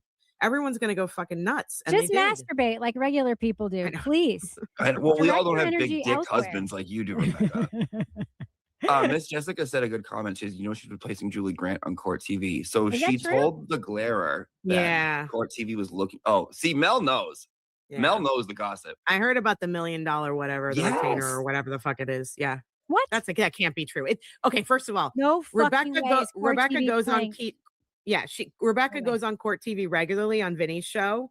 So we have an insider here if you want to talk Yeah, about I'm this. telling you, those hosts do not get paid a lot of money. Maybe No. Vinny does, maybe the legacy ones do or whatever. Sure. But like, this is misconception that people on TV are making a lot of money. It's just not true. It's like, it's not Right. true unless you've been on a soap opera for like a million years, or unless you're like a big name, or unless you're carrying a big show. But like on news, your local news anchor is probably making like 45 grand a year. I'm not joking. Like, so these Court TV people are not making $1 million. If they are, I'll eat my hat and apologize. Maybe they're making it doing other stuff outside of work. So this person is, I don't even know what she looks like. Is she really going to be on Court TV? Like, is this true? Or is Well, it she not? got She $1 might be million on just Court to TV. consider it. Yeah. And then she gave it back though, because she said no. No. She's a really good person. No, she did not say that. I see She her also some of said these I had to things. be away from children, which was weird. And I had a drug adult You? mind. Yeah. She's like, he's like, shouldn't be around kids, which That's is like, homophobic as fuck. it felt it. And it felt really screwed up because there was a situation at a school I was in. Okay. Hello, everybody. I see I lost some of you, but hopefully some people will be back.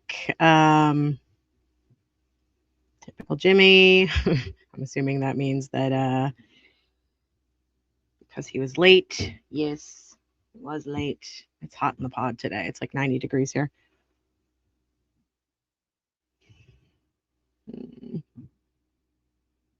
I am glad you are back, next witness. Nefarious said, I loved that presentation. Thank you. We had a good time with Jimmy. It was one of the first presentations we did with like a guest who was like able to swing. You know what I mean? And I'm not referencing like the Swingers Club in Canton. I'm just saying Jimmy knows what he's doing. Jimmy knows what he's doing. Okay. We are done with Chris Melton. We're getting into Christy Kane, who was the Wachovia bank manager or branch manager, which is part of Chris Melton's alibi, apparently.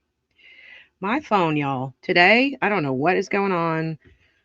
My phone is blowing up. Oh, by the way, while I was on break for lunch, I found out that we are number two on the hype leaderboard for our interview with Aiden Carney / Turtle Boy, or AKA Turtle Boy.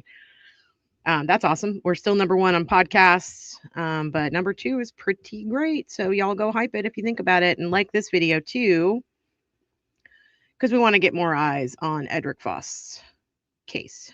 Let me bring this back up here.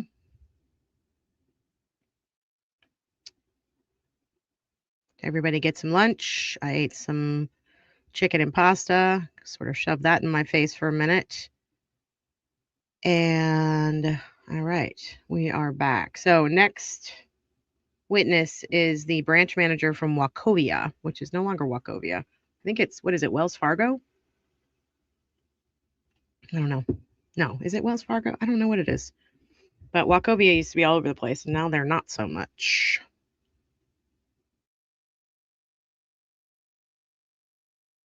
Okay, sorry. I put myself on mute when I cough. At least I try to, because I don't like to cough in your ear. Okay, let's see what we got here.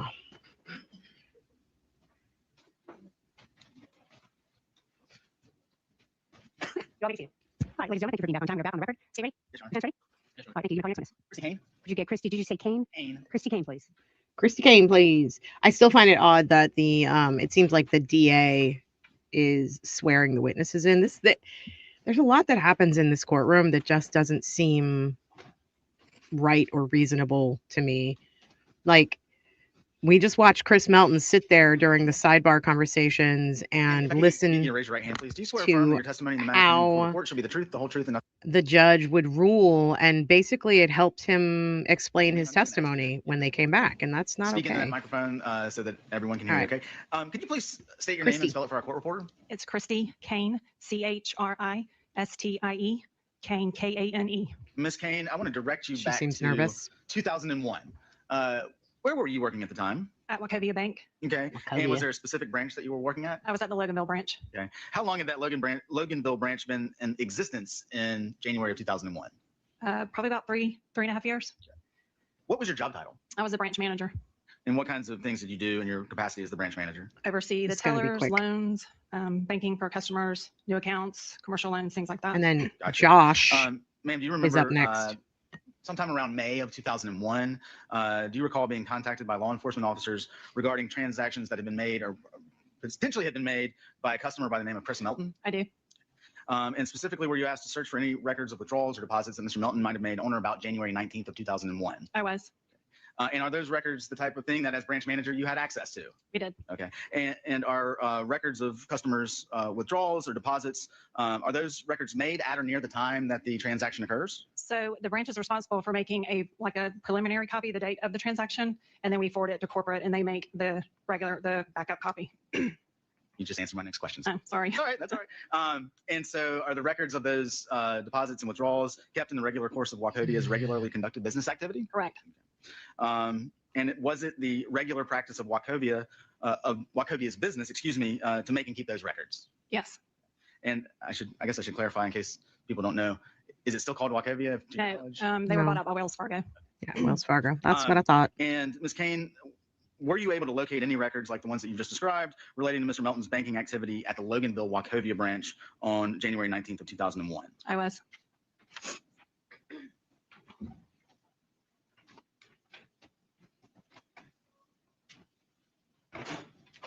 May I first witness, Your Honor? You may. Kane, I'm going to show you what I have marked as State Exhibit 147. Actually, take a look at that. Okay. Do you recognize that, ma'am? I do. And is that a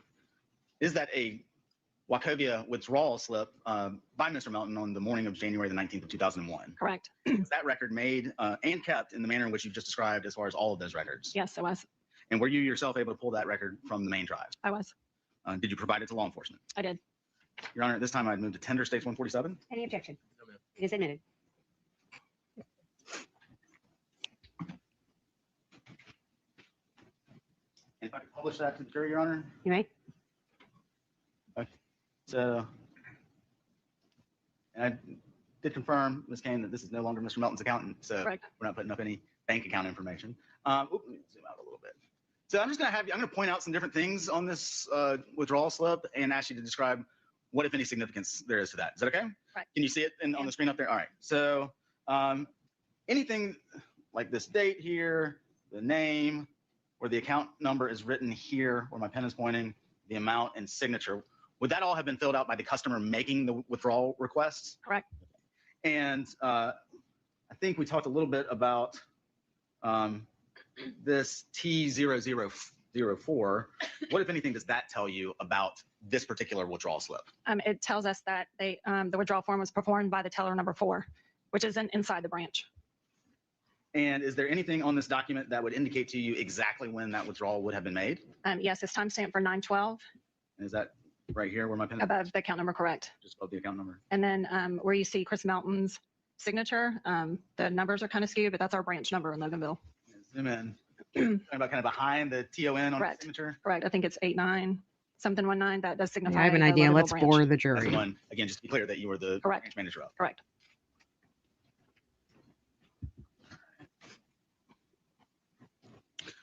Ms. Kane, around the same time that you were initially contacted by law enforcement, do you also remember being asked to pull any surveillance footage from the Loganville branch's cameras, especially as it might relate to the time surrounding 9/12 that I'm morning? going to speed this up a little bit because And were you able to locate that we video? know all this. And kind of like before, would that video have been made and kept in the normal course of Wachovia's routine business practices? I'm pretty sure that we kept videos for 90 days, and then they were furthered on to corporate. Right, gotcha. And ma'am, were you able to locate that video? I was. Okay. Did you have an opportunity completely to agree, watch that Equals. video with law enforcement officials who were investigating the death of Tara Baker here in Athens, Georgia? I did. They contacted me prior to coming into the branch to pull the tape. I'm going to say this again because this witness is a waste of time. We already know that he was at Wachovia at like 9:15, 9:30. He's testified to it. Other people have testified to it. It's in the record. The police did the investigation. They verified it. Wachovia doesn't mean anything to me, though, because the fire wasn't reported until 11:30. A neighbor said they saw smoke around 8:30, but there is no accounting for what happened between 9:45 p.m. the night before and 8:30 in the morning. And Chris Melton's only alibi during that time is his parents, who said he was home with them, but he was in the basement that had a separate exit and entrance. And then the next part of his alibi comes at around 7:30 when his employee, someone he went to high school with, says that they were together and heading to, the workplace. The way this fire was set, it was meant to be sort of enclosed because her bedroom door was shut, the bathroom door was shut. It was supposed to happen in the bedroom, and it was specifically to get rid of evidence on Tara Baker, on her body, which they didn't do fully. So they knew that they had some time after they set the fire to do whatever they needed to do. And keep in mind, Chris Melton had his apartment still that was in town in Athens. He may have been staying with his parents the week prior, staying in the basement, but he had his apartment. He had places to go. It's such a weak case. I just still can't believe this jury. And they did come into the branch. And I think you just answered this, but I just want to be clear. Did you yourself watch it with those law enforcement officers? I did. And what did you see when you watched that video? We watched Chris entering the bank, coming in and filling out the withdrawal slip, and then going to the teller and getting the cash. You mentioned Chris. Was Mr. Melton a customer that was known to you in your capacity as the branch manager back in 2001? He was. He was a regular. Now, at the time that you watched that video with law enforcement, did you provide those officers with a copy of that video that you just described? We did not. I did not. We have policy that it has to come from, they have to request permission through corporate, and our corporate security gives them the final copy of the tape. And to your knowledge, did anyone in law enforcement ever follow up to obtain a copy of that video? I do not think so. I didn't want to gloss over the actual video itself. If you remember, about how long was Mr. Melton in the branch at the time that he filled out this withdrawal slip? I don't remember. I'm sorry. That's okay.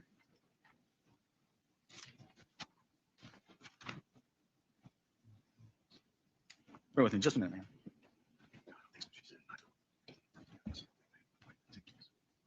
Whisper, whisper, whisper, whisper.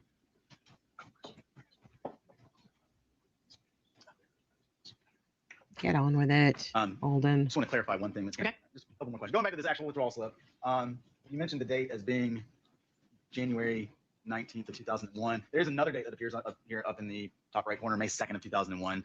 What is the significance of that date? It would have been when I pulled a copy and printed it. And then this seems Just want to be clear, this date that we previously referenced, 9/12, would that have been 9/12 a.m.? Correct. Bank's not open at 9/12 p.m. Correct. Okay, just want to make sure. Thank you, ma'am. That's all I have. Defense counsel may have some questions for you. Cross-examination, Mr. Cruz.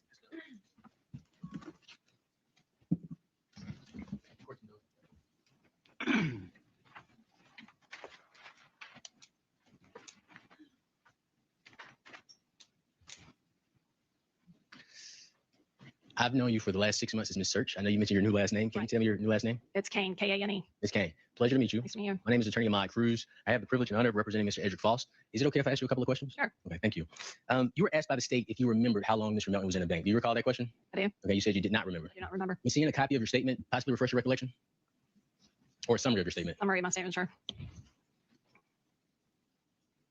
Interesting.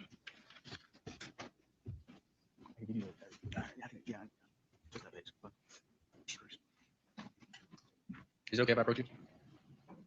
And so Josh, Chris Melton's employee, is going to be coming up next, And just so after you you've know. had On an the witness opportunity stand. to look at the document and you've refreshed your recollection, just please look up.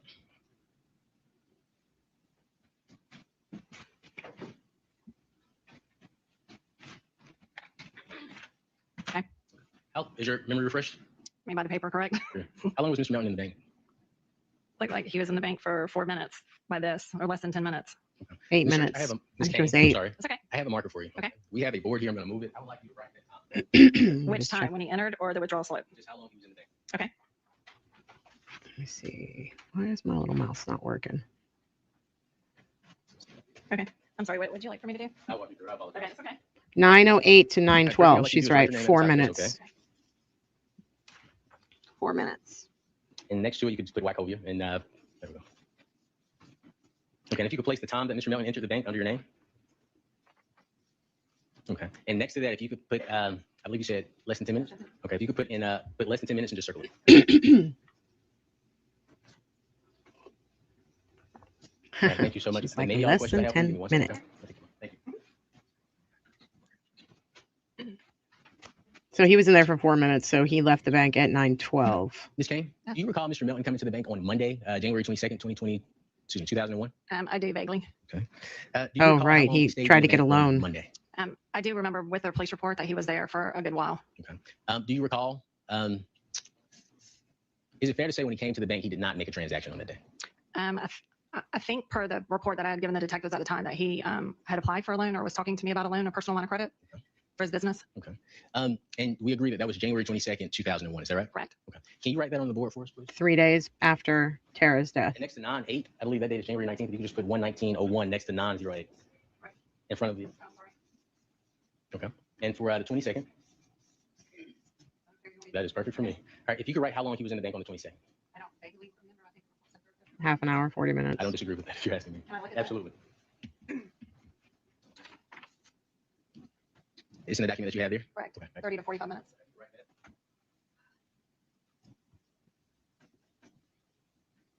And if you could circle 30 to 45 minutes for me. Thank you. Those are all of my questions. Any redirect? Very brief, Your Honor.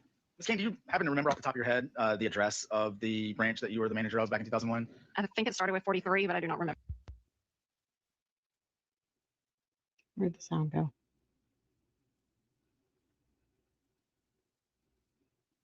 Where did the sound go? And approximately, not necessarily by miles, but by drive time, how far away would that branch be from right here where we sit today? Objection. Cause for speculation, Your Honor. I'm going to sustain that objection. If you know, ma'am, how far would that have been? I really wouldn't know. 45 minutes if I had to guess. That's all I have, Your Honor. Any request, Mr. Cruz? Okay. Yes. Right. 45 minutes on that whiteboard for me. Okay, if I'm guessing. I'm not very familiar with that. 45 minutes. Yes. Thank you. No other questions for you. Anything else of this witness? No, Your Honor. This witness be excused. I would ask that she be excused. Any objection by the defense? You are free to go. You may call your next witness. Josh McCurdy. Could you get Josh McCurdy, please? Thank you. Here's Josh.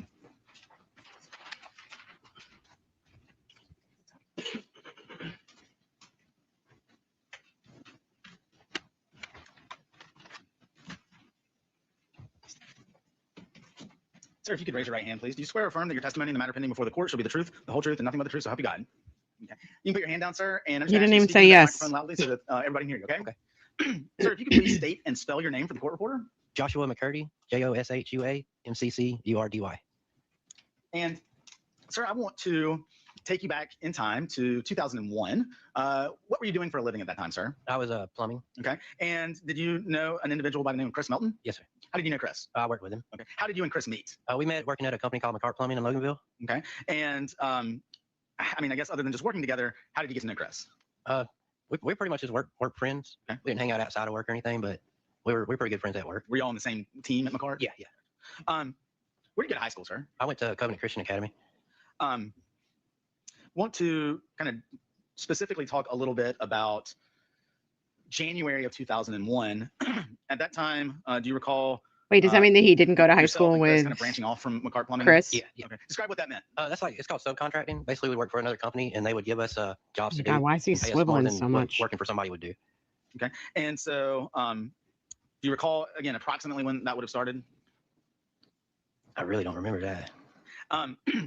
Well, when the two of you had started subcontracting, tell us a little bit about a typical day with you and Chris. Okay. How would it start? Basically, he lived about 5 minutes from my house. So his parents lived there and he lived in the basement. And I would drive to his house. and There it he'd is. leave my truck, and then he Zing! would get in his work truck and we would go to the job sites and He stuff. lived in the What time of basement. day would y'all usually start? Probably around 7 or 7:30 in the morning. And is that the time that you would arrive at Chris's parents' house? Yeah, yeah. And then in All right. general terms, sir, Give me, hold on just a sec, guys. There's some comments that I wanted to respond to.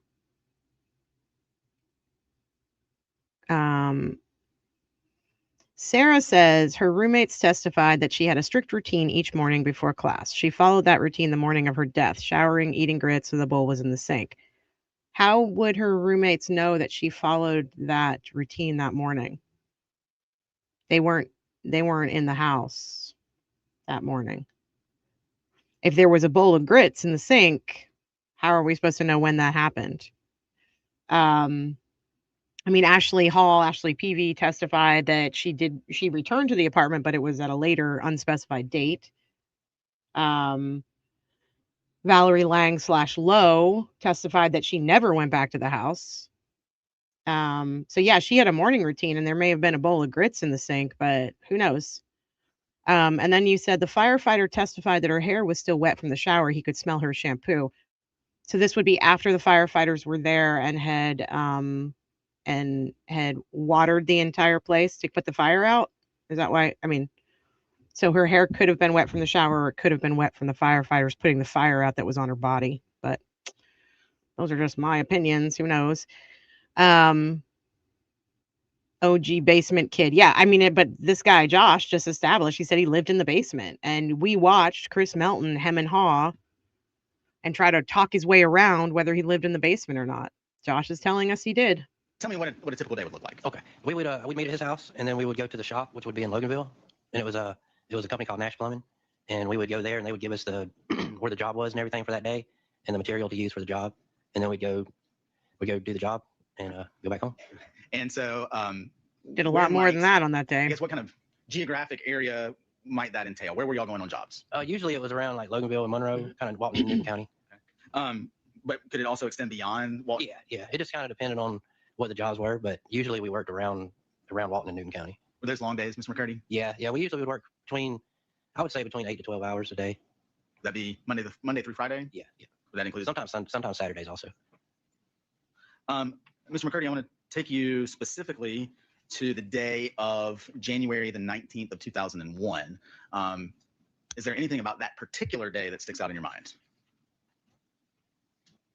Nope. No. Let me see if I can frame it this way. Do you remember a day when you drove Chris to Athens? Yeah. Do you recall that day starting similarly to the others that you described? Yeah, it was about the same as every other day. I met him at his house. At the same time that you described earlier? Yeah, that was the normal time that we would meet. Do you recall the specifics of where you might have gone that day? Your Honor, if I can respond. May I respond? It is a yes/no question. It is not a leading question. I'm going to overrule the objection. You may continue.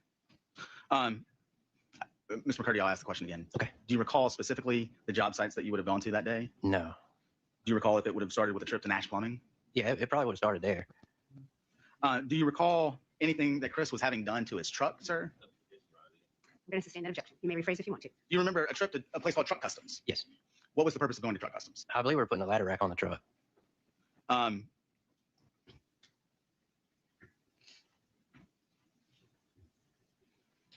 Do you remember how many times you went to truck customs that day? Not specifically. I know we did go that day, but I'm not sure about how many times. I'd say once, maybe twice. Not sure. Mr. McCurdy, do you recall speaking with law enforcement the following day on January the 20th of 2001? Yes, sir. Okay. And in preparation for coming in and testifying today, did I actually send you copies of some of those police reports? Yes, sir. Okay. Did you have a chance to look over those? Yes, sir. And did those help refresh your recollection as to the conversations that you had with law enforcement in the aftermath of Ms. Baker's death? Mm-hmm. And you're not the first one to do it, but I need you to say yes or no. So I'm sorry. That's all right. Yes, That's all right. Do you think it might help help you again if you're able to review it one more time? I don't think that. I'm going to sustain that objection. I think a question has to be asked in order for him not to recollect. I'm going to sustain your objection. Well, I think the question, Mr. McCurdy, was, do you remember how many times you went to truck customs that day? No, sir. Your Honor, he just said I didn't ask a question, then he said it's asked and answered. I'm going to allow you to refresh his recollection if possible. Go ahead. He's so combative, Baldwin.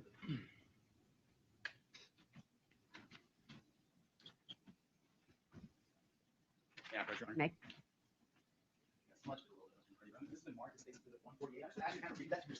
Okay. When you're done, if you can just look up and let me know that you've had a chance to finish it, sir.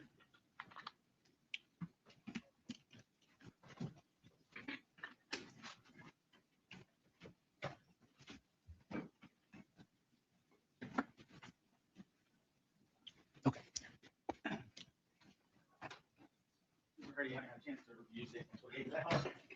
Refresh your recollection as to kind of your exact whereabouts on Friday, January the 19th of 2001. Yes, sir. Okay. And again, specifically as it relates to truck customs, do you remember how many times you and Chris may have gone there? I believe it was 2 times. No, you said you didn't know. As it relates to the second trip to truck customs, if you remember, what was the purpose of that trip, sir? I'm not sure, to be honest with you. Maybe to check on the truck. Had you and Chris been together at that point throughout the day? Yeah, we've been together all day.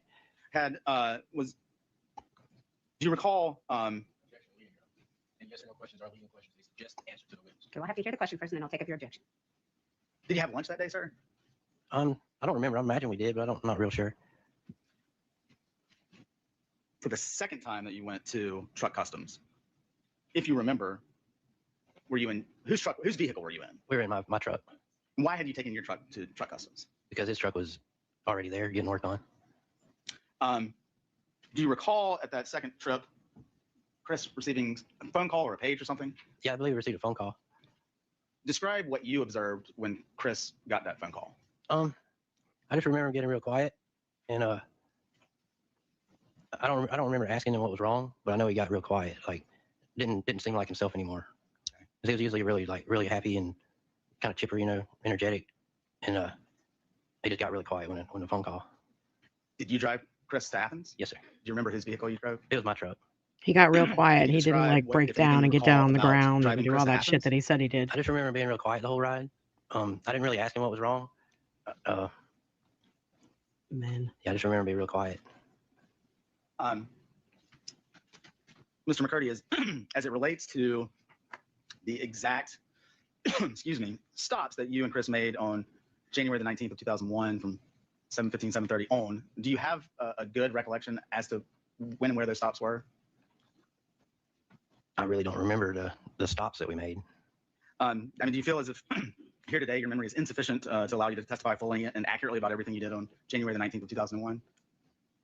I mean, as far as accurately remembering it, I would. My question was fully and accurately remember it. Yeah, it was a long time ago. I mean, on the day after, on January the 20th of 2001, when you spoke to the detective the day after Ms. Baker's death, would your statements have been more fresh in your memory at that time? Yes, sir. Definitely. And would the information that you provided to the detective on that day been correct to the best of your ability back then? Yes, sir. 100%. Bear with me just a second. Okay.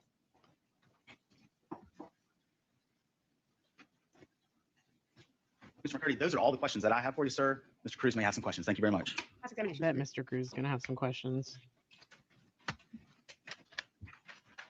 Who's after this guy? He's crazy. He needs to sit still in that chair. Well, thank you so much for asking. My name is Attorney Mike Cruz, and I have the honor and privilege of representing Mr. Faust. Under the authority of the Honorable Court, I'm going to ask you a couple of questions, okay? Okay, after this is truck customs owner. That you spoke with law enforcement on January 20th, 2001. Is that correct? Okay, and on January 19th, 2001, you stated that you drove Chris to Athens.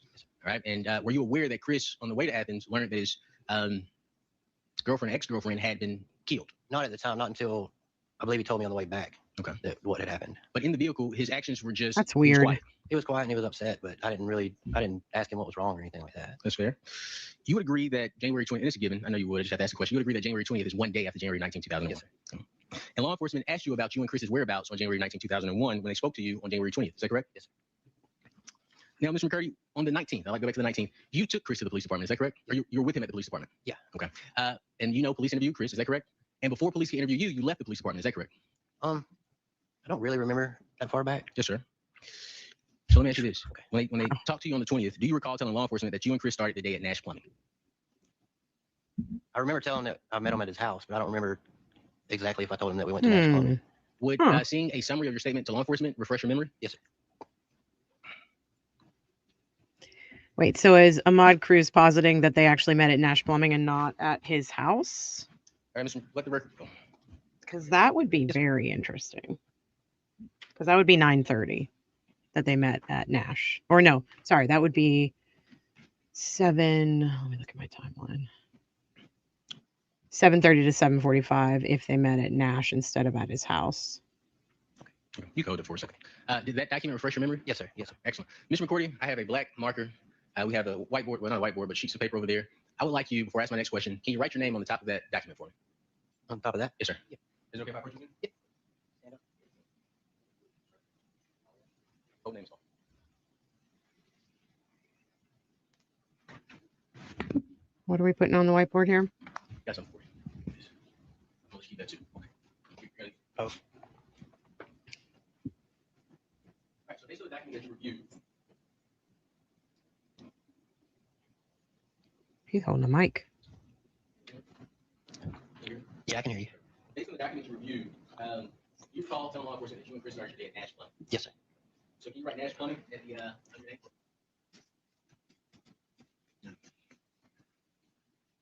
Then after leaving Nash Plumbing, you explained to law enforcement that you and Chris stopped at Chick-fil-A, correct? Yes, sir. Got it. Can't hear you. I can't hear you, Cruz. Chick-fil-A. Yes, sir.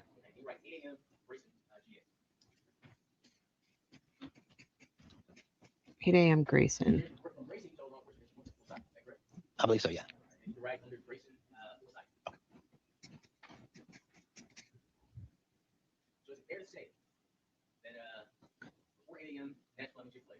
I can't hear the questions. Yeah, I would say that.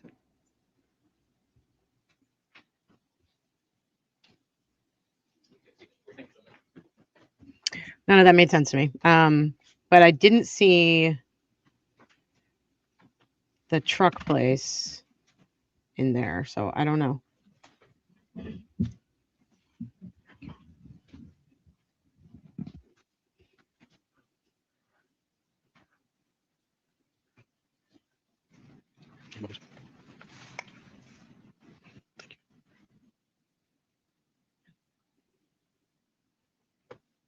Well, you were only interviewed a second time on May 3rd, 2001 by law enforcement.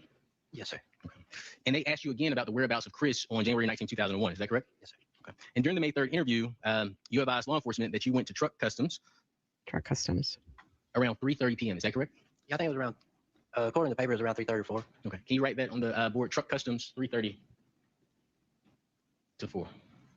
3:30 to 4. That's about this. That's the same time. Right. Now, Chris do you said. recall law enforcement specifically asking you, do you recall going to the bank with Chris Melton? Okay. Would hearing an audio recording of your conversation with law enforcement refresh your recollection? Yeah, I mean, that would refresh me, yeah. Okay. Your Honor, I would ask for the opportunity to refresh Mr. McCurdy's recollection outside the presence of the jury. All right, ladies and gentlemen, I'm going to ask you to step out into the jury room for a moment. Please don't discuss the case.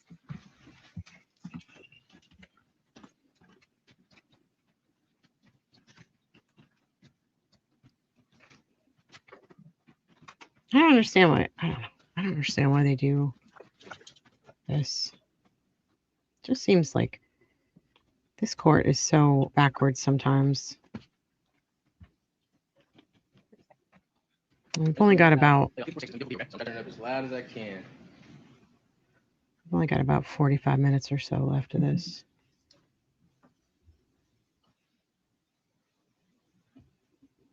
There's no sound on my end. Oh, just a second.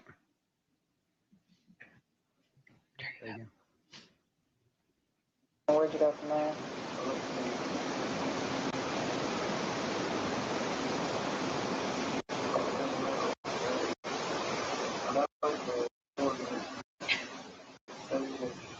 It's being weird.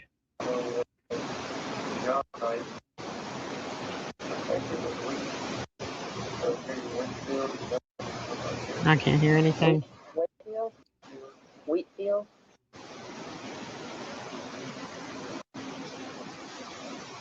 You said in your original statement you guys went to Chick-fil-A breakfast. Did you doing that? Do you remember the bag or anything?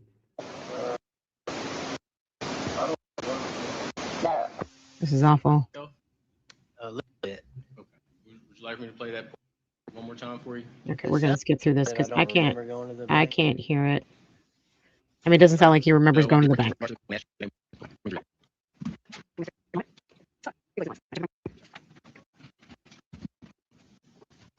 Who's that guy?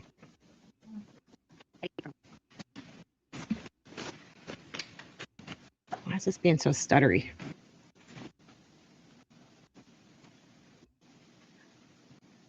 I don't like it. Hello, Edric.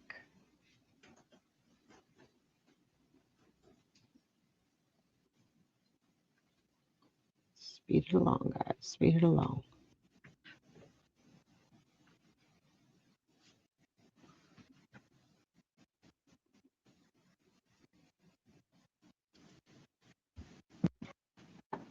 I mean, my opinion, I think all of it's important. I think the timing of the fire is important. The timing of the 911 calls is important. The DNA evidence, the locked doors, the no forced entry, the alibi. It's a mess. It's a total mess. Oops, I just fast forwarded and I didn't mean to. I'm assuming you don't remember the time the first time I there? Yeah, I don't remember. I would assume it'd be in the morning time, but I don't remember the time exactly. Excellent. So make sure we keep everything accurate. I want to make sure I keep everything accurate for you. So can you put on there? I know we have truck custom at 3:30. Can you put on there truck custom morning if you don't remember the time? Okay. Is it underneath it? Yes, sir.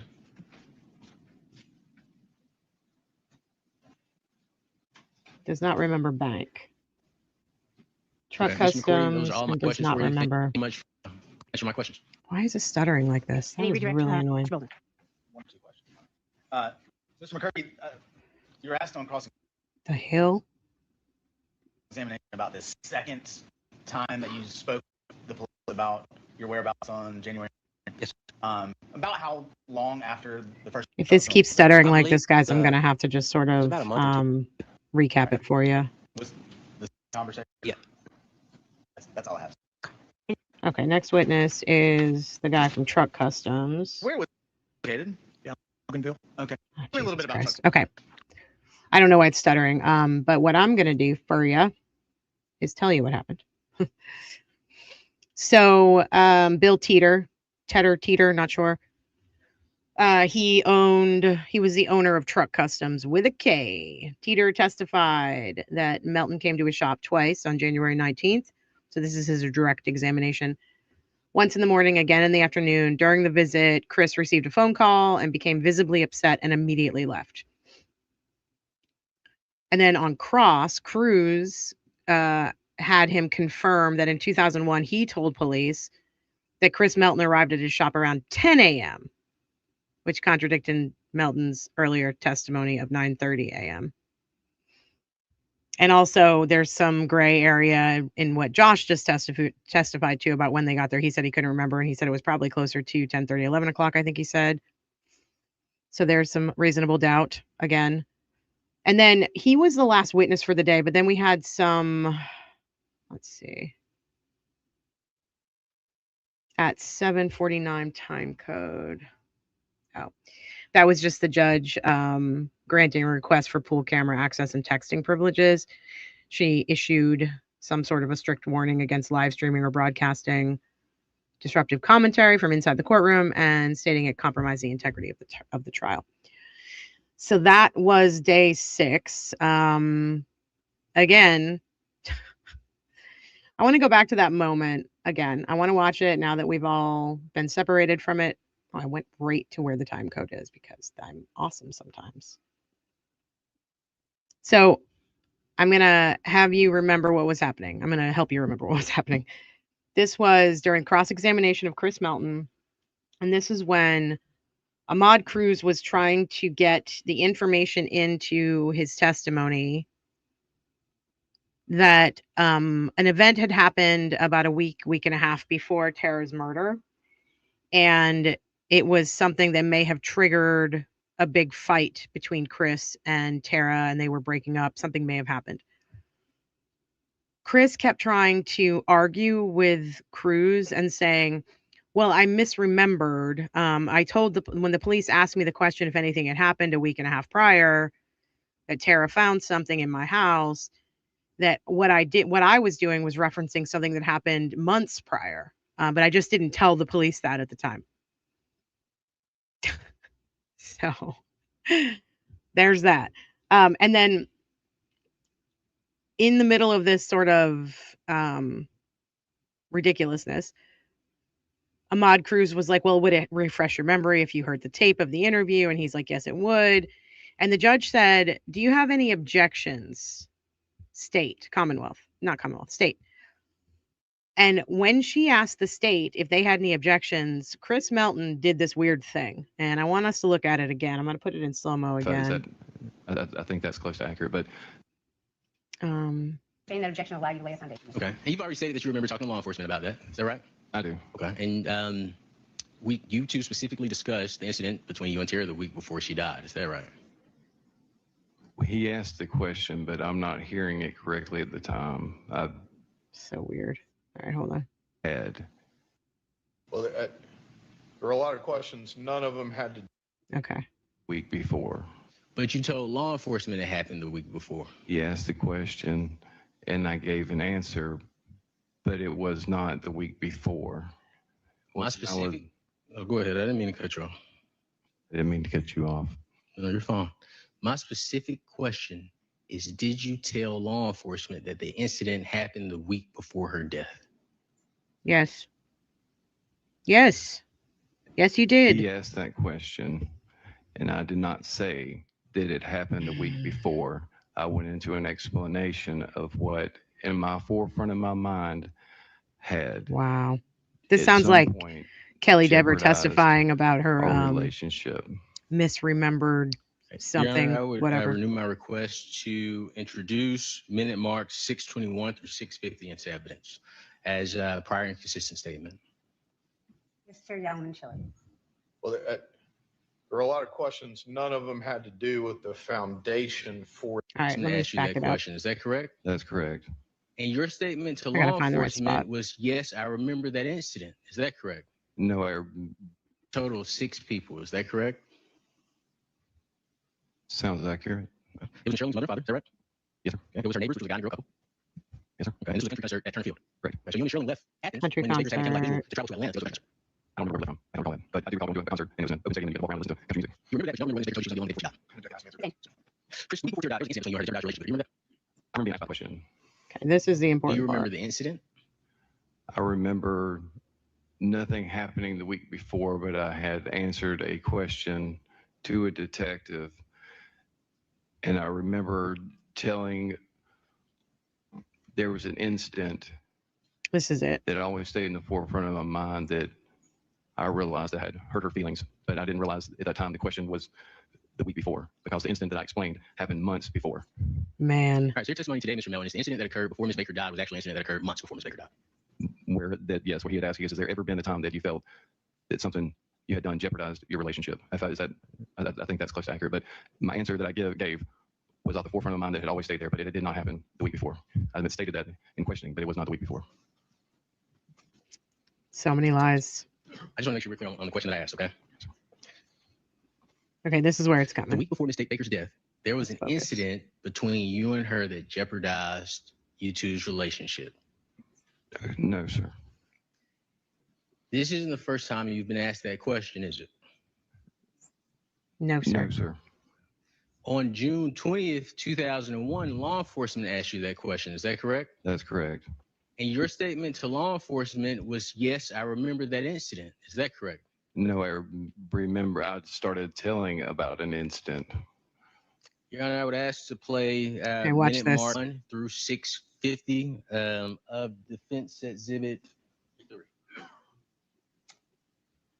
Any objection, Mr. Yelvin? Look, please. 43 in evidence. Correct. Please. What is he saying? The timestamp is, That one time, well, and forgive me if I What didn't move to is he saying? Please Okay, go back. any objection, Mr. Yelvin? Right here. 43 in evidence. Correct. Well, we did this. We did the timestamp is, What is he saying, y'all? Well, and forgive me if I didn't move to not in evidence. Please forgive me. It is. Is that? I think that's close to accurate, but my answer that I gave was off the forefront of my mind that it had always stayed there, but it did not happen the week before. I stated that in questioning, but it was not the week before.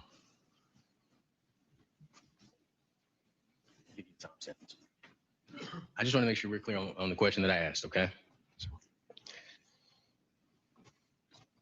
The week before Miss Baker's death, there was an incident between you and her that jeopardized you two's relationship. No, sir. This isn't the first time you've been asked that question, is it? No, sir. On June 20th, 2001, law enforcement asked you that question. Is that correct? That's correct. And your statement to law enforcement was, yes, I remember that incident. Is that correct? No, I remember I started telling about an incident.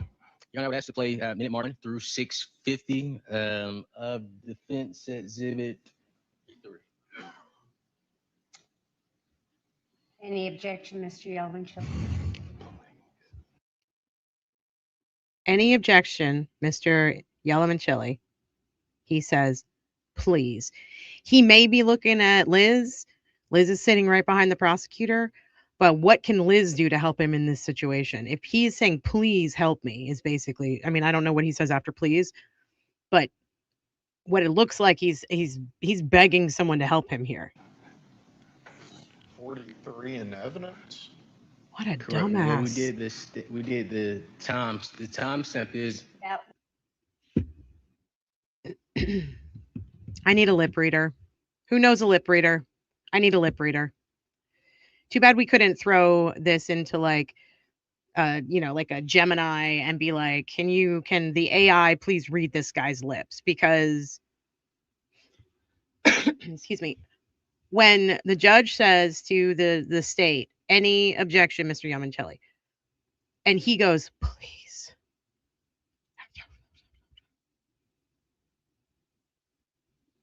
I don't know. I don't think I'm going to disagree with you on this one, D Cools. He looks desperate. He does this throughout. He responds when there's an objection. He responds. He's either shaking his head along with the argument or doing whatever. But why would he lean into the microphone if he was talking to himself? Like, I think he wants them to be able to hear him. I'm going to watch it one more time. I just can't make sense of it, and it's making me crazy. I mean, tell me what you guys think. Is that I think that's close to accurate, but my answer that I gave was off the forefront of my mind that it had always stayed there, but it did not happen the week before. Okay, he's leaning into the microphone to answer questions. In questioning, but it was not the week before. Sits back, waits.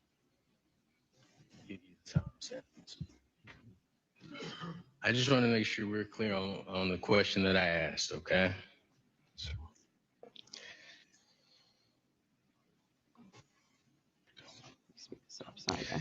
the week before Miss Baker's death, there was an incident between you and her that jeopardized you two's relationship.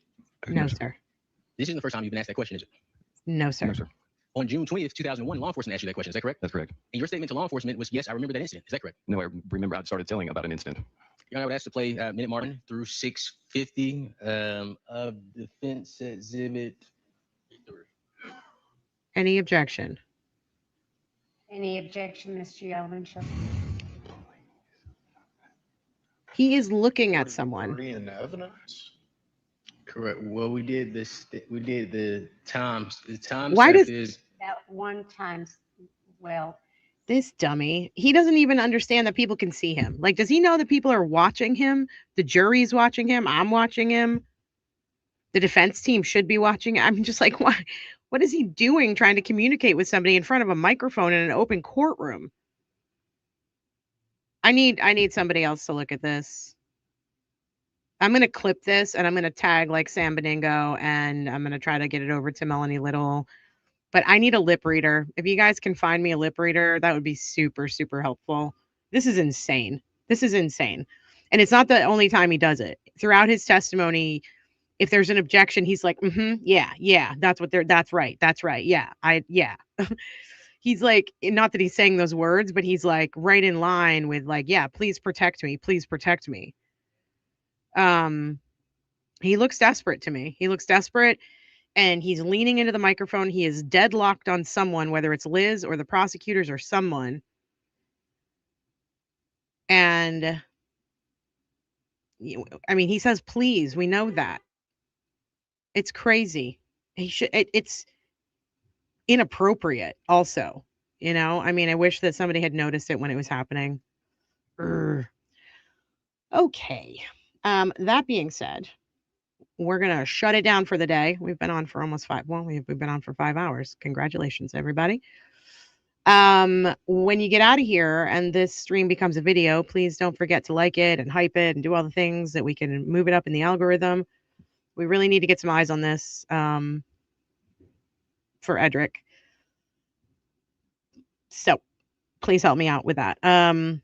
Again, our interview with Turtle Boy is number 2 on the hype list, which is kind of crazy.